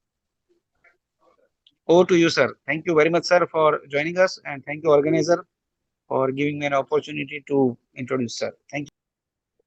Thank you very much. मैं सबसे पहले तो आभा जी को धन्यवाद देना चाहता हूं कि उन्होंने मुझे अवसर दिया, और मैं बीच बीच में सुन पा रहा था, मैं ट्रेवल कर रहा था इसलिए अपने समय पर नहीं बोल पाया, और उसी वजह से मैं एक्सटेम्पोर बोलूंगा, स्लाइड नहीं प्रदर्शित कर पा रहा हूं, क्योंकि ट्रेवलिंग की वजह से आज सबको पता है विश्व मधुमेह दिवस है। प्रातः 6 बजे से हम लोग कार्यक्रम कर रहे हैं, और मॉर्निंग में रन के कार्यक्रम हुए, दौड़ के कार्यक्रम हुए। कल शाम को पूर्व संध्या पर रूमी दरवाजे को नीले रंग से प्रकाशित किया गया, जो कि एक प्रकार से एडीए का भी और वर्ल्ड हाइपरटेंशन, वर्ल्ड इसका डायबिटीज का भी एक स्लोगन है नीले रंग से। और इस बार जो स्लोगन दिया गया है डायबिटीज के लिए, वो स्लोगन ये दिया गया है कि डायबिटीज के रोगी अपनी देखभाल अच्छी तरह से करें और स्वस्थ रहे। मुझे जो टॉपिक दिया गया है बहुत ही इंपॉर्टेंट टॉपिक। मुझे लगता है स्वस्थ रहने में 80% योगदान न्यूट्रिशन का है और 20% योगदान एक्सरसाइज का है या फिजिकल एक्टिविटी। 80% वो हम हैं जो हम भोजन करते हैं। जो भोजन हम करते हैं हमारे आंतों में उसी प्रकार के बैक्टीरिया डेवलप होती है और वहां का इकोसिस्टम बदलता। और जो आज मधुमेह की मार हम पर पड़ रही है, विश्व में हम दूसरे नंबर पर हैं। मैं जानकारी के लिए बता दूं, बहुधा साइंटिफिक मीटिंग में कंफ्यूजन होता है, कहते हैं India is capital of diabetes. मैं बताना चाहूंगा, India was never a capital of diabetes, India is not capital of diabetes, India will not be capital of. हम नंबर 2 पर हैं चाइना की। जनसंख्या हमारी ज्यादा है, लेकिन वर्ल्ड में जो डाटा मैं बता रहा हूं आईडीएफ का डाटा है, एटलस आईडीएफ का 2023 का, आप देख सकते हैं, अपने मन से नहीं बता रहा हूं। इस समय सबसे ज्यादा रोगी डायबिटीज के चाइना में है, दूसरे नंबर पर भारत है, तीसरे नंबर पर जो देश है आप चौंक जाएंगे जानकर, जनसंख्या बहुत कम है, यूपी से भी कम, लेकिन वर्ल्ड में तीसरे नंबर पर जो डायबिटिक है वो हमारे पड़ोसी देश के हैं, पाकिस्तान। कारण क्या है? कारण फिजियोलॉजी में निहित है। एक हार्मोन है इंसुलिन जो शुगर को कम करता है, बाकी सारे हार्मोन, थायरॉक्सिन हो, ग्रोथ हार्मोन हो, कोई दूसरे हार्मोन हो, इवन अगर आप बात करें पिट्यूटरी हार्मोन्स हो, सारे के सारे, कॉर्टिसोल हो, सभी शुगर को बढ़ाने का काम। तो अगर हम अपने को स्थिर नहीं रख पाएंगे, शांत नहीं रह पाएंगे, अब पाकिस्तान की प्रॉब्लम क्या है? गरीबी है, साधनों की कमी है, भुखमरी है, लेकिन बम तब भी बना, तो स्ट्रेस पैदा करता है। तो स्ट्रेस होने से कॉर्टिसोल भी बढ़ेगा, ग्रोथ हार्मोन भी बढ़ेगा, सब बढ़ेंगे और शुगर बढ़ेगा। चौथे नंबर पर जो देश है वो ब्राजील है, पांचवें पर इंडोनेशिया है, छठे पर मैक्सिको है, सातवें पर बांग्लादेश। फिर से अगर आप पूरे विश्व का मानचित्र देखें तो यूरोप ने डायबिटीज पर लगभग विजय प्राप्त, आईडीएफ एटलस 2023 ये संदर्भ है, उसमें दिखाया गया है कि यूरोप में डायबिटीज के बढ़ने की रफ्तार घटकर 13% रह गई, अमेरिका में रफ्तार 24% रह गई, अफ्रीका में ये रफ्तार 160% है, साउथ ईस्ट एशिया में रफ्तार 74% है, IDF Atlas 2023। South east Asia में रफ्तार सबसे तेज कहां है? फिर से एक बार आप सोचिए, कौन से देश में सबसे तेजी से डायबिटीज बढ़ रही है? फिर से भारत नहीं है। साउथ ईस्ट एशिया में डायबिटीज के बढ़ने की रफ्तार अगर हम देखें तो 87% की रफ्तार से पाकिस्तान में बढ़ गई।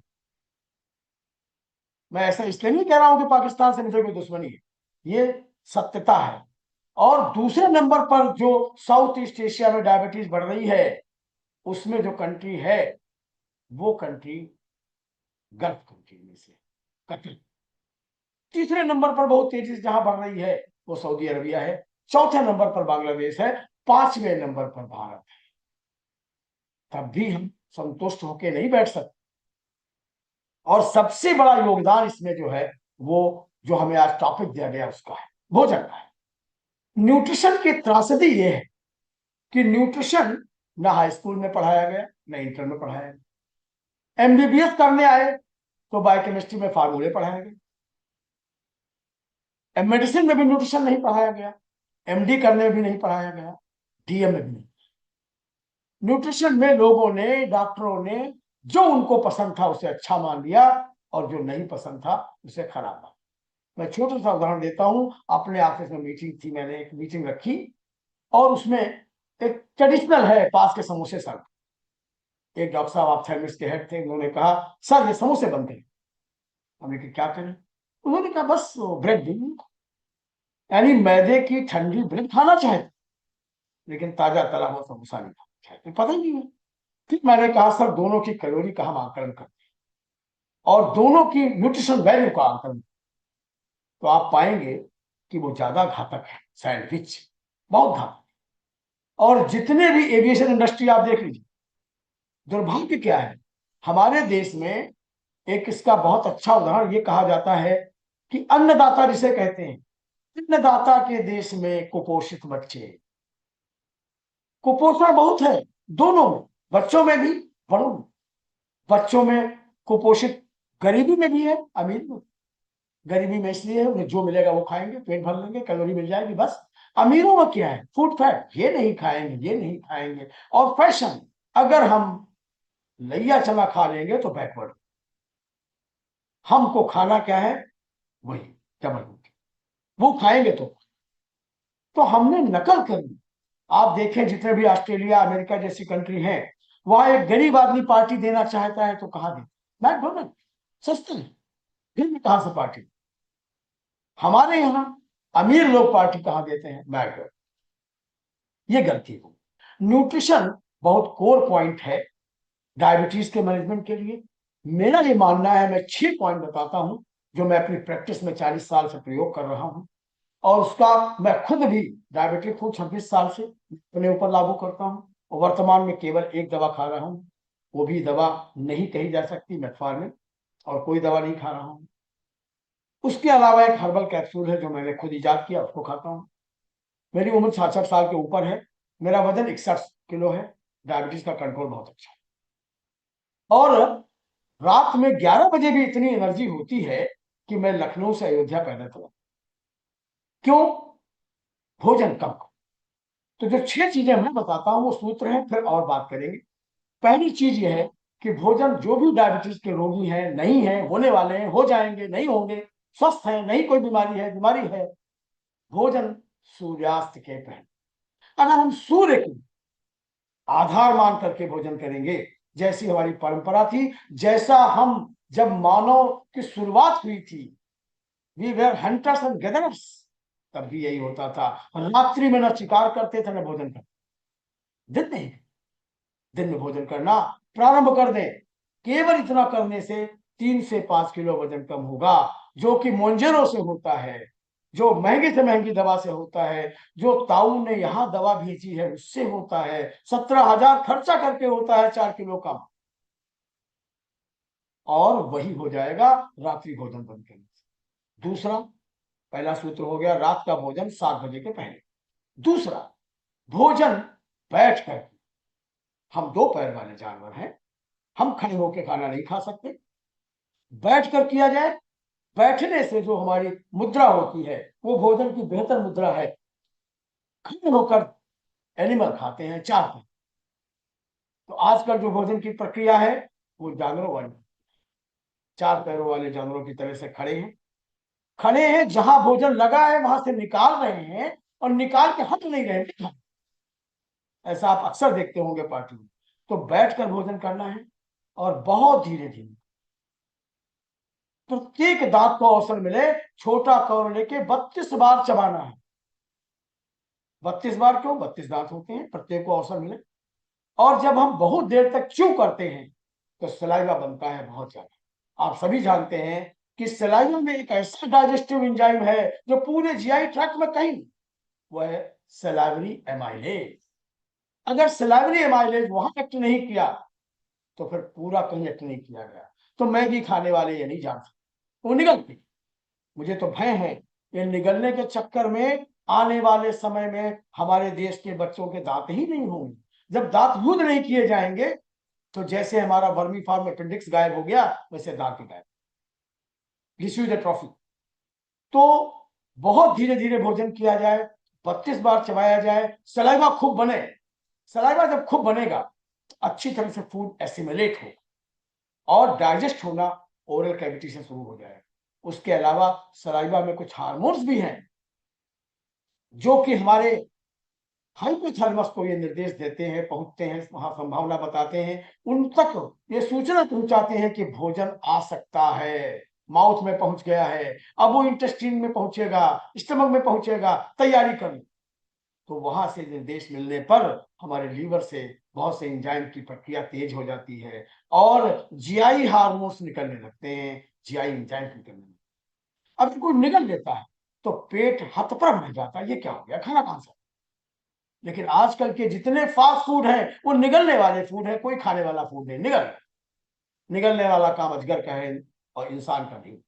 तो 32 बार चबाएं, देर तक चबाएं, बहुत धीरे धीरे खाएं, और भोजन के बीच में एक बूंद पानी न।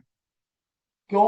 अगर हम पानी पीते हैं तो हमारा जो कुछ भी काइल बना है, काइम बना है, वो डाइल्यूट, उसमें HCl की मात्रा कम हो जाती है। आजकल पिछले 50 वर्षों से एक बहुत भयंकर चीज शुरू हो गई, एसिड न बनने, एंटासिड, H2 ब्लॉकर्स, PPI, और अब और भी दवा एक आ गई, वो नेप्रोजोन।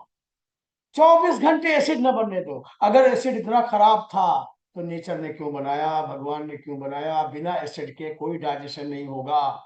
तो मैं ये बात सबसे कहना चाहता हूं, PPI का यूज करना हमारी हेल्थ को बर्बाद कर रहा है, कतई ठीक नहीं कर रहा है। PPIs are not required. उनसे डिस्पेप्सिया ठीक नहीं होती है, बढ़ जाती, क्योंकि जब डाइजेस्ट नहीं होगा फूड, पेट में भर। तो बहुत देर तक चबाना, धीरे धीरे खाना, भोजन के बीच में पानी बिल्कुल नहीं पीना, 1 घंटे बाद, आधे घंटे बाद पीना। और तीसरी चीज, जितनी भूख है उसका आधा होना। बार बार खाना चिड़िया की तरह खाना। चिड़िया कैसे खाती है? अगर हम छत के ऊपर थोड़े से चने डाल तो चिड़िया आएगी, 1-2 दाने चुगेगी, उड़ जाएगी, और चिड़िया को लाए, सब चुगेंगे उड़ जाएंगे, चुगेंगे उड़ जाएंगे, आधा किलो चुग जाएंगे, लेकिन वजन नहीं बढ़ेगा। अब भैंस कैसे खाती? वो नाक में मुंह डालती है, या तो नाद टूट जाए या चारा खत्म हो, मुंह निकालती नहीं।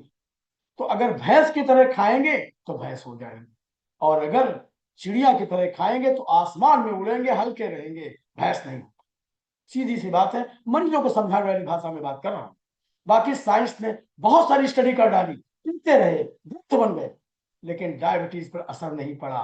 वो बढ़ती रही, उसी रफ्तार से बढ़ती रही, क्योंकि वो फार्मूले लैब से निकलते हैं, लैब में खत्म हो जाते हैं, और लेक्चर थिएटर से निकलते हैं, वही दम तोड़ देते। ये कोई प्रिंसिपल मरीज के समझ में नहीं है।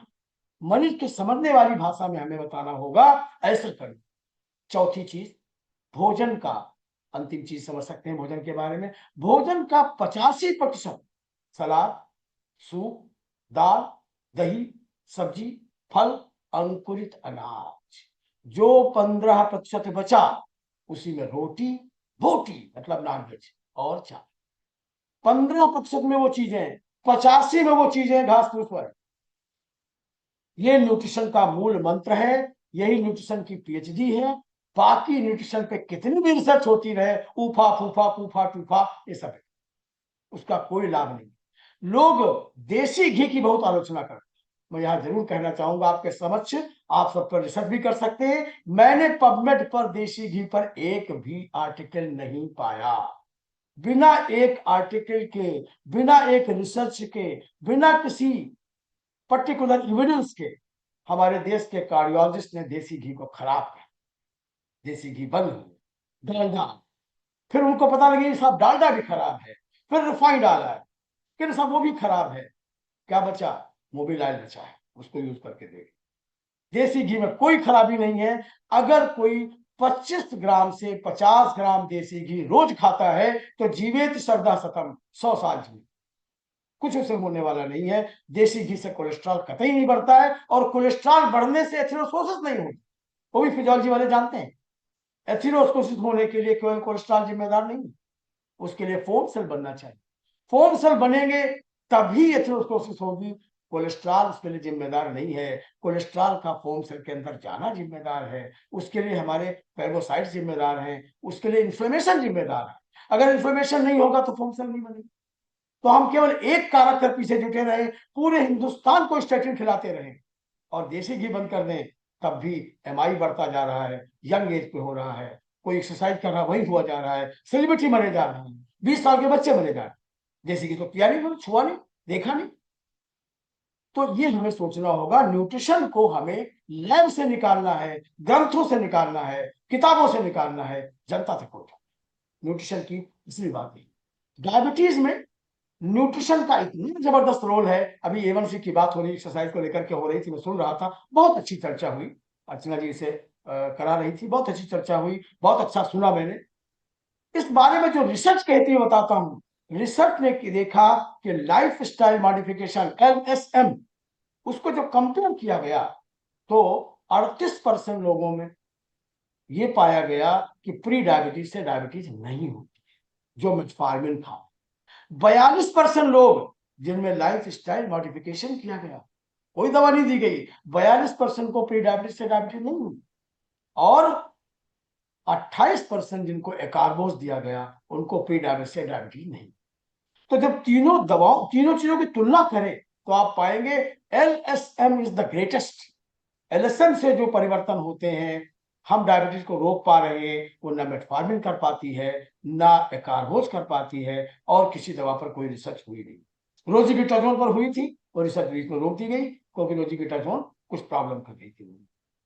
तो दवाओं की अगर बात की जाए, दवाएं इसको ठीक नहीं कर सकती। यहाँ पर मुझे एक बात स्मरण आती है, हमारे यूनिवर्सिटी में एक वाइस चांसलर आए थे, प्रोफेसर रविकांत।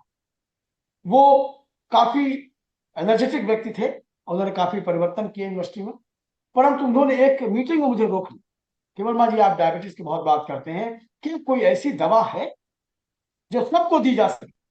क्या कोई ऐसी दवा है जिसका कोई साइड इफेक्ट ना हो, जो बहुत आसानी से सुलभ उपलब्ध हो, और जो बच्चों से बूढ़ों तक दे सके, जिसके दाम बहुत कम हो, जो डायबिटीज के हर स्टेज पर दी जा सके, और जिसको दूसरी दवाओं के साथ कंबाइन किया जा सके, जिसके साइड इफेक्ट मिनिमम हो, जो प्रेगनेंसी में दी जा सके, जो तमाम तरह के कॉम्प्लिकेशन में दी जा सके? मैंने कहा सर है।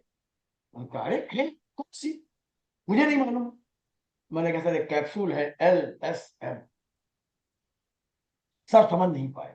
अच्छा ये कौन कंपनी बनाती है? मैंने कहा sir it is produce by nature. Sir तब भी नहीं समझ। कह लगे हमें लिख के बताओ। तब उनको मैंने बताया कि सर ये है लाइफ स्टाइल मैनेजमेंट। तो जो बीमारी लाइफ स्टाइल से हुई है उसे दवा से दूर करने की भ्रांति बहुत बड़ी गलतफहमी है। हमारे आयुर्वेद के ग्रंथों में जब मानव सभ्यता की शुरुआत की मैं बात कर रहा हूं तब भी मधुमेह का वर्णन है। ऋजुर्वेद में है, अथर्ववेद में है, वर्णन है। और कैसे वर्णन है? वो कहते हैं कि मधुमेह दो प्रकार की, एक स्थूल का है, मोटे रोग, जिसका इलाज बहुत आसान है, जो जीवन शैली में परिवर्तन से ठीक हो जाती है। ये आज की बात नहीं, बहुत पुरानी बात है, जब डायबिटीज का डी नहीं था, जब बिफोर क्राइस्ट की बात कर रहा हूं, बहुत पहले की बात कर रहा हूं, हमारी उस सभ्यता की बात कर रहा हूं। और दूसरी सफा, जो दुबले लोगों को होती है, जिसका इलाज लगभग असंभव है। ये प्राचीन ग्रंथों में लिखा है। बाद में साइंटिस्ट ने पता लगाया वो टाइप 1 है, वो टाइप 2 है, वो इंसुलिन डिपेंडेंट है, वो नॉन डिपेंडेंट है, सो मेनी थिंग्स।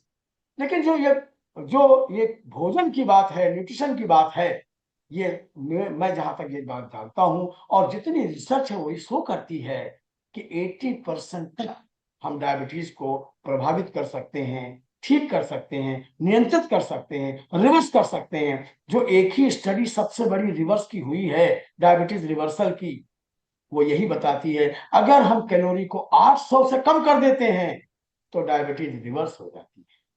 अब यहाँ पर एक एंगल जरूर है जो वैज्ञानिक जब शोध करते हैं, सारे एंगल नहीं देते। वो एंगल है समय का। वो कैलोरी कब ली जाए, अगर वो 800 कैलोरी पूरी रात में ले ली जाए कोई फर्क नहीं पड़ेगा। समय बहुत महत्वपूर्ण है। समय, जो जीवित व्यक्ति के लिए समय की बहुत महत्व है, क्योंकि समय एक लय प्रदान करता है चीजों को। और हम सभी जानते हैं लय जीवन है, और जब लय प्रलय बन जाती है तो जीवन समाप्त हो जाता है। लय में होना बहुत जरूरी है। ये बताती है कि रात्रि में भोजन विष के समान है, दिन में भोजन। ये एक चीज और जोड़ दी जाए, कैलोरी कम किया जाए तो भोजन के 3 पार्ट हैं। क्या खाएं? तो डायबिटीज डाइट कोई डाइट नहीं। सारी रिसर्च ने कहा है, RSSTI जिसका मैं यूपी का चेयरमैन हूं और केंद्रीय सदस्य हूं, उसने अपनी गाइडलाइन निकाली है वीर। कहीं पर यह नहीं कहा गया डायबिटीज वाले कोई डाइट नहीं खा सकते, हर चीज खा सकते हैं। तो क्या इंपॉर्टेंट नहीं, कितना इंपॉर्टेंट, डाइट कितनी खाना है, थोड़ा मात्रा इंपॉर्टेंट है। और उससे इंपॉर्टेंट है कब, दिन में कि रात। तो हमें डाइट में ध्यान देना होगा, न्यूट्रिशन में ध्यान देना होगा। क्या को कब महत्व देना है, कितना को महत्व देना है, और कब को महत्व देना है। जितनी भी नई रिसर्च हुई है उन्होंने, मैं कहना भी चाहूंगा, अभी एडीए का जो अभी 2024-25 में जो एडीए हुई जून में, उस एडीए में 1.5 घंटे का सेशन था क्रोनो मेडिसिन के ऊपर। उस सेशन में डाइट के ऊपर ही चर्चा थी, और जिन्होंने चर्चा की वो इंडियन ओरिजिन के हैं। सचिन पांडा थे, वहां जाके सचिन पांडा हो गए, SACC लिखने लगे, सचिन पांडा हो गए। उन्होंने 1.5 घंटे का अपना प्रदर्शित किया। उन्होंने एक ऐप निकाला, उस ऐप के माध्यम से उन्होंने अमेरिकन डाइट्स का अध्ययन, और ये पाया किस प्रकार की डाइट वालों की डायबिटीज कितनी बढ़ी, और किस प्रकार के डाइट बदलाव करने से कितना परिवर्तन हुआ।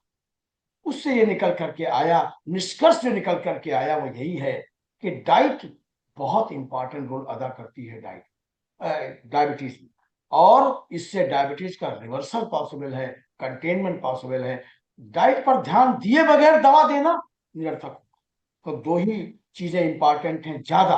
वैसे तो डायबिटीज के कंट्रोल में 4 चीजें कही जाती हैं। पहली है डाइट, दूसरा है एक्सरसाइज, तीसरा है ड्रग्स, और चौथा है एजुकेशन। ये चारों चीजें जब होती हैं तो मधुमेह का कंट्रोल बहुत बढ़िया होता है। तो डाइट और न्यूट्रिशन के बारे में बातें तो अनंत हैं, लेकिन समय सीमित है। मैं समझ सकता हूं प्रातःकाल से आप लोग सुन रहे हैं, और मैं तो लगातार बोलता रहूंगा, लेकिन समय सीमित है। मैं समझ सकता हूं कि मैं अपने समय पर नहीं बोल पाया, उसके लिए क्षमा चाहता हूं।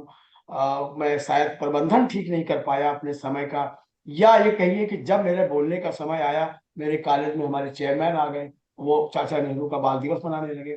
तो ये सब दिक्कतें हैं जब हम कहीं पर नौकरी कर रहे हैं, तो ये ध्यान में रखना पड़ता है। इसलिए अपने समय पर नहीं बोल पाया, और अभी मैं अपनी स्लाइड नहीं दिखा पा रहा हूँ, तो मैं एक्सटेम्पोर ही बोल पा रहा हूँ।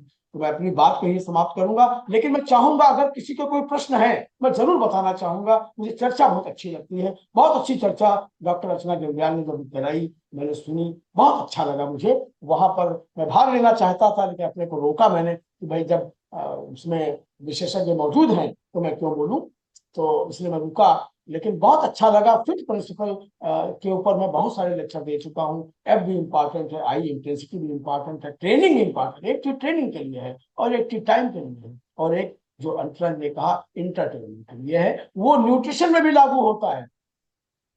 क्यों मैं डाइट चार्ट के खिलाफ?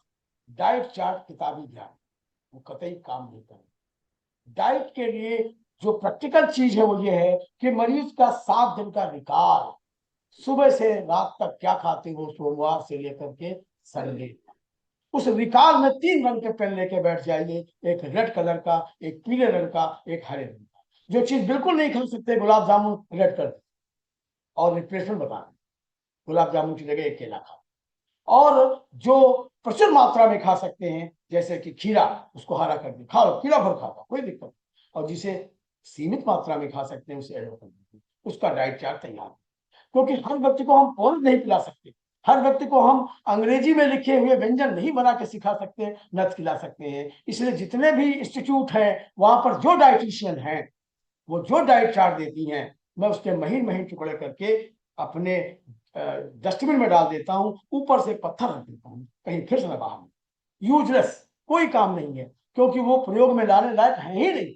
हम जो खाना चाहते हैं वो खाएंगे। अगर डाइट में ई नहीं है, इंटरटेनमेंट नहीं है, या हम आनंद नहीं प्रदान कर रही है डाइट, तो डाइट बेकार है। और आनंद जिसको जिसमें मिले वो खाए। मैं कहता हूं मरीज से, किशमिश से छुहारा तक, आलू से आलू बुखारा तक, कुछ भी खा सकते हैं। अगर कोई एक केला खाए तो इंसान है, पूरा घर खा जाए तो हाथी है। केले क्या है? न्यूट्रिशन में कोई चीज डायबिटीज वाले को मना नहीं है, केवल मात्रा निर्धारित होनी चाहिए। मैं अपनी बात यही समाप्त करता हूं। अगर कोई प्रश्न किसी का है, मैं जरूर बताना चाहूँ। बहुत बहुत धन्यवाद अवसर देने के लिए। Ma'am, your mic is muted, ma'am. So thank you, sir. Thank you for. सब बोल रही है। Ma'am, your mic is muted. Archana ma'am, your mic is muted. अर्चना जी शायद कुछ पूछना चाह रही है, माइक आपका बंद है। नहीं सर, आपको थैंक यू बोल रहे हैं, बिल्कुल सही टाइम पे आपने अपना प्रेजेंटेशन लिया है, क्योंकि लास्ट टाइम बिल्कुल रिलैक्स होकर सबने सुना है। आप बहुत ही अच्छे ओरेटर हैं, और इंस्पायरिंग और मोटिवेशनल आपका ये था, मतलब कुछ थोड़ा सा तो सोचेंगे इसके बारे में।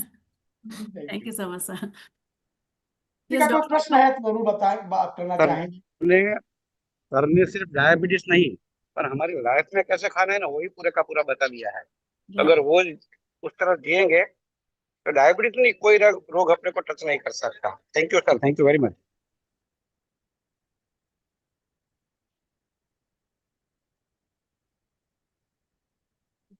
So, with that, I would like to thank all the chairpersons and all the speakers of today's session. And now, here we conclude this scientific session. It was really an enriching experience.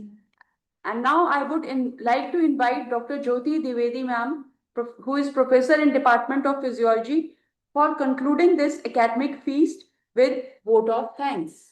Over to you, Jyoti ma'am. Thank you, Dr. Anupma. Before the formal closing remarks, जैसा कि जो हमको करना होता है, जैसा कि परंपरा है, उसके पहले Verma sir, you made us all awestruck. और क्योंकि हम सब हिंदी भाषी हैं, सोचते भी हिंदी में हैं, बोलते भी हिंदी में हैं ज्यादातर समय पे, तो आपने जो ये दिया ना, ये दिल को जाके छूता है कहीं जब हिंदी में कोई बोलता है तो ये पहले तो वो भाषा हो गई।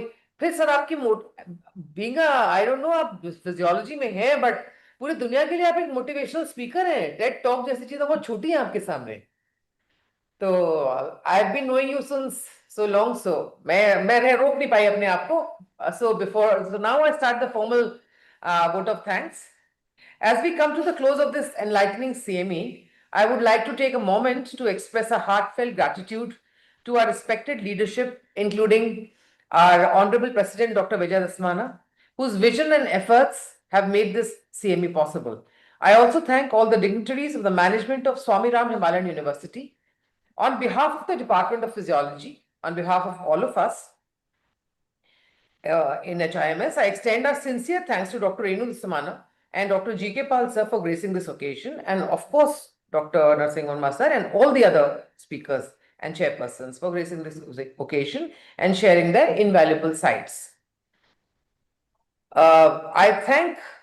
I cannot take the name of each and every chairperson because we are in a hurry. So I thank everyone, and please accept our warm thanks from this side from HIMS, all the chairpersons, all the eminent speakers, and the dynamic panelists who made all the efforts to touch many present and future sufferers of this disease called diabetes. Your presence and words have truly enriched the CME and inspired us to explore diabetes care in a more holistic, in a more compassionate way, and of course, evidence-based manner. I also thank all the esteemed faculty and student participants for joining us and contributing to the success of this academic event.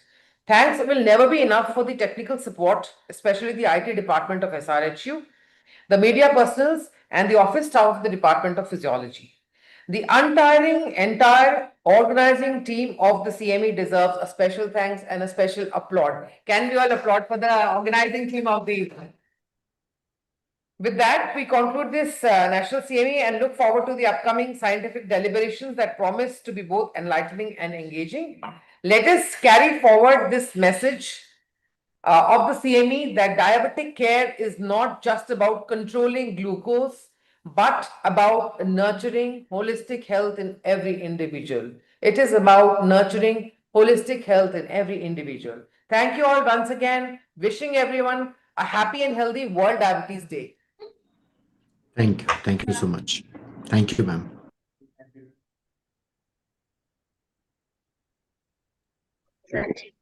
So with this, we are ending the Zoom meet. Thank you all. And whatever recording is done, it will be uploaded in the YouTube. We will be sharing the link of the same. Thank you.